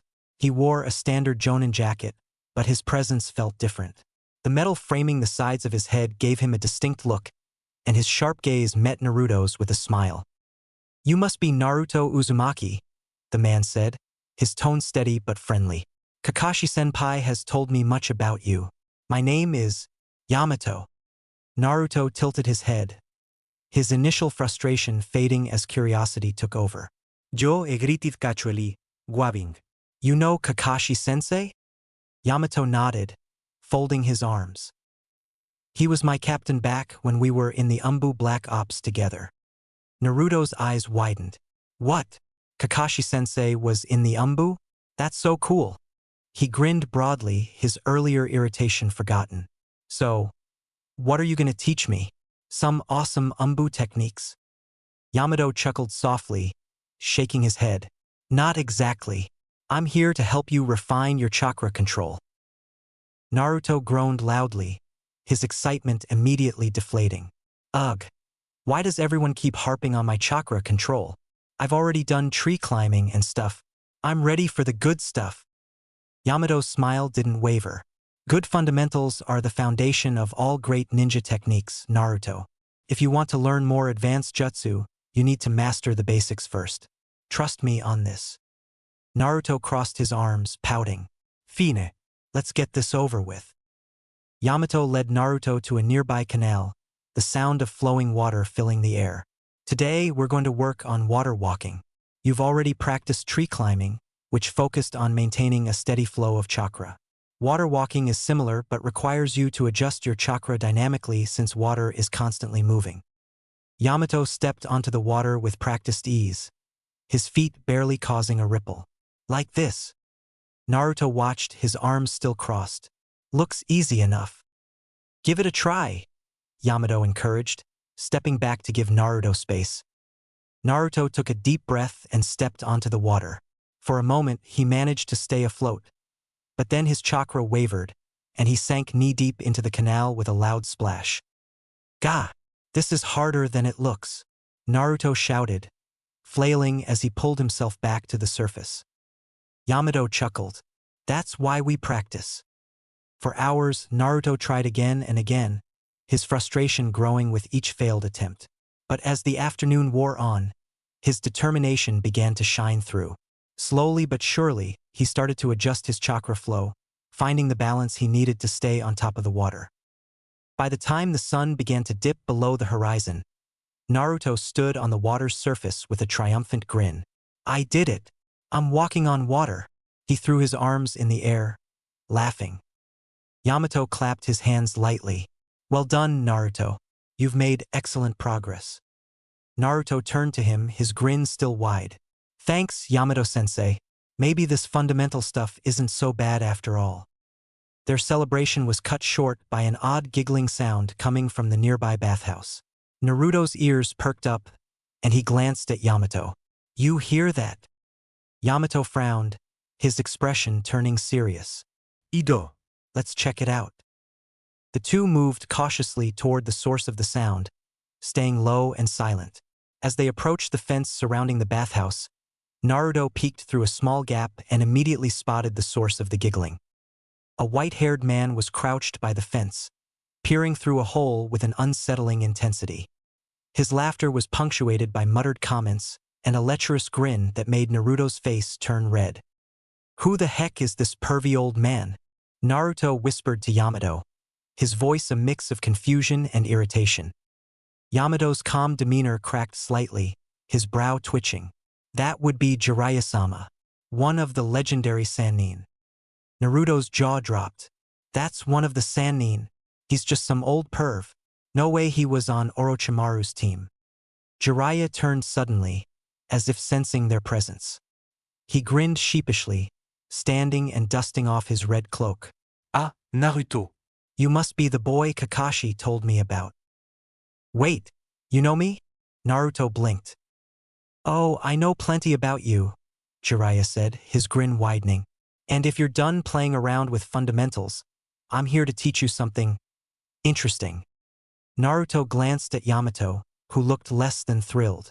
Yamato-sensei, who is this guy? Yamato sighed. Your newest teacher, apparently. Naruto's eyes lit up. Finally, someone who's gonna teach me something awesome. Oh, don't worry. By the time we're done, you'll be exuding awesome from your very being. For I am the gallant toad sage of Mount Myaboku, Jiraiya spoke with it. Naruto panted, sweat dripping down his face as he glared at the small, wriggling tadpole in front of him. It flopped uselessly on the ground, and he groaned, clutching his head in frustration. 3 days and it's still a tadpole, he yelled, throwing his hands in the air. The tadpole croaked weakly in response, as if mocking him. Jiraiya, sitting nearby on a rock, sipped from a bottle of sake, utterly unfazed. Patience, kid. Summoning is all about balance and control. You're improving. Last night, you almost got legs on one of them. Naruto glared at the hermit, his frustration boiling over. I don't get it. Yamato-sensei actually shows me useful stuff. Like that chakra paper he gave me yesterday. Did you know I've got 2 chakra natures? Water and earth. Ha! He paused, rubbing his chin thoughtfully. Though, I guess I already kinda knew that. Jiraiya raised an eyebrow at Naruto's idiosyncrasies. Fascinating as your inner monologue is, brat, we're trying something new today. You're going to thank me for this later. Moments later, Naruto was screaming at the top of his lungs as the ground disappeared beneath him. You threw me off a cliff. A cliff. What kind of teacher does this? He yelled, his voice echoing as he plummeted into a dark, seemingly bottomless ravine. Jiraiya's voice called down after him, calm and maddeningly casual. Relax, kid. If you figure out how to summon properly, you'll save yourself. If not, well, let's just say you won't need to worry about training anymore. Naruto flailed, the wind whipping past him. This guy's crazy. This is child endangerment. I'm gonna die. I need a miracle. Naruto's surroundings shifted abruptly. One moment he was falling, and the next he stood in a dark, damp sewer. The faint sound of dripping water echoed around him, and a cold shiver ran down his spine. Ahead of him stood an enormous cage, the bars so large they seemed endless. The air was heavy with malice, and as he stepped closer, a massive red eye snapped open, glowing in the darkness. Well, if it isn't my jailer, a deep, guttural voice rumbled. Naruto gulped, his voice small. 9-tailed fox. The monstrous form of the 9 tails emerged from the shadows, its sheer size and malevolence filling the space. His teeth gleamed as it grinned mockingly. Would that you were but a meter closer, the fox sneered, its voice dripping with disdain. Naruto frowned, steeling himself against the creature's oppressive presence. Look, I know you don't like me, but I bet you don't like dying either. If you don't help me, then we both die. I'm about to hit terminal velocity out there. The fox's laughter boomed, echoing through the chamber. You think I would lend my power so easily? You dare to call on me, thinking yourself strong enough to master that accursed wood release. Naruto blinked. What? How do you know about? The fox's massive eyes narrowed, cutting him off. You wish to walk in his footsteps? The one who stood at the pinnacle of this world. Prove yourself. He never needed my power. The fox closed its enormous eyes with an air of finality, its massive body settling down as if to sleep. Hey, wait, Naruto yelled, his panic rising. Don't just ignore me. I'm gonna die. The fox didn't stir. Its silence was deafening, a clear dismissal. Naruto clenched his fists, his heart pounding. His mind raced as he searched for something, anything, to save himself. He closed his eyes, focusing inward. He thought of his training with Yamato, of the paper revealing his chakra natures. He thought of that perverted sage's lessons, which contained unconventional wisdom. Water and earth, look deep within yourself. The pieces clicked into place. Naruto gritted his teeth, his resolve hardening. Fine, if you won't help me, I'll save myself. He focused all his chakra, pulling from the depths of his being. Images of his friends, his dreams, and his unrelenting desire to become Hokage filled his mind. The raw energy surged through him, and he felt the faintest flicker of something new, something deep and untapped. I'm not giving up, Naruto roared, pouring every ounce of his willpower into the summoning seal. Jiraiya watched the ravine with a mix of curiosity and confidence. A loud boom echoed from below, followed by a massive plume of smoke. The ground trembled, and a gust of wind blew up from the ravine. Jiraiya grinned as he saw a massive toad's head emerge from the smoke, its yellow eyes glaring up at him. Naruto stood on the toad's head, panting heavily but grinning from ear to ear. "Ah, I did it!" The toad croaked loudly, its voice booming. "Who dares summon me? Jiraiya, you have 10 seconds to explain yourself." Jiraiya waved lazily from the cliff's edge. "Relax, Gamabunta. It's just the kid. Nice work, Naruto." Naruto blinked, internalizing the magnitude of the toad beneath him. His jaw dropped. "Whoa, I actually summoned him." Gamabunta growled. "This runt summoned me? You'd better have a good reason for this, kid. Summoning me into a seemingly bottomless ravine isn't the best first impression." Naruto laughed nervously, scratching the back of his head. Well, you see." After a moment his expression changed and he spoke as if remembering himself. "The Arrow Sennin pushed me. That's not a metaphor about unlocking my potential, either. The crazy old asshole actually tried to kill me, although, before today I've only been able to summon tadpoles." "Exactly.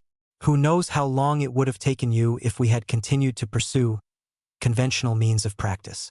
There's a method underlying the madness, boy. All part of my patented progress plan."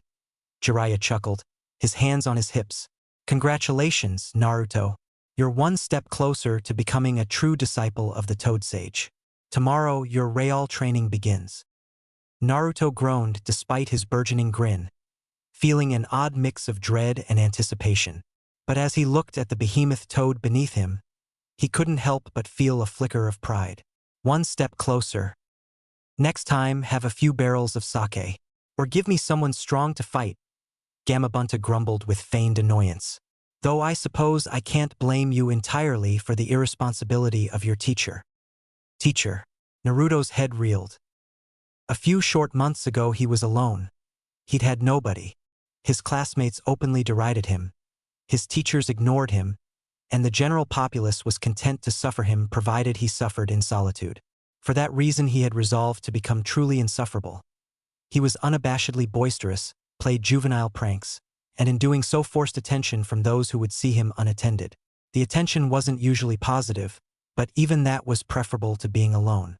But now he had Irika-sensei, Kakashi-sensei, Sasuke, Sakura-chan, Lee, Yamato-sensei, and many more. He had friends, companions, and teachers who would suffer him willingly. He looked at the ostentatious figure of Jiraiya, who returned his dumb expression with a disarming levity. Naruto's eyes burned with resolve as he determined to learn everything he could from everybody who would deign to teach him. Sakura sat under the shade of a tall tree, panting heavily as she wiped sweat from her brow.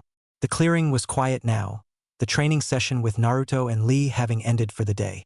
Lee had been as energetic as ever, shouting words of encouragement to her and Naruto as they climbed trees, ran laps, and sparred. But now, alone with her thoughts, Sakura couldn't shake the feeling of inadequacy that weighed heavily on her. She sighed, pulling a small kunai from her pouch. Its blade gleamed faintly in the fading sunlight, but what made it special were the intricate seals she had carefully etched onto its surface over the past week.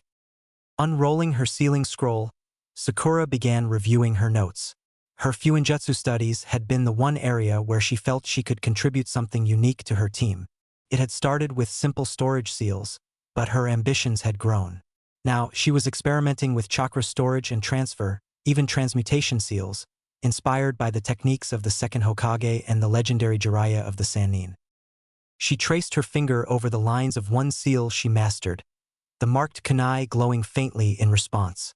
"Half of my chakra stored in here," she muttered to herself. "It's not much, but it's something. A start." Sakura frowned. She knew about seals like Tsunade's strength of 100, capable of storing vast amounts of chakra within the user's body. But such techniques were volatile and dangerous, and she wasn't ready to take that risk. For now, channeling her chakra into external storage was safer, even if it meant sacrificing some of her reserves during training. Her musings were interrupted by the sound of approaching footsteps. Sakura looked up, her hand instinctively tightening around her kunai. A woman stepped into the clearing, and Sakura's breath caught. The woman was stunning. Her pale skin was accentuated by her sleek purple hair, which cascaded down her back. She wore a standard Konoha Jonin uniform, though there was an air of elegance about her that made her stand out. Despite her composed appearance, Sakura noticed the woman's eyes were red and puffy. "Hello, Sakura," the woman said, her voice soft but confident. Sakura stood, uncertain. U, I. "Can I help you?" The woman offered a small smile. "My name is Yugao Yuzuki. Your sensei, Kakashi, was an old captain of mine. He thinks it would be beneficial for both of us if I teach you Kenjutsu, the art of the blade." Sakura blinked, taken aback. "Kenjutsu? Me? Using a sword?" She glanced down at the kunai in her hand, the idea of wielding a true blade feeling foreign. "I've never thought about it. I suppose I do find myself lacking in close-range combat situations." Her voice trailed off as she tried to process the suggestion. This was Kakashi-sensei's idea. Yugao nodded, her smile faltering slightly. "Yes, he believes you have the discipline and focus needed to master the blade." Her tone was steady, but there was a weight behind her words that Sakura couldn't quite place. Sakura hesitated. She had never considered herself a swordswoman, but the offer intrigued her. "Why now? Why would he suggest this? I already lost my match. I'm out of the tournament." Yugao's expression grew distant for a moment. Her eyes clouded with an unspoken sadness. "Sometimes," she said quietly, "we need a new path to find our strength." Sakura noticed the faint trembling in Yugao's hands, quickly hidden as the woman folded them behind her back. Her curiosity was piqued, but she didn't press. Instead, she nodded, her resolve firming. "All right, I'll do it. Teach me Kenjutsu." Yugao's smile returned, a hint of relief in her eyes. "Good. We'll start tomorrow. Bring focus, determination, and patience." She turned to leave, but paused, glancing over her shoulder. "And Sakura, you have more potential than you realize. Don't let doubt hold you back." As the woman disappeared into the trees, Sakura sat back down, her mind buzzing. She looked at her ceiling scroll again, then at the kunai in her hand. A new determination sparked within her. If Kakashi believed she could master the blade, then she would. She wouldn't just rely on Fuinjutsu or her intellect. She would find strength in a new way and prove to herself, her teammates, and her sensei that she belonged by their side. She clenched the kunai tightly. This was the beginning of something new. The month of preparation was in full swing as Team 7 separated to pursue their individual training, each following their own path towards strength. The days passed in a blur of sweat, determination, and growth. High in the mountains, where the air was thin and crisp, Sasuke stood on a rocky outcrop, his Sharingan spinning as he watched Kakashi. His sensei stood a short distance away, holding a single kunai, the faint crackle of electricity dancing along its edge. "This is the Chidori," Kakashi explained, his voice calm but firm, a high-level technique designed for speed and precision. "It's not just about power, it's about control and strategy." Sasuke nodded, his jaw set. "Teach me." Kakashi's eye narrowed. "It's not a technique to be taken lightly. The speed makes it deadly, but it requires clear intent. Use it recklessly, and you'll leave yourself wide open." The training began with small bursts of lightning chakra, crackling in Sasuke's palm as he struggled to maintain stability. Hours turned into days as Kakashi pushed him to refine the technique. "Focus, Sasuke," Kakashi instructed. "You can't brute force this. Your chakra won't bend to your will. Feel the flow of your chakra and guide it." By the end of the week, Sasuke stood alone on a cliff edge, the Chidori blazing in his hand. He smirked as the sound of chirping birds filled the air, the technique finally within his grasp. Naruto's days were divided into 3 grueling sessions. Each morning, Yamato guided him through chakra control exercises. Standing on water became second nature, and Yamato introduced new challenges, such as maintaining his balance while performing hand seals. "Your chakra reserves are immense," Yamato observed, "but that makes control even more important. Without it, you'll waste more energy than you use." In the afternoons, Jiraiya took over, focusing on summoning techniques. Naruto's frustration grew with each failed attempt to summon anything more than a tadpole. "Stop overthinking it," Jiraiya barked one day, his patience wearing thin. "Your chakra's fine. It's your conviction that's lacking. You need to believe you can do it." Finally, after countless attempts, Naruto stood atop Gamabunta, the massive toad glaring at him. "You again," Gamabunta growled. "What do you want, runt?" Naruto grinned, his exhaustion forgotten. "To get stronger." Evenings were spent with Lee and Sakura, sparring and running endless drills. Lee pushed him to his limits, shouting encouragement as they raced up the Hokage monument. Sakura's training with Yugao began with the basics. The older Kunoichi handed her a simple katana, its edge unremarkable, but its weight unfamiliar in Sakura's hands. "Kenjutsu isn't just about swinging a blade," Yugao explained. "It's about precision, timing, and understanding your opponent. A sword can extend your reach, but it also leaves you vulnerable if you overcommit." Sakura practiced basic stances and strikes, her movements clumsy at first. Yugao was patient but firm, correcting her posture and guiding her hands. "You're overthinking again," Yugao said one evening as Sakura fumbled a parry. "Let your instincts guide you." "I don't have instincts for this," Sakura muttered, frustration creeping into her voice. Yugao placed a hand on her shoulder. "You do. You just haven't found them yet. Trust yourself." As the days passed, Sakura's strikes became smoother, her movements more confident.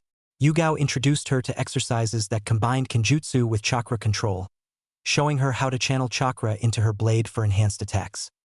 One evening, as the sun set, Yugao watched Sakura spar against a wooden dummy, her strikes sharp and deliberate. The older woman smiled faintly, her mind flashing back to a younger version of herself. As the month wore on, the three shinobi pushed themselves to their limits. Sasuke honed his Chidori until it became second nature, the lightning chakra dancing in his palm with ease. Naruto's summoning improved, and he began experimenting with using his toads in battle scenarios. Sakura's strikes with her blade became fluid, her Fuinjutsu skills seamlessly blending into her combat style. Each of them carried their own burdens and dreams, but the time apart forged them into something greater. When they finally reunited, they would find themselves stronger, ready to face the challenges that lay ahead. Naruto stood in the center of the secluded training ground, surrounded by dozens of shadow clones. Each was lost in their own attempts to control the elusive power of wood release, focusing intently as they experimented with small bursts of water and earth chakra. Naruto grinned to himself. He hadn't had time to practice wood release much over the past month, but his clones had been putting in the work for him. Now, as he absorbed their collective experience, he felt closer than ever to mastering the technique. "All right," he muttered, rubbing his hands together. "Let's see if I can make this work." He closed his eyes and focused inward, trying to replicate the sensation his clones had described. He felt the familiar tug of his water and earth chakra, the two natures intertwining like threads in a tapestry. And then there it was, that elusive melding. Naruto seized the feeling and pulled. The ground beneath him trembled, and a meager tree, the size of a bush, sprouted from the earth. Its bark was smooth, its branches reaching skyward as if saluting its creator. Naruto grinned, his chest swelling with pride. "Yes, that's my best one yet." From the shadows of the nearby forest, a quiet clap broke the stillness. "That was impressive," Yamato said as he stepped into view, his tone calm but genuinely appreciative. "It took me years to make one that big." Naruto jumped, spinning around with a startled expression. "Yamato-sensei, I can explain." He scratched the back of his head nervously, certain that he was about to get in trouble for using what he thought were forbidden bloodline techniques. Yamato's calm smile didn't waver. "Explain what?" "Naruto, you're a wood release user." Before Naruto could respond, Yamato brought his hands together in a snake seal. "Wood release, great forest technique." The ground rumbled as a tree as tall as an aspen burst forth, its thick trunk and sprawling branches forming a protective barrier around Yamato. The display was both awe-inspiring and humbling. Naruto's jaw dropped. That's almost like the technique from the scroll. Did you steal it too? Yamato froze for a moment before bursting into laughter, the absurdity of the question catching him off guard. What? No. Why would I steal it? How could I? Only those with the Kekkei Genkai can even use it. Naruto frowned, his confusion evident. Wait. So I didn't steal the bloodline techniques? Yamato's smile softened as he approached Naruto, placing a reassuring hand on the boy's shoulder. No, Naruto. Would release isn't something you can just learn from a scroll. It's a Kekkei Genkai, a special ability passed down through bloodlines. It's the result of combining water and earth chakra into something greater. Naruto blinked, his brow furrowed in thought. So, it's a coincidence I can use it? More than a coincidence, Yamato said, his tone turning more serious.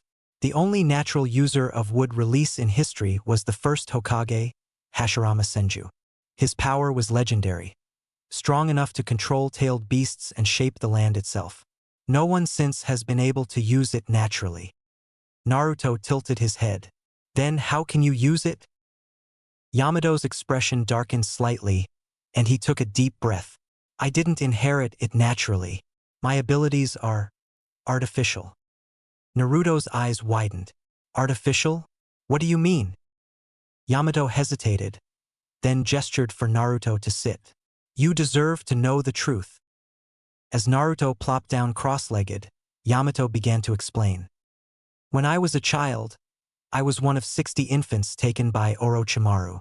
He was conducting experiments to replicate the first Hokage's abilities. Orochimaru infused us with Hashirama's DNA, hoping to create new would-release users.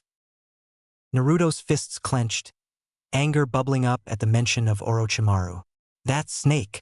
He's always doing messed up stuff. Yamato nodded grimly. Most of us didn't survive the experiments. I was the only one who did. I don't know if it was luck, or fate, or something else, but I gained the ability to use would release as a result. Naruto stared at Yamato, his expression a mix of awe and sympathy. That's crazy. I'm sorry that was done to you, sensei. But you're using it to help people now, right? That's what matters. Yamato smiled faintly. Exactly. And now it seems like fate has brought me here to help you. Your ability to use would release naturally is something extraordinary, Naruto. It's not just a power, it's a responsibility. If you master it, you could achieve things no one else can. Naruto's grin returned, his determination blazing in his eyes. All right. Then I'll become the best would-release user ever. Databeo. Yamato chuckled. One step at a time, Naruto. Let's keep practicing. As Naruto stood, ready to dive back into training, he couldn't help but feel a renewed sense of purpose. For the first time, he truly understood the magnitude of the power he was beginning to unlock, and the legacy it carried. Chapter 14. A glimmer of insight. Begin the final round. The moon hung high in the night sky, its silver light filtering through the canopy of trees as Naruto made his way home. The forest was quiet except for the occasional rustle of leaves beneath his feet. Despite the cool night air, he was lost in thought, his mind replaying the intense training session with Sakura and Lee. Tomorrow's the big day, he thought, clenching his fists. I'll show everyone just how strong I've become, and I'll teach that prick a lesson about fate. Suddenly, the soft crunch of leaves nearby snapped him out of his thoughts. Naruto froze, his senses on high alert. Who's there? He called, scanning the shadows. A faint shuffle followed, and then, stepping hesitantly into the moonlight, was Hinata Hyuga. Her pale lavender eyes widened, her face a vivid shade of red as she met his gaze. Hey, Hinata! Naruto exclaimed, waving enthusiastically. What are you doing out here? Hinata's blush deepened, spreading to the tips of her ears. She stammered, her hands fidgeting nervously. Oh no, I'm not spying on you. Promise. She squeezed her eyes shut as if expecting some kind of reprimand. Naruto tilted his head, frowning slightly. Her nervousness reminded him of her fight with Niji during the preliminaries, the way he had taunted her, belittled her, and hurt her. His frown deepened. I'm sorry for the way he treats you, Hinata, Naruto said softly. You don't deserve that. You didn't choose to be born different than him. Hinata's eyes flew open, her breath hitching. Her mind reeled at the protective tone in Naruto's voice, and her heart raced. He's defending me? I'm going to beat him tomorrow, Naruto continued, his fists clenched with determination. I'll prove that his idea of fate is a load of shit. I'll make him pay for hurting you. Hinata's vision blurred, and for a moment, she thought she might faint. She tried to steady herself, her hands clasped tightly in front of her. And Naruto, she managed, her voice barely above a whisper. Please don't hurt him. Not badly. I care about him. He's had a rough life. Naruto blinked in surprise, her compassion catching him off guard. He grinned, a genuine smile that reached his eyes. You're amazing, you know that? Even after everything, you still care about him. Hinata felt her heart swell at his words. His grin was infectious, and she couldn't help but smile back, though her face was still burning with embarrassment. Naruto scratched the back of his head, his grin turning mischievous. If only those crazy eyes of yours, no offense, had some sort of weakness, a blind spot or something, then I'd really have the upper hand tomorrow. Hinata made a soft noise of surprise. She wasn't offended. She couldn't possibly be offended by Naruto. His earnestness and determination were far too endearing. Her lips parted, and before she could stop herself, she spoke, her words feeling almost treasonous. If only there were, she murmured, her voice barely audible. But as heir of the clan, I would never be allowed to share such a thing. If it existed. She tapped the back of her head in an exaggerated way, as if to punctuate her words. Her heart pounded, and she couldn't believe how bold she was being. Her face felt like it was on fire. She was all but betraying clan secrets. Naruto's eyes widened. Ha! He grinned even wider, leaning forward slightly. Wait, are you giving me a hint, Hinata? Hinata's blush deepened, and she made a soft, nervous laugh. Gee, good luck tomorrow, Naruto, she said, her voice barely above a whisper. She turned to leave but paused, glancing over her shoulder. Remember, even the sharpest eyes can't see everything. Naruto blinked, her words bouncing around in his head. Was that? Nah, couldn't be. Thanks, Hinata, he called after her, waving. I'll do my best. Hinata nodded shyly and disappeared into the shadows, her heart still racing. As she walked away, she couldn't help but feel a tiny spark of pride. She hadn't stuttered nearly as much as usual, and maybe, just maybe, she'd helped Naruto in her own way. Naruto stood in the clearing for a moment longer, watching the spot where Hinata had vanished. He smiled to himself, his resolve only growing stronger. Tomorrow's the day. Watch out, Neji. I'm coming for you. The arena was silent as Naruto and Neji faced each other, the tension palpable. Naruto's fists clenched at his sides, his blue eyes blazing with determination. Across from him, Neji stood calm and collected, his pale lavender Byakugan eyes unblinking as he gazed at his opponent. You should give up now, Naruto, Neji said coolly, his voice carrying an air of finality. Fate has already decided the outcome. A failure like you has no chance of defeating me. Naruto's glare hardened. Fate, huh? You keep talking like everything's set in stone. Like people can't change. That's crap. I'm going to prove you wrong. Right here, right now. Neji's expression didn't waver. You speak like someone who has never known true hardship. Your ignorance is as pitiful as your resolve. Naruto's jaw tightened. What about Hinata? You call her weak, but she stood up to you. She fought with everything she had. You don't get to talk about her like that. Hinata was a fool just like you are now. The weak should accept their place and stop pretending they can change their destiny. Neji's eyes narrowed. Naruto's fury erupted. I'm going to wipe that smug look off your face. The fight began with a blur of motion. Naruto charged forward, launching a flurry of surprising sharp punches and kicks that Neji effortlessly dodged and deflected. Neji retaliated with a precise strike, aiming for Naruto's chakra points, but Naruto leapt back just in time. Your taijutsu has improved, Niji admitted, his tone still calm. But it's not enough. Naruto grinned, forming his signature cross seal. Then how about this? Shadow Clone Jutsu. Dozens of Narutos appeared in a puff of smoke, surrounding Niji in an instant.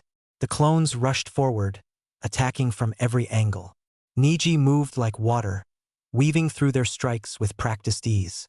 His gentle fist strikes sent clone after clone disappearing in bursts of smoke. "You're stalling," Niji said, his tone even, prolonging the inevitable. The midday sun bore down on the Chunin exam arena, casting stark shadows over the battlefield. The crowd watched with bated breath as Naruto Uzumaki and Niji Hyuga squared off in a clash of wills and philosophies. Naruto, his orange jumpsuit already scuffed and dirted, stood at the edge of the arena, his fists clenched and his face set in determination. "You think you've got me figured out, huh? Well, we'll see about that," he shouted, his voice echoing through the arena. Niji, calm and composed, stood in the center of the battlefield. His pristine white Hyuga robes fluttered slightly in the breeze, his Byakugan activated and the surrounding veins pulsing faintly. His voice was cold, almost dismissive. "Fate has already decided the outcome of this match, Naruto. You can send as many clones as you wish, but they will all fall before me. You cannot change destiny." "We'll see about that, Niji." Shadow Clone Jutsu. Naruto grit his teeth, his scowl deepening. In an instant, the arena was flooded with copies of Naruto, the battlefield becoming a sea of orange and yellow. The clones surged forward, a chaotic wave of fists and shouts, each one determined to overwhelm Niji. Niji's Byakugan flared, his field of vision expanding in every direction. To him, the chaos was anything but random. Each clone was a flicker of chakra, a beacon easily distinguishable from the panoramic backdrop his eyes provided him. He stepped forward, calm and deliberate, and unleashed a flurry of strikes. 20 times 0 is still 0. You will all fall before my gentle fist. Niji whispered as his fingertips were enveloped in chakra. The first clone burst into smoke with a single, precise strike to its chest. Another clone lunged from behind, but Niji twisted effortlessly, delivering a jab to its midsection, dispelling it in an instant. Clone after clone charged at him, and with each attack, Niji responded with surgical precision. His movements were fluid, almost like a dance, as he weaved between strikes, countering every blow with pinpoint accuracy. Each clone fell, reduced to harmless puffs of smoke, the battlefield momentarily clouded with the remnants of Naruto's failed assault. From the stands, Lee leaned forward, his fists clenched in excitement. Niji's control over his gentle fist is flawless. His strikes are so precise. He's neutralizing Naruto-kun's clones without breaking a sweat. Tenten nodded, though her eyes were wide with disbelief. But look at Naruto. He's not stopping. How much chakra can he possibly have left? You can't win, Naruto. No matter how many times you try, your clone's efforts are futile. They lack the resolve and strength to break through my defenses. Niji's voice cut through the chaos as he struck down another wave of clones. But Naruto's grin widened, even as his clones fell one by one. "Yeah, maybe, but there's more where that came from." Once again, Naruto summoned more clones, the arena filled with a fresh army of orange-clad attackers. This time, the clones came at Niji from every direction, their movements faster and more coordinated. A group charged him head-on, while others leapt into the air, descending upon him like a rain of fists. Niji spun on his heel, his arms outstretched, and unleashed his ultimate defensive technique. 8 trigrams, rotation. A dome of spinning chakra erupted around him, blasting the clones away in every direction. The sheer force of the technique sent waves of dust and smoke into the air, momentarily obscuring the battlefield. When the dust cleared, Niji stood alone, unharmed, while Naruto's clones had been completely obliterated. The real Naruto, crouched low at the edge of the arena, was panting heavily, sweat dripping from his brow. "Is that all?" Niji asked, his voice calm but laced with condescension. "No matter how much effort you put in, the outcome will not change. I am the genius of the Hyuga clan, and you are a failure." Naruto's fists tightened, his nails digging into his palms. He stood slowly, his breathing ragged, but his grin never faltered. Yeah, you've got all the fancy moves. You're perfect, Niji. But you're missing something. I've got something you'll never understand. And that's the will to never give up. Niji's eyes narrowed slightly, his Byakugan focusing on Naruto. Empty words from someone who doesn't know his place. You've seen the difference in our strength. Why do you persist? Naruto chuckled weakly and raised a hand to wipe the sweat from his forehead. Because I've got something to prove, to you, to everyone watching, and to myself. I'm gonna win this fight, Niji, no matter what it takes. From the stands, Hinata watched intently, her hands clenched in front of her chest. Naruto-kun. She whispered, her voice filled with quiet hope. The battle wasn't over yet, and as the crowd erupted into cheers, the arena became a stage for Naruto's unyielding determination and Niji's impeccable precision. The clash between hard work and natural talent was far from decided. Naruto gritted his teeth, his mind racing. He knew Niji was better in hand-to-hand combat, there was no denying it. That gentle fist of his was anything but gentle. Every palm strike felt like the flat of a sledgehammer, and so Naruto couldn't afford to get caught in a direct. Naruto wasn't stalling for no reason. As the waves of clones converged and engaged, he observed Niji closely, watching the subtle movements of his Byakugan. Each kunai thrown by a clone, each strike aimed at Niji's back, gave Naruto more information. He began to notice a pattern. Kunai aimed near the back of Niji's skull were always deflected at the last moment. There it is, Naruto thought, his eyes narrowing. His blind spot. He sent another wave of clones to mask his realization, forcing Niji to activate his ultimate defense. 8 trigrams. Rotation. Niji shouted, spinning rapidly as his chakra flared outward. The clones were obliterated in an instant, leaving Naruto alone once more. Niji stood tall, not a hair out of place. You cannot overcome my defenses. Your continued effort despite your obvious disadvantage is not admirable. It is folly. This fight is over. Naruto didn't respond, his mind working furiously. He couldn't afford to let Niji see his plan coming. The fight continued, with Niji pressing the advantage. His speed and precision were unmatched, and Naruto struggled to keep up. With a flash of motion, Niji closed the distance between them, landing a devastating series of strikes.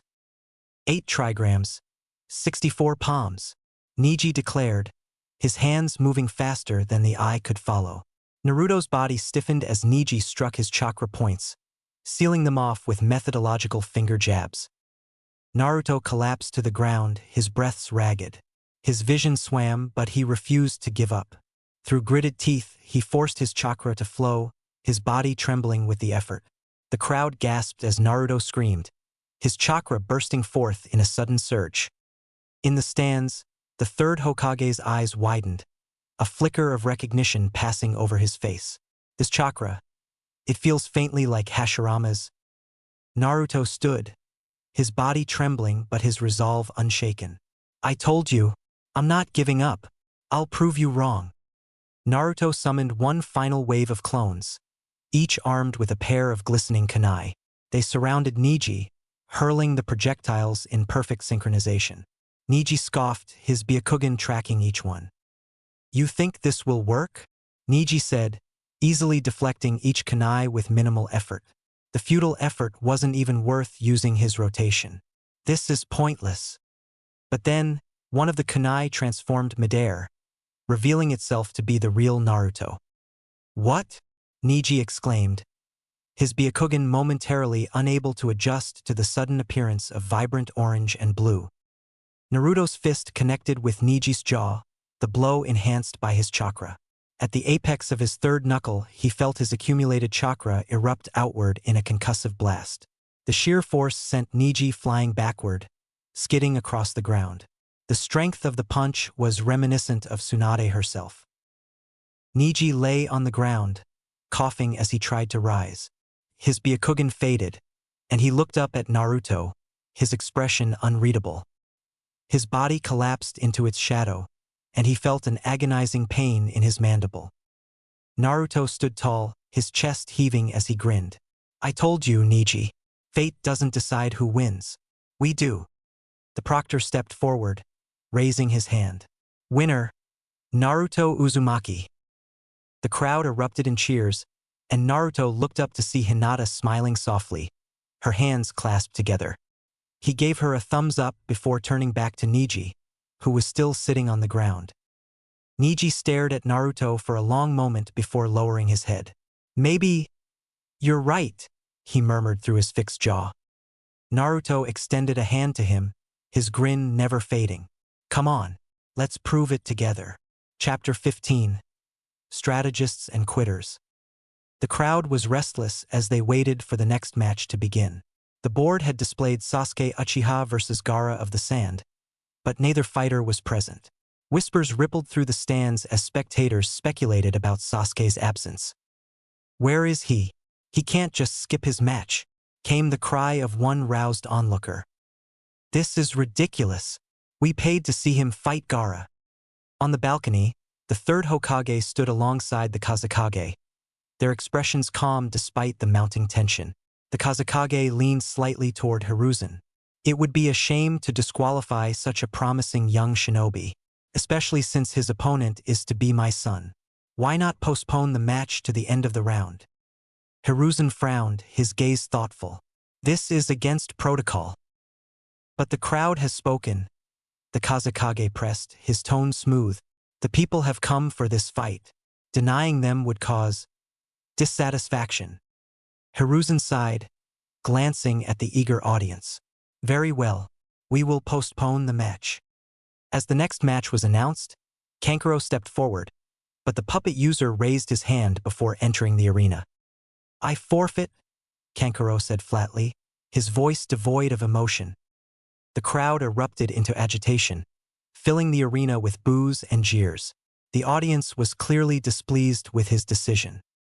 What's his problem? Came the outraged shouts of a shrill old woman. Coward! He didn't even try.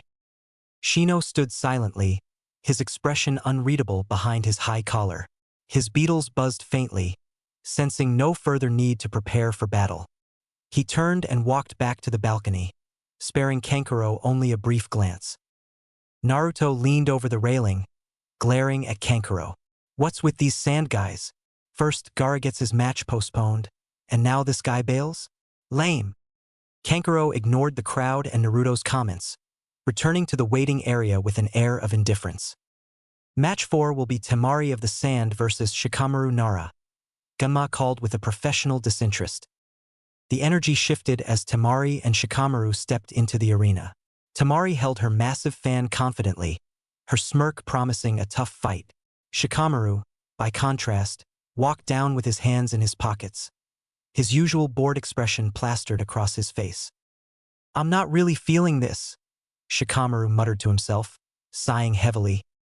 Naruto shouted from the stands, Hey, Shikamaru, stop being lazy and win already. Troublesome, Shikamaru mumbled as he took his position. Gunma raised his hand. Begin. The match began with Temari opening her fan ever so slightly, releasing a gust of wind that forced Shikamaru back. He quickly darted behind a rock, using it for cover as Temari laughed. Hiding already? Pathetic, Temari taunted, her fan poised for another attack. Shikamaru peeked out from behind the rock, forming the seal for his shadow imitation technique. His shadow stretched toward Temari, but she easily dodged, leaping into the air and landing several meters away. You'll never catch me like that, Temari said, smirking. Shikamaru sighed, scratching his head. Yeah, keep talking. The match seemed one-sided as Temari kept Shikamaru on the defensive, her wind techniques forcing him to reposition constantly. His figure darted furtively between the shade of trees and boulders. The crowd grew restless, many assuming that Shikamaru was stalling. But those paying close attention noticed that Shikamaru's movements weren't random.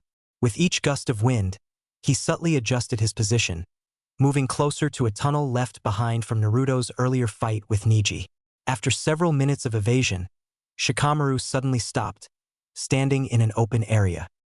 All right, let's finish this, he said, forming the seal again. Temari raised an eyebrow. You're just wasting chakra. Let me show you how it's done. She swung her fan, her chakra surging in preparation to release another powerful gust. But Shikamaru didn't move. Instead, his shadow darted forward, slipping into the tunnel and extending behind Temari. Before she could react, the shadow connected with hers. Her body froze, her eyes wide with shock. What? Shikamaru grinned lazily. Gotcha. Using his shadow to control Temari, he forced her to lower her fan and mimic his movements. The crowd gasped, realizing he had been leading her into this trap the entire time. Temari gritted her teeth. You planned this from the start, didn't you? Shikamaru shrugged. I guess you could say that.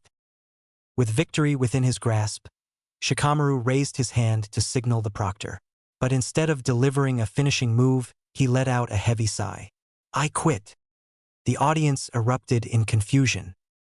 What's he doing? He had her. The elderly woman in the crowd was practically rabid at this point. Is he crazy? Genma blinked. Are you certain, Shikamaru? Shikamaru nodded. Yeah, I'm out of chakra anyway, and honestly, it's too troublesome to keep going. I just have to fight someone else after this. Naruto shouted from the stands. What are you doing, Shikamaru? You could have won. Shikamaru glanced up at him, smirking. You fight for recognition, Naruto. I fight to survive. Temari's expression was a mix of frustration and relief as Heiei declared her the winner. She looked at Shikamaru as he walked away, a flicker of curiosity in her eyes. Back in the stands, Naruto pouted. Man, he's so weird. Weird or not, you can't deny he's smart. His strategy had her completely outmaneuvered. Sakura crossed her arms. Kakashi chuckled. Sometimes knowing when to stop is just as important as knowing how to win.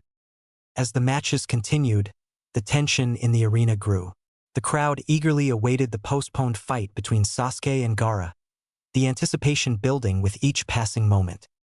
The crowd roared with anticipation as the announcer's voice echoed through the stadium. Next match, Sasuke Uchiha versus Gaara of the Sand. The tension in the arena was palpable. The fight everyone had been waiting for was finally here. Sasuke descended into the arena, appearing in a melodramatically concentric swirl of leaves, with his sensei at his back, just as the proctor raised his hand to call for his disqualification. His appearance was met with cheers from the crowd, who had grown restless during the delays. Right on time, Kakashi muttered as his body flickered to the balcony, his visible eye narrowing as he watched his student fall into a neutral position. Gaara, already waiting, stood motionless, his arms crossed over his chest. His gourd shifted slightly as he tilted his head to watch Sasuke approach. His teal eyes were cold, predatory, and his expression betrayed no emotion. Finally, Gaara murmured, his voice barely audible but laced with menace. The proctor raised his hand. Begin! Sasuke wasted no time, vanishing in a blur of speed. The crowd gasped as he reappeared behind Gaara, his fist aimed for the back of the sand ninja's head. Gaara's sand moved instinctively to block, but it was a fraction too slow. Sasuke's punch connected, sending Gaara skidding across the arena floor. The audience erupted in cheers. Naruto leaned over the railing, wide-eyed. What the? When did Sasuke get that fast? Might Guy watched intently from his nearby location. He had only just returned from checking on his student's health, his expression unreadable. So, he's used his Sharingan to copy and in a matter of weeks master Lee's hard-fought taijutsu. I wouldn't say he's mastered it, Kakashi said with a sheepish turn of his visible eye. But he's picked up enough to make this fight interesting. Gaara straightened, brushing sand from his sleeve. His lip twitched ever so slightly. Interesting, he said, his voice calm despite the faint edge of irritation. You're faster than before. Sasuke smirked. And you're still too slow. He darted forward again, his speed forcing Gaara to move defensively. The sand struggled to keep up, forming grainy, flimsy barriers just in time to deflect Sasuke's relentless strikes. From the stands, Temari and Kankuro watched with growing concern. He's pushing Gaara this hard? Temari muttered, her grip tightening on her fan. Kankuro frowned. He hasn't even used that yet. Gaara's just playing with him. The roar of the crowd reverberated through the Chunin exam arena, yet the onlookers sat frozen, captivated by the unfolding battle between two prodigies. Gaara, the prodigy of the Sand Village, stood motionless in the center of the arena. His face, once impassive, was now contorted in frustration. The crimson kanji on his forehead, the mark of love, gleamed under a sheen of sweat. His sand, so often an impenetrable shield, struggled to keep up with Sasuke's relentless attacks. And now, sensing that Sasuke's speed had surpassed his sand's ability to defend, Gaara was forced to retreat. Slowly, the sand swirled around him, slowly forming a thick cocoon of reinforced sand. "It's no use," Gaara said, his tone steady. "My defense is absolute. You won't touch me again." "We'll see about that," Sasuke replied, his voice low. He flipped backwards and landed on the arena wall with a flutter of his black jumpsuit. He narrowed his eyes, his Sharingan spinning as he analyzed the defensive maneuver. He could see Gaara's chakra suffusing the sand, pulsating with hostility and desperation. The cocoon was not merely a shield, it was a trap, a calculated move to transform defense into overwhelming offense. Sasuke knew that if he gave Gaara even a moment to prepare, the counterattack would be catastrophic. "No way I'm letting you finish that," Sasuke muttered to himself. He pushed off the wall with a burst of speed and landed on the flat surface of the arena floor. For a brief moment, he stood still, his head bowed as he brought his hands together to form a series of rapid hand seals. He raised his hand, and with a loud screeching sound, lightning chakra erupted from his palm. The sound of 1,000 chirping birds filled the arena as the crowd gasped in awe. "That's..." Naruto started, his eyes wide. "Chidori," Kakashi said, his tone heavy. "My lightning blade." "Kakashi, you would teach a genin an A-rank assassination technique?" Guy inquired with cold anger. "I don't think you're one to talk about teaching dangerous techniques to children, Guy," Kakashi answered with his typical disinterest. Sasuke sighed and steadied his breath.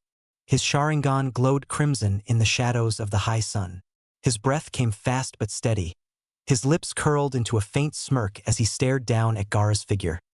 "Here it comes," Kankuro shouted from the stands, leaning forward. Tamari's fan trembled in her grip as her eyes darted between Sasuke and Gaara's cocoon. "Chidori," Sasuke's voice rang out, sharp and electric. A piercing screech filled the air, like the cry of 1,000 birds chirping in unison. Blue lightning crackled violently in Sasuke's hand, illuminating the arena with an otherworldly glow. The spectators shielded their eyes against the brilliance of the Chidori, while Sasuke's determined visage cut through the light like a blade. Sweat dripped down his face, but his resolve was unshaken. His Sharingan locked onto Gaara's cocoon, analyzing its density, its flow of chakra, and its weak points. Naruto, watching from the stands, clenched the railing with white-knuckled intensity. "Sasuke, what's he gonna do with that?" Kakashi, standing beside him, offered no answer, but his single visible eye betrayed the faintest trace of pride and apprehension. Sasuke was executing his technique perfectly, yet the risks of the Chidori were immense. One wrong move and the consequences could be dire. Sasuke bent low, the Chidori sparking wildly in his hand. His speed was already near impossible to track, but with his fully matured Sharingan's predictive power, he was about to push himself even further. With a burst of chakra to his legs, he vanished in a blur of motion, reappearing only a fraction of a second later inches away from Gaara's cocoon. The sand reacted instantly, tendrils whipping out to intercept him, but Sasuke's Sharingan caught the attack before it could land. He ducked low, twisting his body to avoid the sand's grasp, and surged forward, his Chidori roaring louder with every step. "Take this," Sasuke shouted, driving the lightning-infused hand straight toward the cocoon. The impact was deafening, a sharp, explosive crack that sent a shockwave rippling through the arena. The Chidori tore into Gaara's sand like a drill through stone, blue lightning carving a tunnel into the defensive cocoon. Sparks and shards of sand flew in every direction, the crackling of lightning and the grinding of sand creating a cacophony that drowned out even the crowd's gasps. Inside the cocoon, Gaara's eyes widened in disbelief. For the first time in years, his ultimate defense was faltering. The searing heat of the Chidori pierced closer and closer, and for a brief moment, he felt something foreign, fear. The sand around him trembled, reacting to his emotional state, but it wasn't fast enough to fully stop the onslaught. Outside, Sasuke's grin widened as his hand pushed deeper into the cocoon, the resistance growing fiercer with each passing second. His Sharingan caught the faintest flicker of movement inside, Gaara himself vulnerable for the time being. Suddenly, a deafening roar erupted from within the cocoon. The sand around Sasuke exploded outward, forcing him to leap back. The remnants of the cocoon collapsed, revealing Gaara in a monstrous form, half-transformed into the one-tailed Shikaku. His left arm had morphed into a grotesque claw of sand, and his face was twisted with fury. "You!" Gaara growled, his voice an inhuman mix of his own and the beast's. "You will not defeat me. You won't invalidate my existence. I will prove my existence by destroying yours."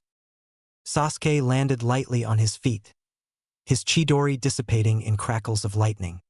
He panted heavily, his body pushed to its limit, but his Sharingan never left Gaara's grotesque form. For a moment, he allowed himself a small smile.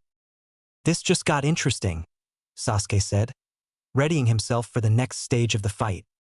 Before the match could continue, a sudden explosion of smoke erupted in the Kage's box.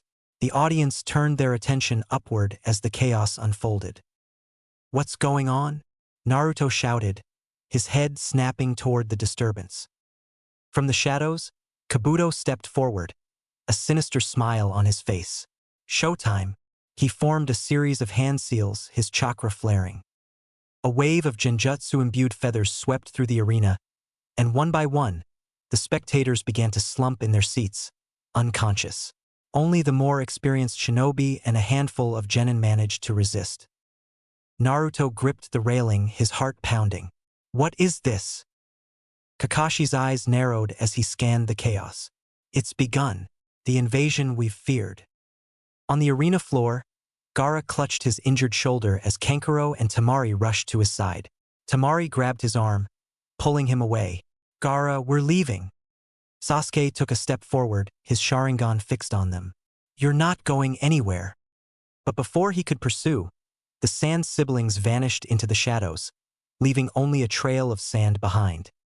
As the smoke cleared, Orochimaru revealed himself in the Kage's box, his wicked grin aimed at the third Hokage. "It's been a long time, Sensei." Hiruzen's expression darkened as he stepped forward, readying himself for the confrontation. Below, the arena erupted into chaos as shinobi from the sand and sound villages launched their attack. Naruto's eyes fluttered as he succumbed to the genjutsu. "Sakura, wake them up, then regroup. I'm going to move." Kakashi's orders hadn't even left his lips fully before he disappeared in a blur of speed. Sakura nodded in bemused panic and prepared to do her best to defend her village and friends. Chapter 16. The Konoha Crush begins. The arena was in chaos. Smoke filled the air, and the sound of battle echoed through the stadium. People slumped unconscious in their seats, victims of Kabuto's genjutsu. Among the confusion, Sakura Haruno crouched, her hands forming a release seal. "Release!" she commanded, dispelling the genjutsu for those in her immediate proximity. Naruto gasped and blinked awake, shaking his head. Beside him, Ino Yamanaka groggily came to, her confusion quickly replaced by alarm as the sounds of screaming and clashing weapons reached her ears. "Sakura?" Naruto said, his voice hoarse. "What's going on?" "There's an attack," Sakura explained, her voice steady despite the fear bubbling inside her. "The village is being invaded." Before more questions could be asked, a figure appeared in a blur of motion. "Yugao-sensei!" Sakura exclaimed, recognizing the purple-haired kunoichi who had been training her in kenjutsu. Yugao Yuzuki nodded, her expression sharp and focused. "Sakura, come with me. We'll find Kakashi." Her gaze shifted to Naruto and Ino. "You two help evacuate the civilians." These people need to get to safety. Naruto stood, his fists clenched. But no arguments, Yugao said firmly. You're the best equipped to facilitate an evacuation, Uzumaki-san. We're counting on you. With that, she and Sakura disappeared into the smoke, leaving Naruto and Ino to face the chaos. Naruto turned to Ino, who was brushing soot from her clothes.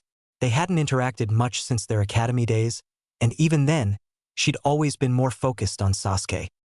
He expected her to brush him off as usual, but instead, Ino's gaze was determined. This isn't the time to stand around, she said. We have to move. Naruto nodded. Right, let's get these people out of here. He formed his signature cross seal, Shadow Clone Jutsu. In a massive puff of smoke, dozens of Narutos appeared, each immediately springing into action.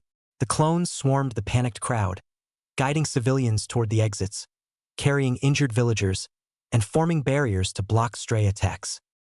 Ino blinked, stunned by the sheer efficiency of Naruto's clones. She had always dismissed him as loud, obnoxious, and clumsy, but now he looked like a leader. The fact that he still had sufficient chakra reserves to casually conjure a shadow clone rescue squad, after having only just finished his battle with the Hyuga prodigy, baffled her. Come on, one of the clones called to her. We've got work to do. Ino snapped out of her thoughts and joined the effort, using her sensory abilities to detect hidden enemies and guide civilians away from danger. As they worked together, she found herself glancing at Naruto more often than she expected. An elderly man stumbled, his leg injured from a stray kunai. Ino knelt beside him, helping him to his feet. We've got you. Just lean on me. A Naruto clone appeared beside her, picking the man up with ease. I'll take it from here. You keep moving. Ino watched as the clone dashed off, carrying the man toward safety. She looked around and saw Naruto everywhere, his clones forming a wall to protect a group of children, others calming frightened villagers. It was as if the chaotic energy that had always surrounded Naruto was finally being put to good use. After what felt like hours but was likely only minutes, the immediate area was cleared. Ino leaned against a wall, catching her breath as the real Naruto approached her. Not bad, huh? He said with a grin, his face smudged with dirt but his eyes still full of determination. Ino stared at him for a moment, then nodded. Yeah, not bad. Naruto's grin widened. We're not done yet, though. Come on. Let's go find Kakashi-sensei. Ino hesitated, then pushed off the wall. All right, lead the way. As they ran through the smoke-filled streets, Naruto and Ino moved as a team, their differences forgotten in the face of the crisis. The sounds of battle grew louder with each step, and they both knew that this was only the beginning. Ino glanced at Naruto out of the corner of her eye. For the first time, she wondered if she had underestimated him all these years. Hey, Naruto, she said as they leapt over a fallen beam. Yeah. Don't get a big head or anything, but you're not as useless as I thought. Naruto laughed, his grin never fading. Thanks, I guess? Let's go save our sensei.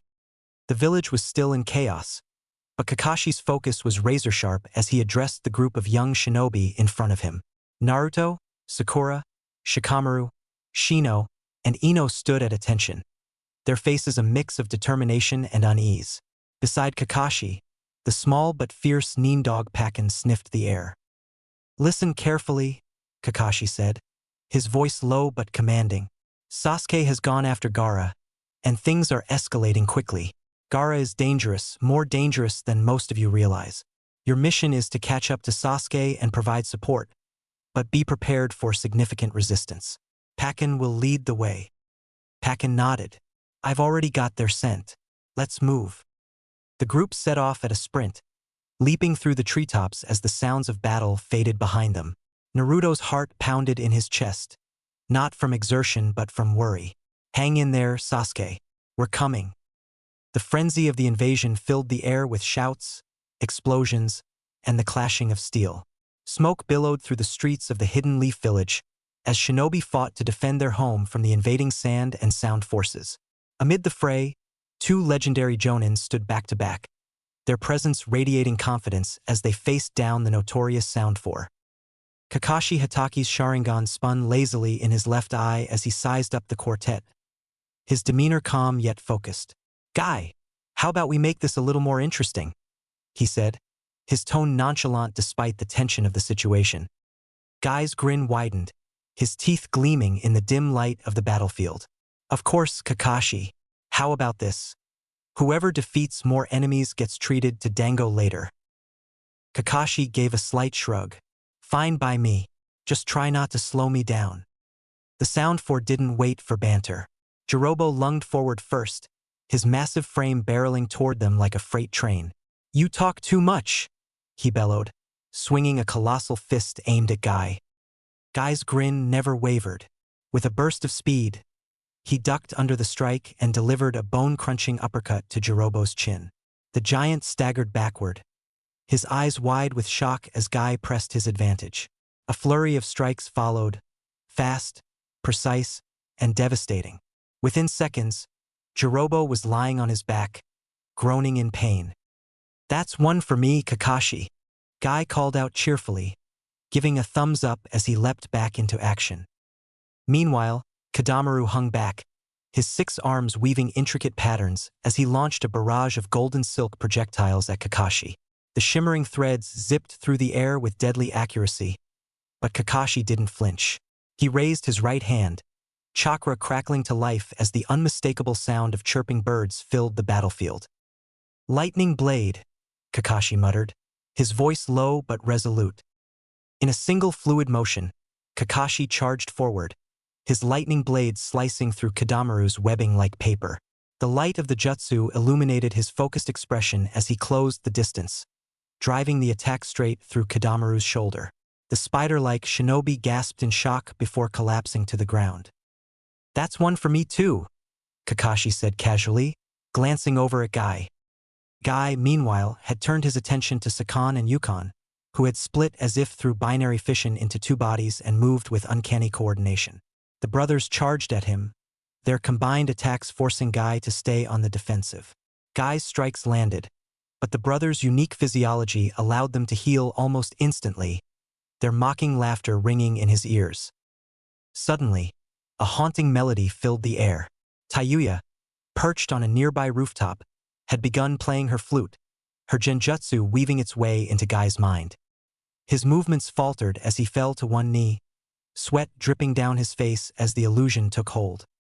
"TCH amateur, always was susceptible to genjutsu," Kakashi muttered, his Sharingan glowing as he turned to Tayuya. In an instant, he cast a genjutsu of his own to compel her to look at him. His gaze locked onto her and she summarily dispelled her illusion. "Thanks, Kakashi. I owe you one." Guy snapped back to his feet, shaking his head clear. "Just don't let her catch you again," Kakashi replied, stepping forward to engage Tayuya directly. The Sound Four, realizing they were outmatched, activated the full power of their curse mark, their bodies transforming into monstrous second forms. Jirobo's bulk doubled, his skin turning an ashen gray. Kidamaru's spider-like features became grotesque and pronounced, though his left arm still hung uselessly to his side. Sakan and Yukon shared a body once more and it sprouted sharp, jagged protrusions, and Tayuya's hair grew wild as horns jutted from her skull. "Let's see how you handle this," Sakan growled, his voice distorted and guttural. The battle intensified. Kakashi and Guy moved in perfect harmony, their years of experience as comrades evident in every motion. Kakashi darted through the battlefield, his Sharingan predicting every attack as he countered with precision. Lightning Blade flared to life again, cutting through Jirobo's defense as he collapsed for the second and final time. Guy unleashed his might, opening the first gate. "Gate of opening!" he roared, his aura flaring as his speed and power multiplied. He closed the distance with Sakan and Yukon in an instant, delivering a spinning kick that sent both brothers flying into a nearby wall, unconscious. Tayuya, desperate, summoned her Doki, 3 towering, ghostly creatures that charged at the Jonin with terrifying ferocity. But Kakashi and Guy worked together seamlessly. Kakashi intercepted the Doki with a pair of kunai infused with lightning chakra that he plunged into the base of 2 of their skulls, disrupting their connection to Tayuya. Guy followed up with a powerful leaf whirlwind, shattering the last Doki into harmless smoke. Before Tayuya could react, Kakashi appeared behind her, a kunai pressed against her neck. "This is over," he said calmly. Guy simultaneously burst through Kidamaru's injury-limited defense and delivered a punishing flying roundhouse kick that removed the spider-like man from the fight. The last of the Sound Four fell, and the battlefield grew quiet for a moment. Kakashi sheathed his kunai and turned to Guy, who was stretching and flexing his muscles. "So, what's the score?" Guy asked with a grin. Kakashi considered for a moment. "You got Kidamaru and Sakan and Yukon. I got Jirobo and Tayuya.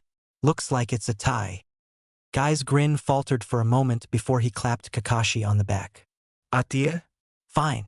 Then we'll both treat each other to dango after this mess is cleaned up."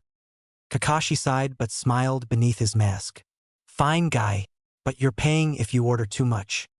The two jonin turned and headed back into the fray, ready to take on whatever challenges the invasion threw at them next. Their teamwork had once again proven why they were among Konoha's finest. As they raced through the forest, Pakken suddenly growled, his hackles raised. "Incoming!" The group skidded to a halt as two figures emerged from the shadows ahead, Tamari and Kankuro. Tamari's fan was already fully unfurled, her expression grim, while Kankuro stood with his puppet Karasu at the ready. "This is as far as you go," Tamari said, her voice steady but tinged with urgency. "We won't let you interfere with Gaara." Naruto clenched his fists, stepping forward. "Out of the way. We don't have time for this." Kankuro smirked. "You'll have to go through us first." Shikamaru sighed, his hands in his pockets. "Troublesome, but I guess we don't have a choice." Shino adjusted his sunglasses, his beetles already buzzing faintly around him. "Naruto, Sakura, go. We'll handle this." Ino stepped forward, her hands forming a seal. "Yeah. Get going. Sasuke needs you more than we do." Naruto hesitated for a moment, but Sakura grabbed his arm. "Come on, Naruto. They've got this." With a reluctant nod, Naruto turned and followed Sakura and Pakken as they continued the chase, leaving the Sand siblings behind to face their Konoha teammates. Naruto and Sakura arrived at a nearby clearing just in time to see Sasuke collapse to the ground, blood dripping from his mouth. He clutched his arm, the circuitous curse mark spreading across his body like a dark web. Gaara, in his semi-transformed state, loomed over him, his grotesque features a mix of human and beast. "Stay down," Gaara growled, his voice warped and inhuman. "You're weak. You've always been weak." "Sasuke!" Naruto shouted, rushing to his fallen teammate. Sakura knelt beside Sasuke, her hands braced against an open wound as she tried to stabilize him. "He's hurt badly," she said, her voice trembling. "Naruto, be careful." Naruto stood, his eyes narrowing as he faced Gaara. "All right, Sandman, you've gone too far. Let's see how you handle me." Gaara snarled, lunging forward with a wave of sand. Naruto formed a dozen clones, each rushing to intercept the attack. The clones swarmed Gaara, their strikes coordinated and relentless, but Gaara's sand shielded him effortlessly. "You can't defeat me," Gaara roared, his sand spiraling outward in a violent burst that destroyed all of Naruto's clones. The air was heavy with tension, dust, and malice. The towering form of Gaara, half transformed into Shikaku, loomed over Naruto. His grotesque sandarm twitched with each movement, its claws dripping with malice as it dragged Naruto closer to his inevitable doom. Naruto struggled in vain, his body pinned against the ground, cuffed and bound by tendrils of sand that squeezed tighter with every passing second. "Is this all, Naruto Uzumaki?" Gaara's voice was a distorted growl, the melding of his own and Shikaku's. His eyes, crazed and devoid of humanity, glared down at the boy before him. "You're just like me, alone. Weak. No one can save you now." Naruto snarled, gritting his teeth as he fought against the crushing grip of the sand. "I'm not weak," he shouted, his voice hoarse from the effort. "And I'm not alone. You don't know anything about me." But Gaara's claw tightened, the sand grinding painfully against Naruto's ribs. He could feel his chakra draining, his body nearing its limits. "Get away from him!" A voice cut through the chaos like a blade, and Gaara turned just in time to see Sakura Haruno sprinting toward them, her emerald eyes blazing with determination. In her hands was a gleaming wakizashi, its polished steel reflecting the light of the waning sun. Sakura, no. "Get out of here!" Naruto yelled, panic flashing across his face. But Sakura didn't stop. She leapt forward, her hands gripping the hilt of the short blade tightly. Memories of Yugao-sensei's training surged through her mind, lessons about precision, courage, and timing. With a single, well-aimed slash, she severed the cord of sand that connected Naruto to Gaara's monstrous arm. The tension in the sand holding Naruto vanished instantly, and he fell to the ground with a gasp. But Gaara's reaction was swift and brutal. A roar of rage erupted from his throat as he turned his monstrous claw toward Sakura. "You dare!" Before she could react, Gaara's massive hand lashed out, striking her like a battering ram. The impact sent her flying backward, her body careening toward the forest floor below. "Sakura!" Naruto's voice cracked with desperation. Without hesitation, Naruto summoned a shadow clone.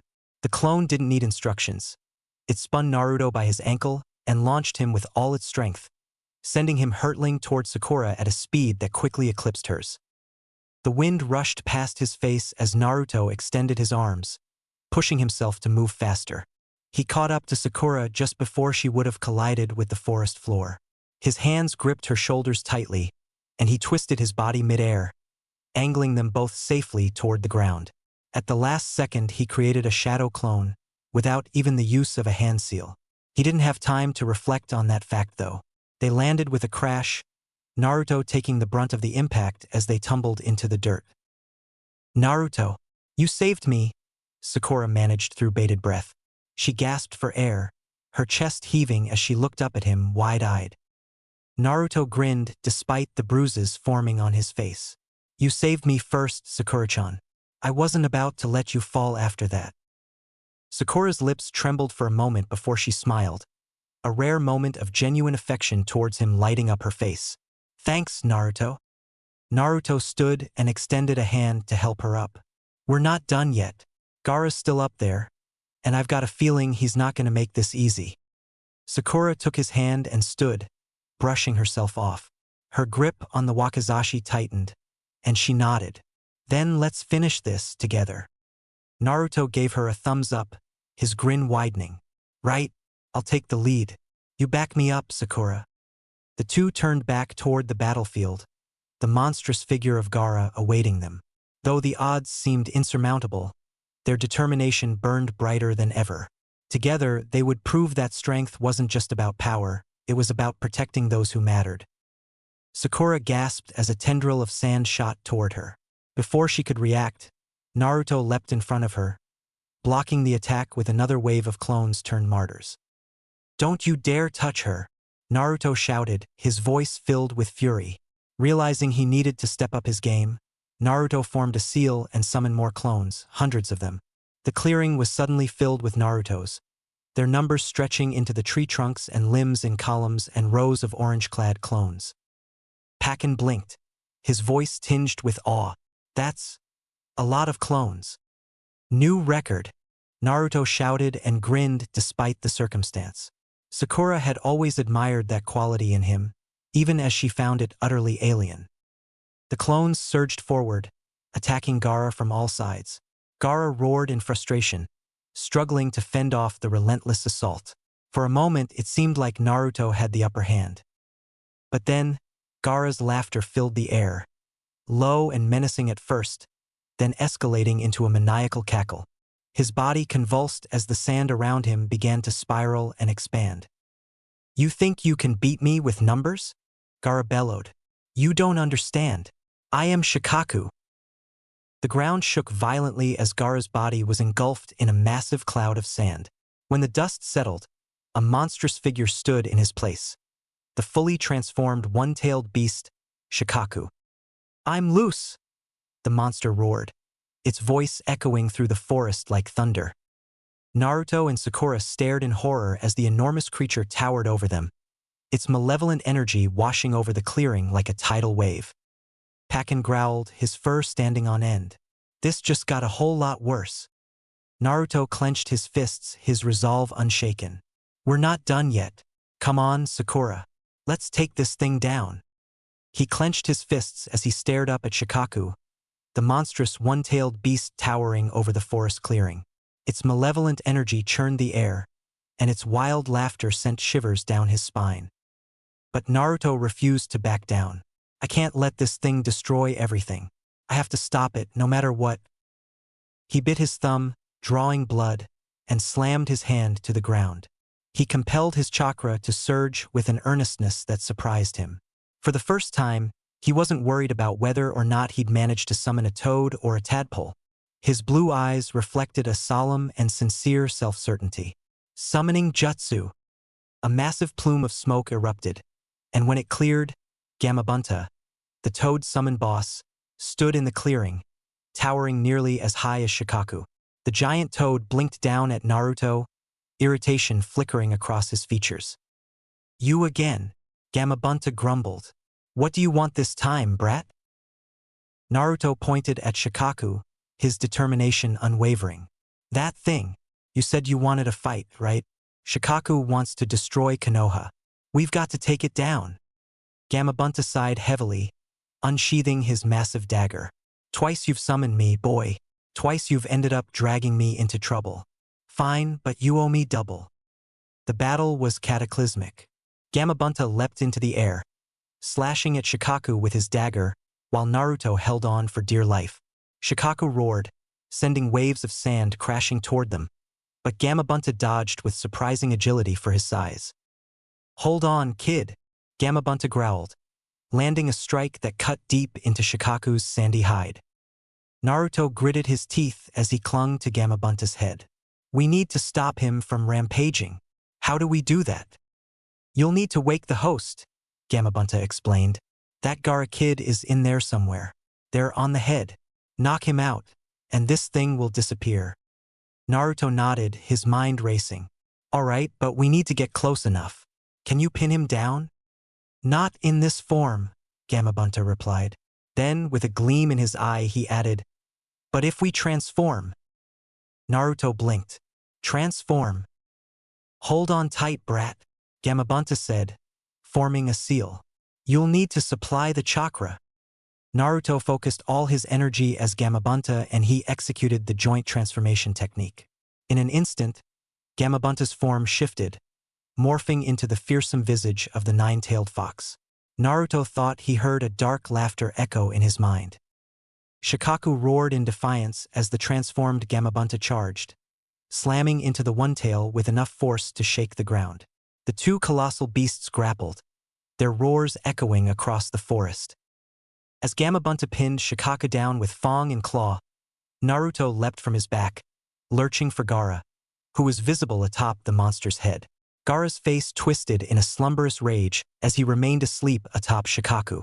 An autonomous tendril of sand snaked toward Naruto. Naruto dodged, closing the gap in a blur of motion. He reached Gaara and slammed a fist into his face, forcing the sand ninja out of his trance. Gaara's eyes widened as the sand around them began to crumble. Shikaku let out a deafening roar before its form collapsed, leaving Gaara and Naruto lying on the ground amidst the wreckage. Naruto crawled over to Gaara, panting heavily. The boy's eyes were filled with confusion and fear as he stared at Naruto, his body trembling. Why? Gaara rasped. Why would you fight so hard?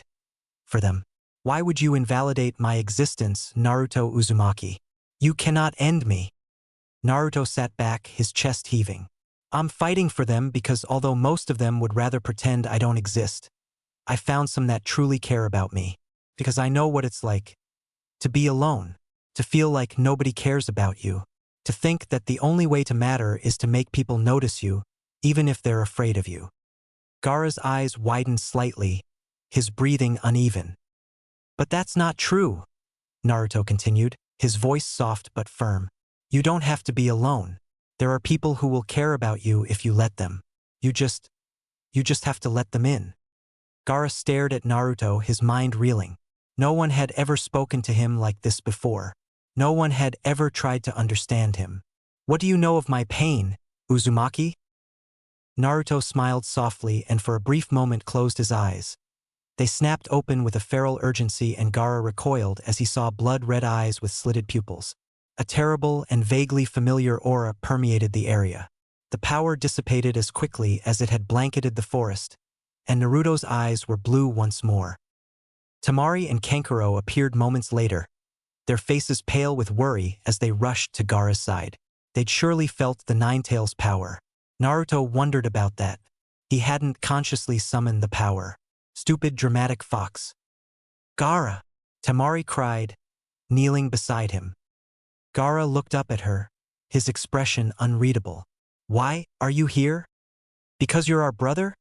Kankuro said firmly, his voice uncharacteristically soft. We're not leaving you behind. Tears welled in Tamari's eyes as she helped Gaara to his feet. Let's go. It's over. You don't have to die. I don't want you to. Naruto watched them go, a faint smile on his face despite his exhaustion. Take care of him, he said quietly. Tamari glanced back at him, nodding gratefully before disappearing into the forest with her brothers. The forest was quiet now, the chaos of the battle fading into the distance. Naruto collapsed onto the ground, staring up at the sky. He was battered, bruised, and utterly spent, but a sense of peace and resolution settled over him. Sakura arrived moments later, kneeling beside him. Naruto, are you okay? He gave her a tired grin. We won, didn't we? Sakura nodded, tears pricking her eyes.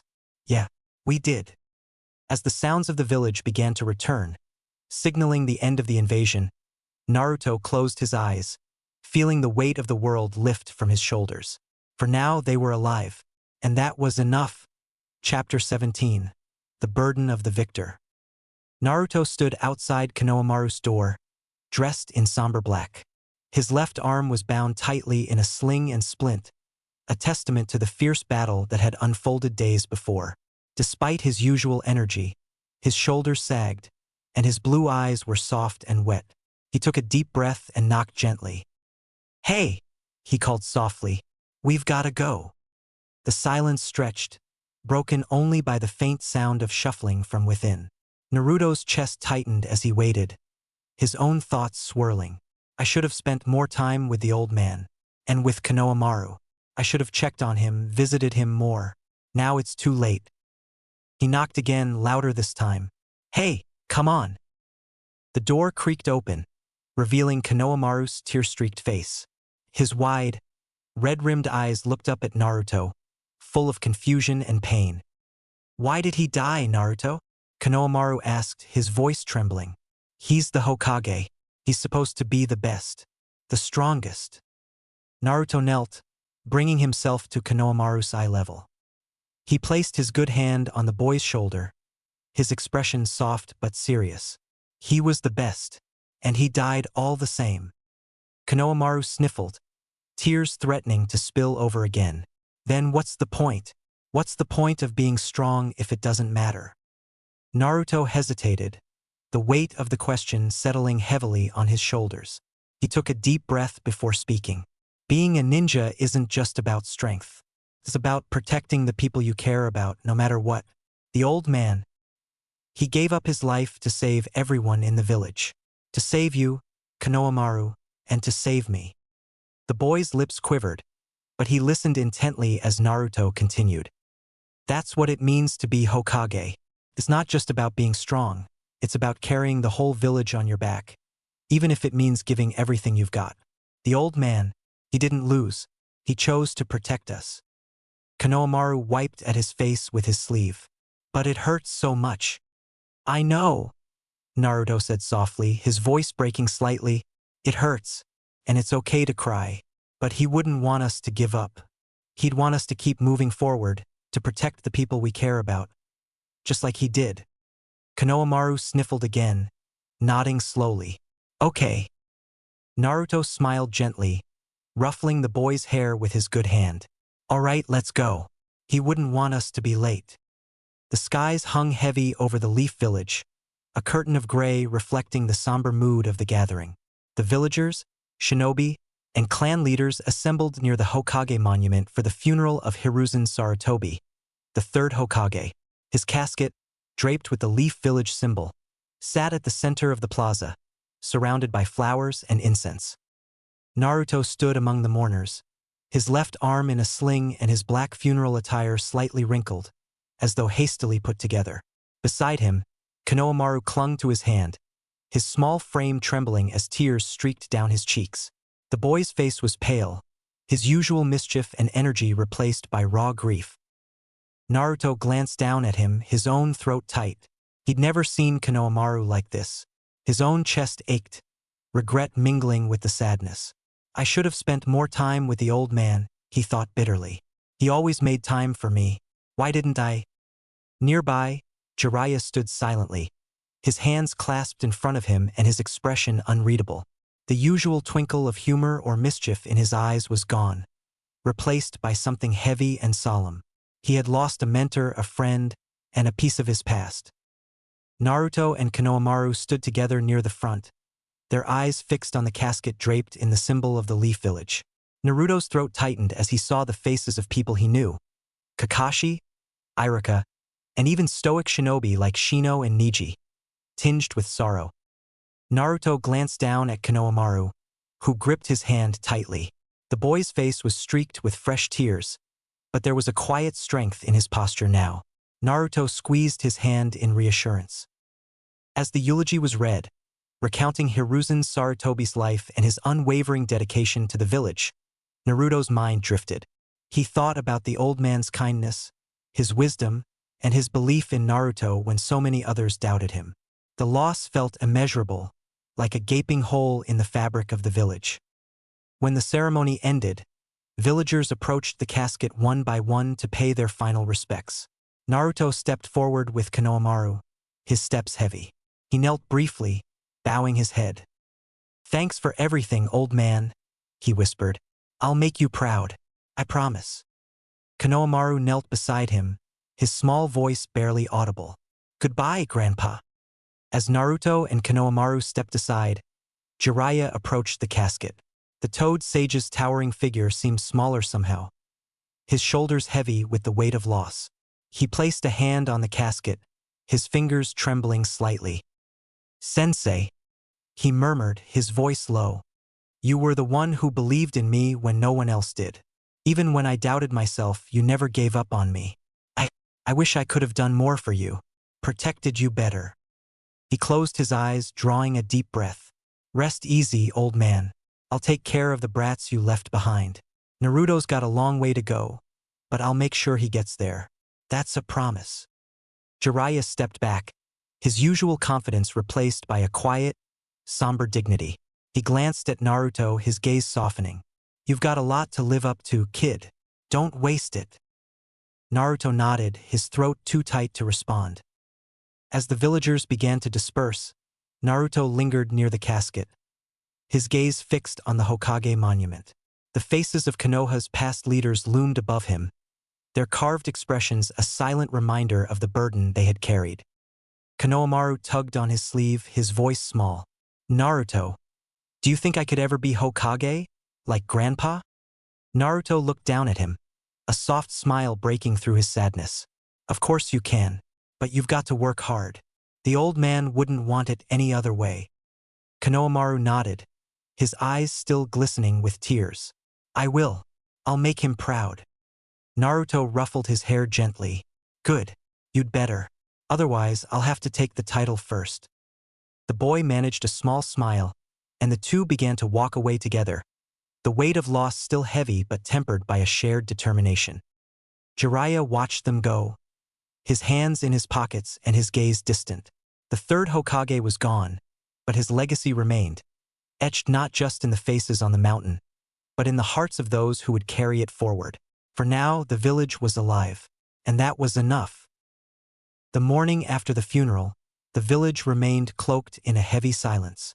The streets of Konoha, usually bustling with life, were subdued as shinobi and civilians alike mourned the loss of their leader. In the Hokage's office, the village elders convened with Jiraiya, the last of the legendary Sannin still within Konoha's walls. The room felt stifling as the elders laid out their proposal. Jiraiya, Hamura Mitokado began, his voice steady but weary. The village is vulnerable without a leader. With Hiruzen gone, we must act quickly to appoint the 5th Hokage. You are his student, one of the legendary Sannin. You are the most suitable candidate for the position. Jiraiya crossed his arms, his expression uncharacteristically serious. I appreciate the offer, but I'm not the right person for the job. You're more than qualified, Koharu Udatane insisted. Your strength, your experience. Jiraiya raised a hand, cutting her off. Strength and experience aren't enough to lead a village. Hiruzen was more than a strong shinobi. He was a wise and selfless leader. I'm a wanderer, not a politician. I don't belong behind a desk. The room fell silent for a moment before Danzo Shimura, seated in the shadows, spoke up. If not you, then who? The village cannot afford indecision in these times. Jiraiya's gaze hardened as he met Danzo's piercing eyes. There is someone else. Someone who's better suited for the job than I am. Hamura frowned. Who? Tsunade, Jiraiya said simply. She was also one of the 3rd students. Her medical expertise, her strategic mind, and her strength make her the perfect choice to lead Konoha. The elders exchanged glances, uncertainty flickering in their eyes. Tsunade has been missing from the village for years, Koharu said finally. Her whereabouts are unknown. How do you propose we find her? Jiraiya smirked faintly, his confidence returning. Leave that to me. I'll find her and bring her back. But I have one condition. Hamura raised an eyebrow. And that is? I'm bringing Naruto Uzumaki with me, Jiraiya declared. The room tensed at the mention of Naruto. Why him? Danzo asked, his voice sharp. The boy is volatile, untrained. His connection to the Ninetales makes him a risk. Jiraiya's smirk widened. Exactly. That's why I'm taking him. He's got potential, and it's about time someone started shaping it. Besides, he added, his tone softening. The kid deserves a chance to grow. Hiruzen believed in him, and so do I. After a tense moment, Hamura nodded. Very well. But he is your responsibility, Jiraiya. Ensure his safety, and the village's. Naruto was crouched on a rooftop, staring out at the village as the sun rose over the mountains. His arm still hung in a sling, and his thoughts were clouded with the events of the past few days. He wanted to do more to protect the village the way the 3rd Hokage had. But for now, he felt powerless. Lost in thought, kid? Naruto turned to see Jiraiya approaching, his usual grin in place. Pervy sage, Naruto exclaimed, jumping to his feet. What do you want? Jiraiya ignored the nickname, stepping closer. I've got a proposition for you. Naruto blinked. A what? How'd you like to come with me on a little trip? Jiraiya asked. Naruto tilted his head, suspicious. A trip? Where? To find someone important, Jiraiya said cryptically. Someone who could become the next Hokage. Naruto's eyes widened. The next Hokage? Really? Jiraiya nodded. But it won't just be sightseeing. I'll be teaching you a new jutsu while we're at it. Something powerful. Something only you can handle. Naruto's excitement bubbled over. A new jutsu? You're serious? Dead serious, Jiraiya said with a smirk. But only if you're up for the challenge. Naruto grinned, his earlier doubts fading. You bet I am. Let's do it. Good, Jiraiya said, clapping a hand on Naruto's shoulder. Pack your things. We leave at dawn. As Jiraiya turned to leave, Naruto called after him. Hey, what's this jutsu you're gonna teach me? Jiraiya glanced back, his grin widening. You'll see. As Naruto hurried off to prepare, his heart raced with excitement. He didn't know what lay ahead, but he knew one thing for sure. He was ready to prove himself. And with Jiraiya by his side, the possibilities felt endless. Chapter 18. Shadows in the Leaf. The morning sun hung low over the Leaf Village, its warmth unable to dispel the tension that gripped the streets. Two cloaked figures moved silently through Konoha's bustling marketplace, their faces obscured by the high collars of their black cloaks adorned with red clouds. They walked with purpose, their presence sending subtle ripples of unease through those they passed. Hidden among the shadows, Asuma Sarutobi and Kurenai Yuhi exchanged a glance. They had been trailing the mysterious pair since they entered the village, their instincts on high alert. "They're not from around here," Kurenai whispered, her crimson eyes narrowing as she studied the pair's movements. "No," Asuma agreed, the ever-present cigarette between his lips, "and they're way too calm for strangers in hostile territory." The two Konoha Jonin intercepted the cloaked figures in a quiet alley, their weapons already at the ready. Asuma's trench knives gleamed faintly in the light, and Kurenai's hands hovered near her kunai pouch. "Stop right there," Asuma commanded, his tone firm. "You've got a lot of nerve strolling into Konoha without permission. State your business." The taller of the two strangers turned slightly, revealing sharp teeth as he grinned. "You Konoha types are always so uptight," Kisame Hashigaki drawled, his voice dripping with mockery. Asuma stiffened. "Kisame Hashigaki, a rogue from Kirigakure. You're a wanted man." "And him?" Kurenai said, her voice quieter but no less tense, her gaze fixed on the second figure. "Itachi Uchiha." The shorter figure pulled back his hood, revealing a calm, impassive face. His red Sharingan eyes glowed faintly as they locked onto Kurenai. "It's been a long time since I've been home," Itachi said softly, his tone devoid of emotion. "You're not welcome here," Asuma snapped, stepping forward. "We're bringing you in." Kisame chuckled, hefting the massive, bandaged blade on his back. "You're welcome to try." The fight erupted in an instant. Asuma charged Kisame, his trench knives crackling with chakra, while Kurenai engaged Itachi, weaving hand seals for a genjutsu. The air crackled with tension as the four shinobi clashed, the sounds of steel meeting steel echoing through the narrow alley. Kurenai's genjutsu took hold briefly, ensnaring Itachi in a twisted illusion of his own making.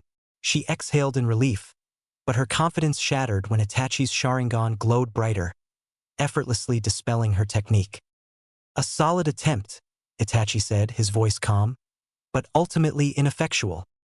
Kurenai barely had time to react as Itachi closed the distance, his kunai a blur. She dodged narrowly, her breath catching in her throat as his movements outpaced hers by a wide margin.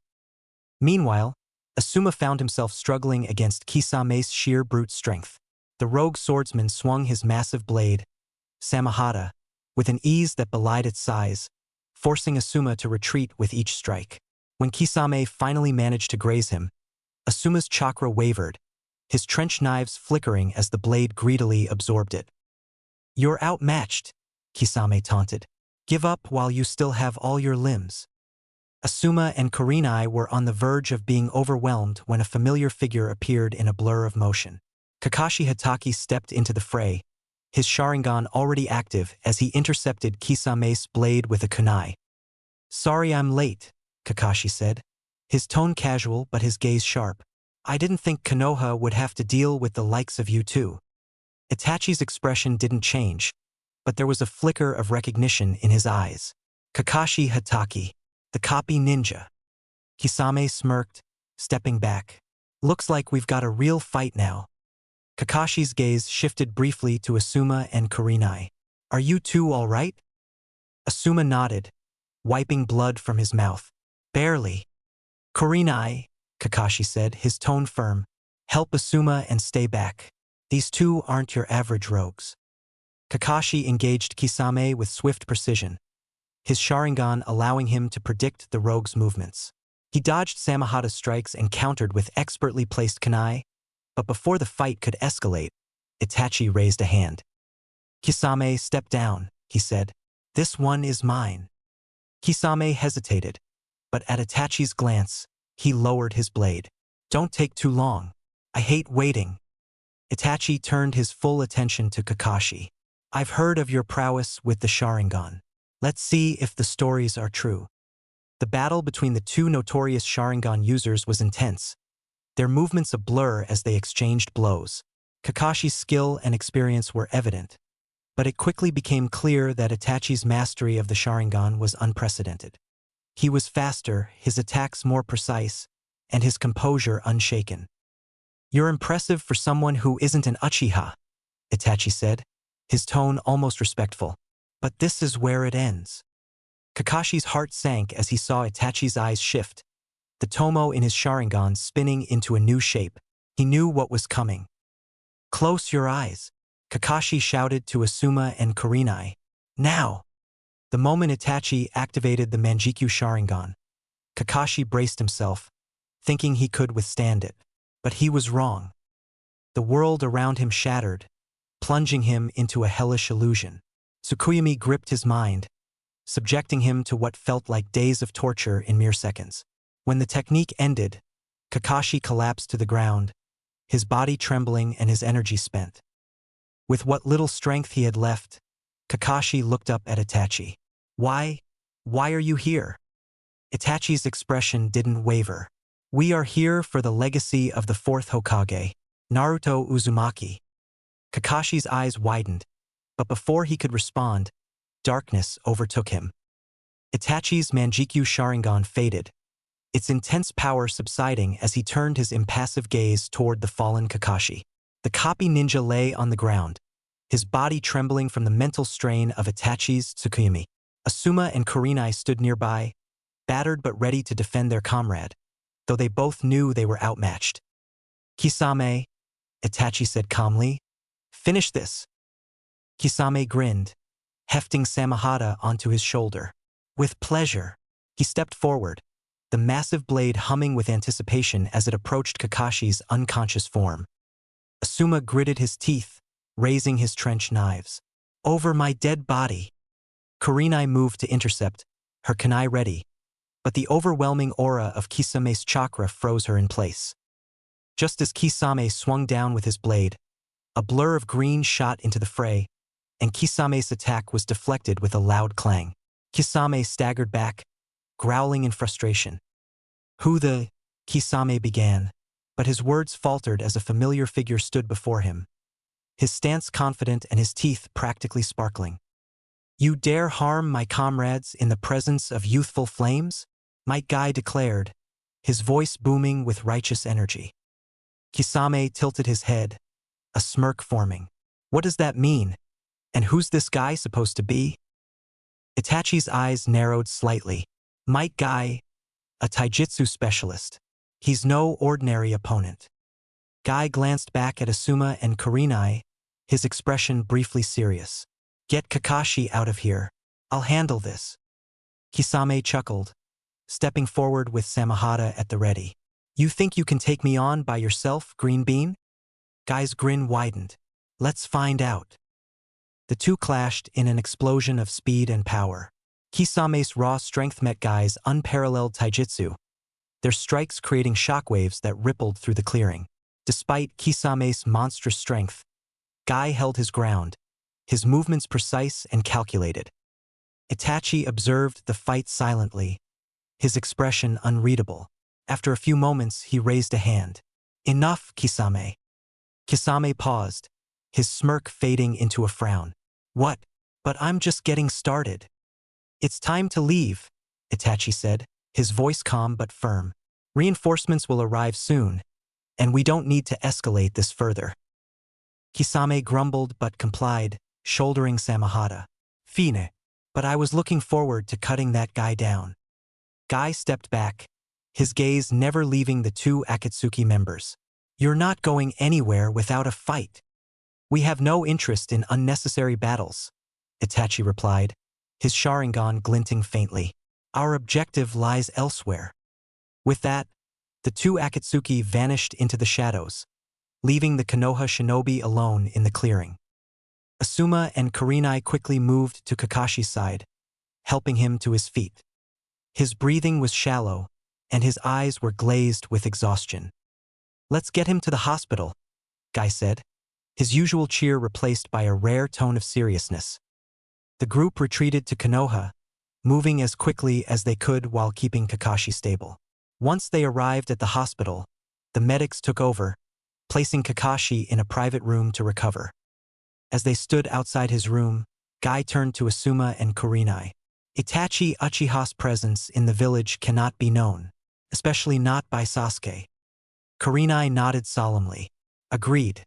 If Sasuke finds out his brother was here, he'll act recklessly. Later that day, Sasuke arrived at the hospital, his brow furrowed with concern. He had heard rumors of Kakashi being injured and wanted answers. When he stepped into the hall outside Kakashi's room, he found Aoba Yamashiro speaking with one of the nurses. Aoba, unaware of the need for secrecy, turned to Sasuke and began speaking without hesitation. Sasuke, it's incredible what happened. Your brother, Itachi Uchiha, was here in the village. The words hit Sasuke like a thunderclap. His body went rigid, and his Sharingan flared to life. What did you say? Aoba's eyes widened, realizing his mistake too late. I shouldn't have. Sasuke's fists clenched, his mind racing. Itachi. Here? The thought sent a surge of rage and adrenaline through him. Without another word, he turned on his heel and bolted down the hallway, his heart pounding. He's going after Naruto, Kurenai said, her voice filled with dread as she and Asuma rushed after him. Sasuke sprinted through the streets of Konoha, his focus razor-sharp. His thoughts were a blur of anger and determination. If Itachi's after Naruto, I'll find him first. I'll protect Naruto, and I'll finally make Itachi pay. Asuma and Kurenai followed at a distance, their expressions grim. We have to stop him before he does something reckless, Asuma said, his tone urgent. But Sasuke was already gone, vanishing into the forest in pursuit of his brother, and his chance for revenge. Jiraiya and Naruto arrived in the bustling town just as the sun dipped below the horizon. Lanterns illuminated the streets, and the sounds of merchants and chatter filled the air. After a long day of travel, Naruto was eager to rest, but Jiraiya seemed preoccupied. His eyes darted toward a young woman who was glancing his way. Naruto, Jiraiya said, clapping the boy on the back. Why don't you head up to our room? I've got adult matters to attend to. Naruto scowled, rubbing his shoulder. What? You're ditching me again for some dumb girl? You're the worst pervy sage. Jiraiya grinned unapologetically. You'll understand when you're older, kid. Now go. I'll be up later. Grumbling under his breath, Naruto made his way to their room, slamming the door behind him. He threw himself onto the bed, arms crossed. Stupid old man, he muttered, always leaving me behind. A knock on the door interrupted his thoughts. He rolled his eyes, assuming it was Jiraiya already crawling back. You forgot your key, didn't you? He opened the door, and his words died in his throat. Standing before him were two cloaked figures, their black robes adorned with ominous red clouds. One was a tall, shark-like man with a massive, bandaged sword resting on his shoulder. The other had dark hair and piercing red eyes, the tomo of the Sharingan spinning slowly. Naruto Uzumaki, the man with the Sharingan said, his voice calm and measured. We need you to come with us. Naruto took a cautious step back, his eyes darting between the two strangers. Who the heck are you? Itachi Uchiha's expression didn't waver. There's no need for introductions. You will come quietly. Kisame smirked, his sharp teeth glinting in the dim light. Or not. I'm fine with cutting you up a little. Naruto's instincts screamed at him to run, but curiosity held him in place. How do you know who I am? And what do you want with me? The Nine Tails, Itachi replied simply, his crimson gaze locking onto Naruto's. Naruto's breath caught. They know about the nine-tailed fox?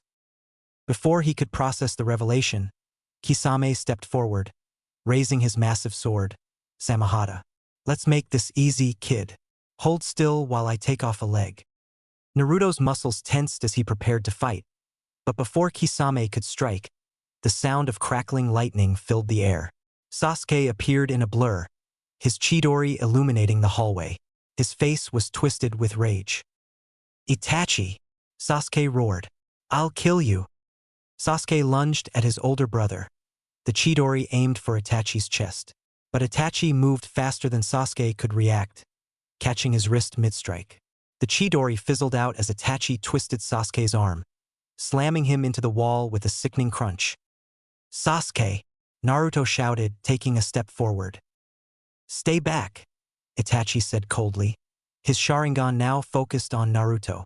"This doesn't concern you." Naruto gritted his teeth, his hands forming a seal. "Like hell it doesn't." Shadow Clone Jutsu. Dozens of clones appeared, rushing at the two Akatsuki members. Kisame swung Samahata, tearing through the clones with ease. Naruto gathered his chakra, trying to summon Gamabunta, but as he began the summoning process, Samahata absorbed the chakra, leaving him drained.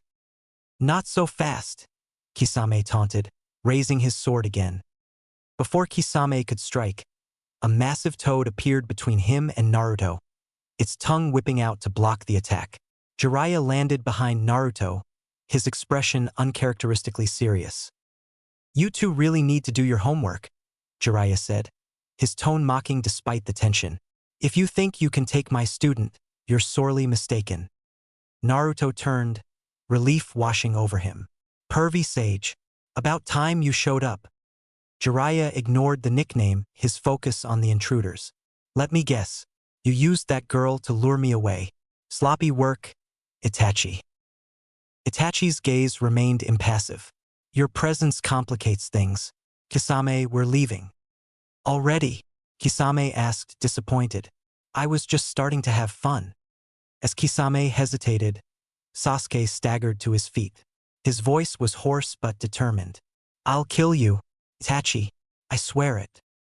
Itachi turned to Sasuke, his expression unreadable. "You're still weak. You lack the hatred necessary to defeat me." In a blur, Itachi closed the distance, delivering a devastating series of blows that left Sasuke crumpled on the ground. Kneeling beside him, Itachi activated his Manjikyu Sharingan. "Let me remind you of your place." Sasuke's screams filled the air as Itachi's Tsukuyomi forced him to relive the night of the Uchiha massacre, the memories playing out in agonizing detail. When Itachi finally released him, Sasuke collapsed, his mind broken. Naruto charged forward, but Kisame moved to intercept him. Before the Sharkman could strike, Jiraiya slammed his hands together, summoning a massive flood of viscous, sticky liquid that encased the hallway. "What the hell is this?" Kisame growled, struggling to move. "My toad mouth bind," Jiraiya said with a smirk. "I've caught bigger fish than you." "Kisame now?" Itachi's eyes narrowed. Before Jiraiya could further ensnare them, a black flame erupted, consuming the sticky substance and creating an escape route. The two Akatsuki members vanished into the night, leaving Jiraiya and Naruto standing amidst the wreckage.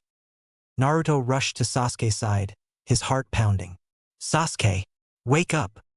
Sasuke didn't respond, his breathing shallow and his eyes glazed with fear. Jiraiya placed a hand on Naruto's shoulder, his expression grim. "There's nothing more we can do for him here." At that moment, Might Guy appeared, delivering a flying kick to Jiraiya's face. "Enemy attack!" "Guy, stop!" Naruto shouted. "He's on our side."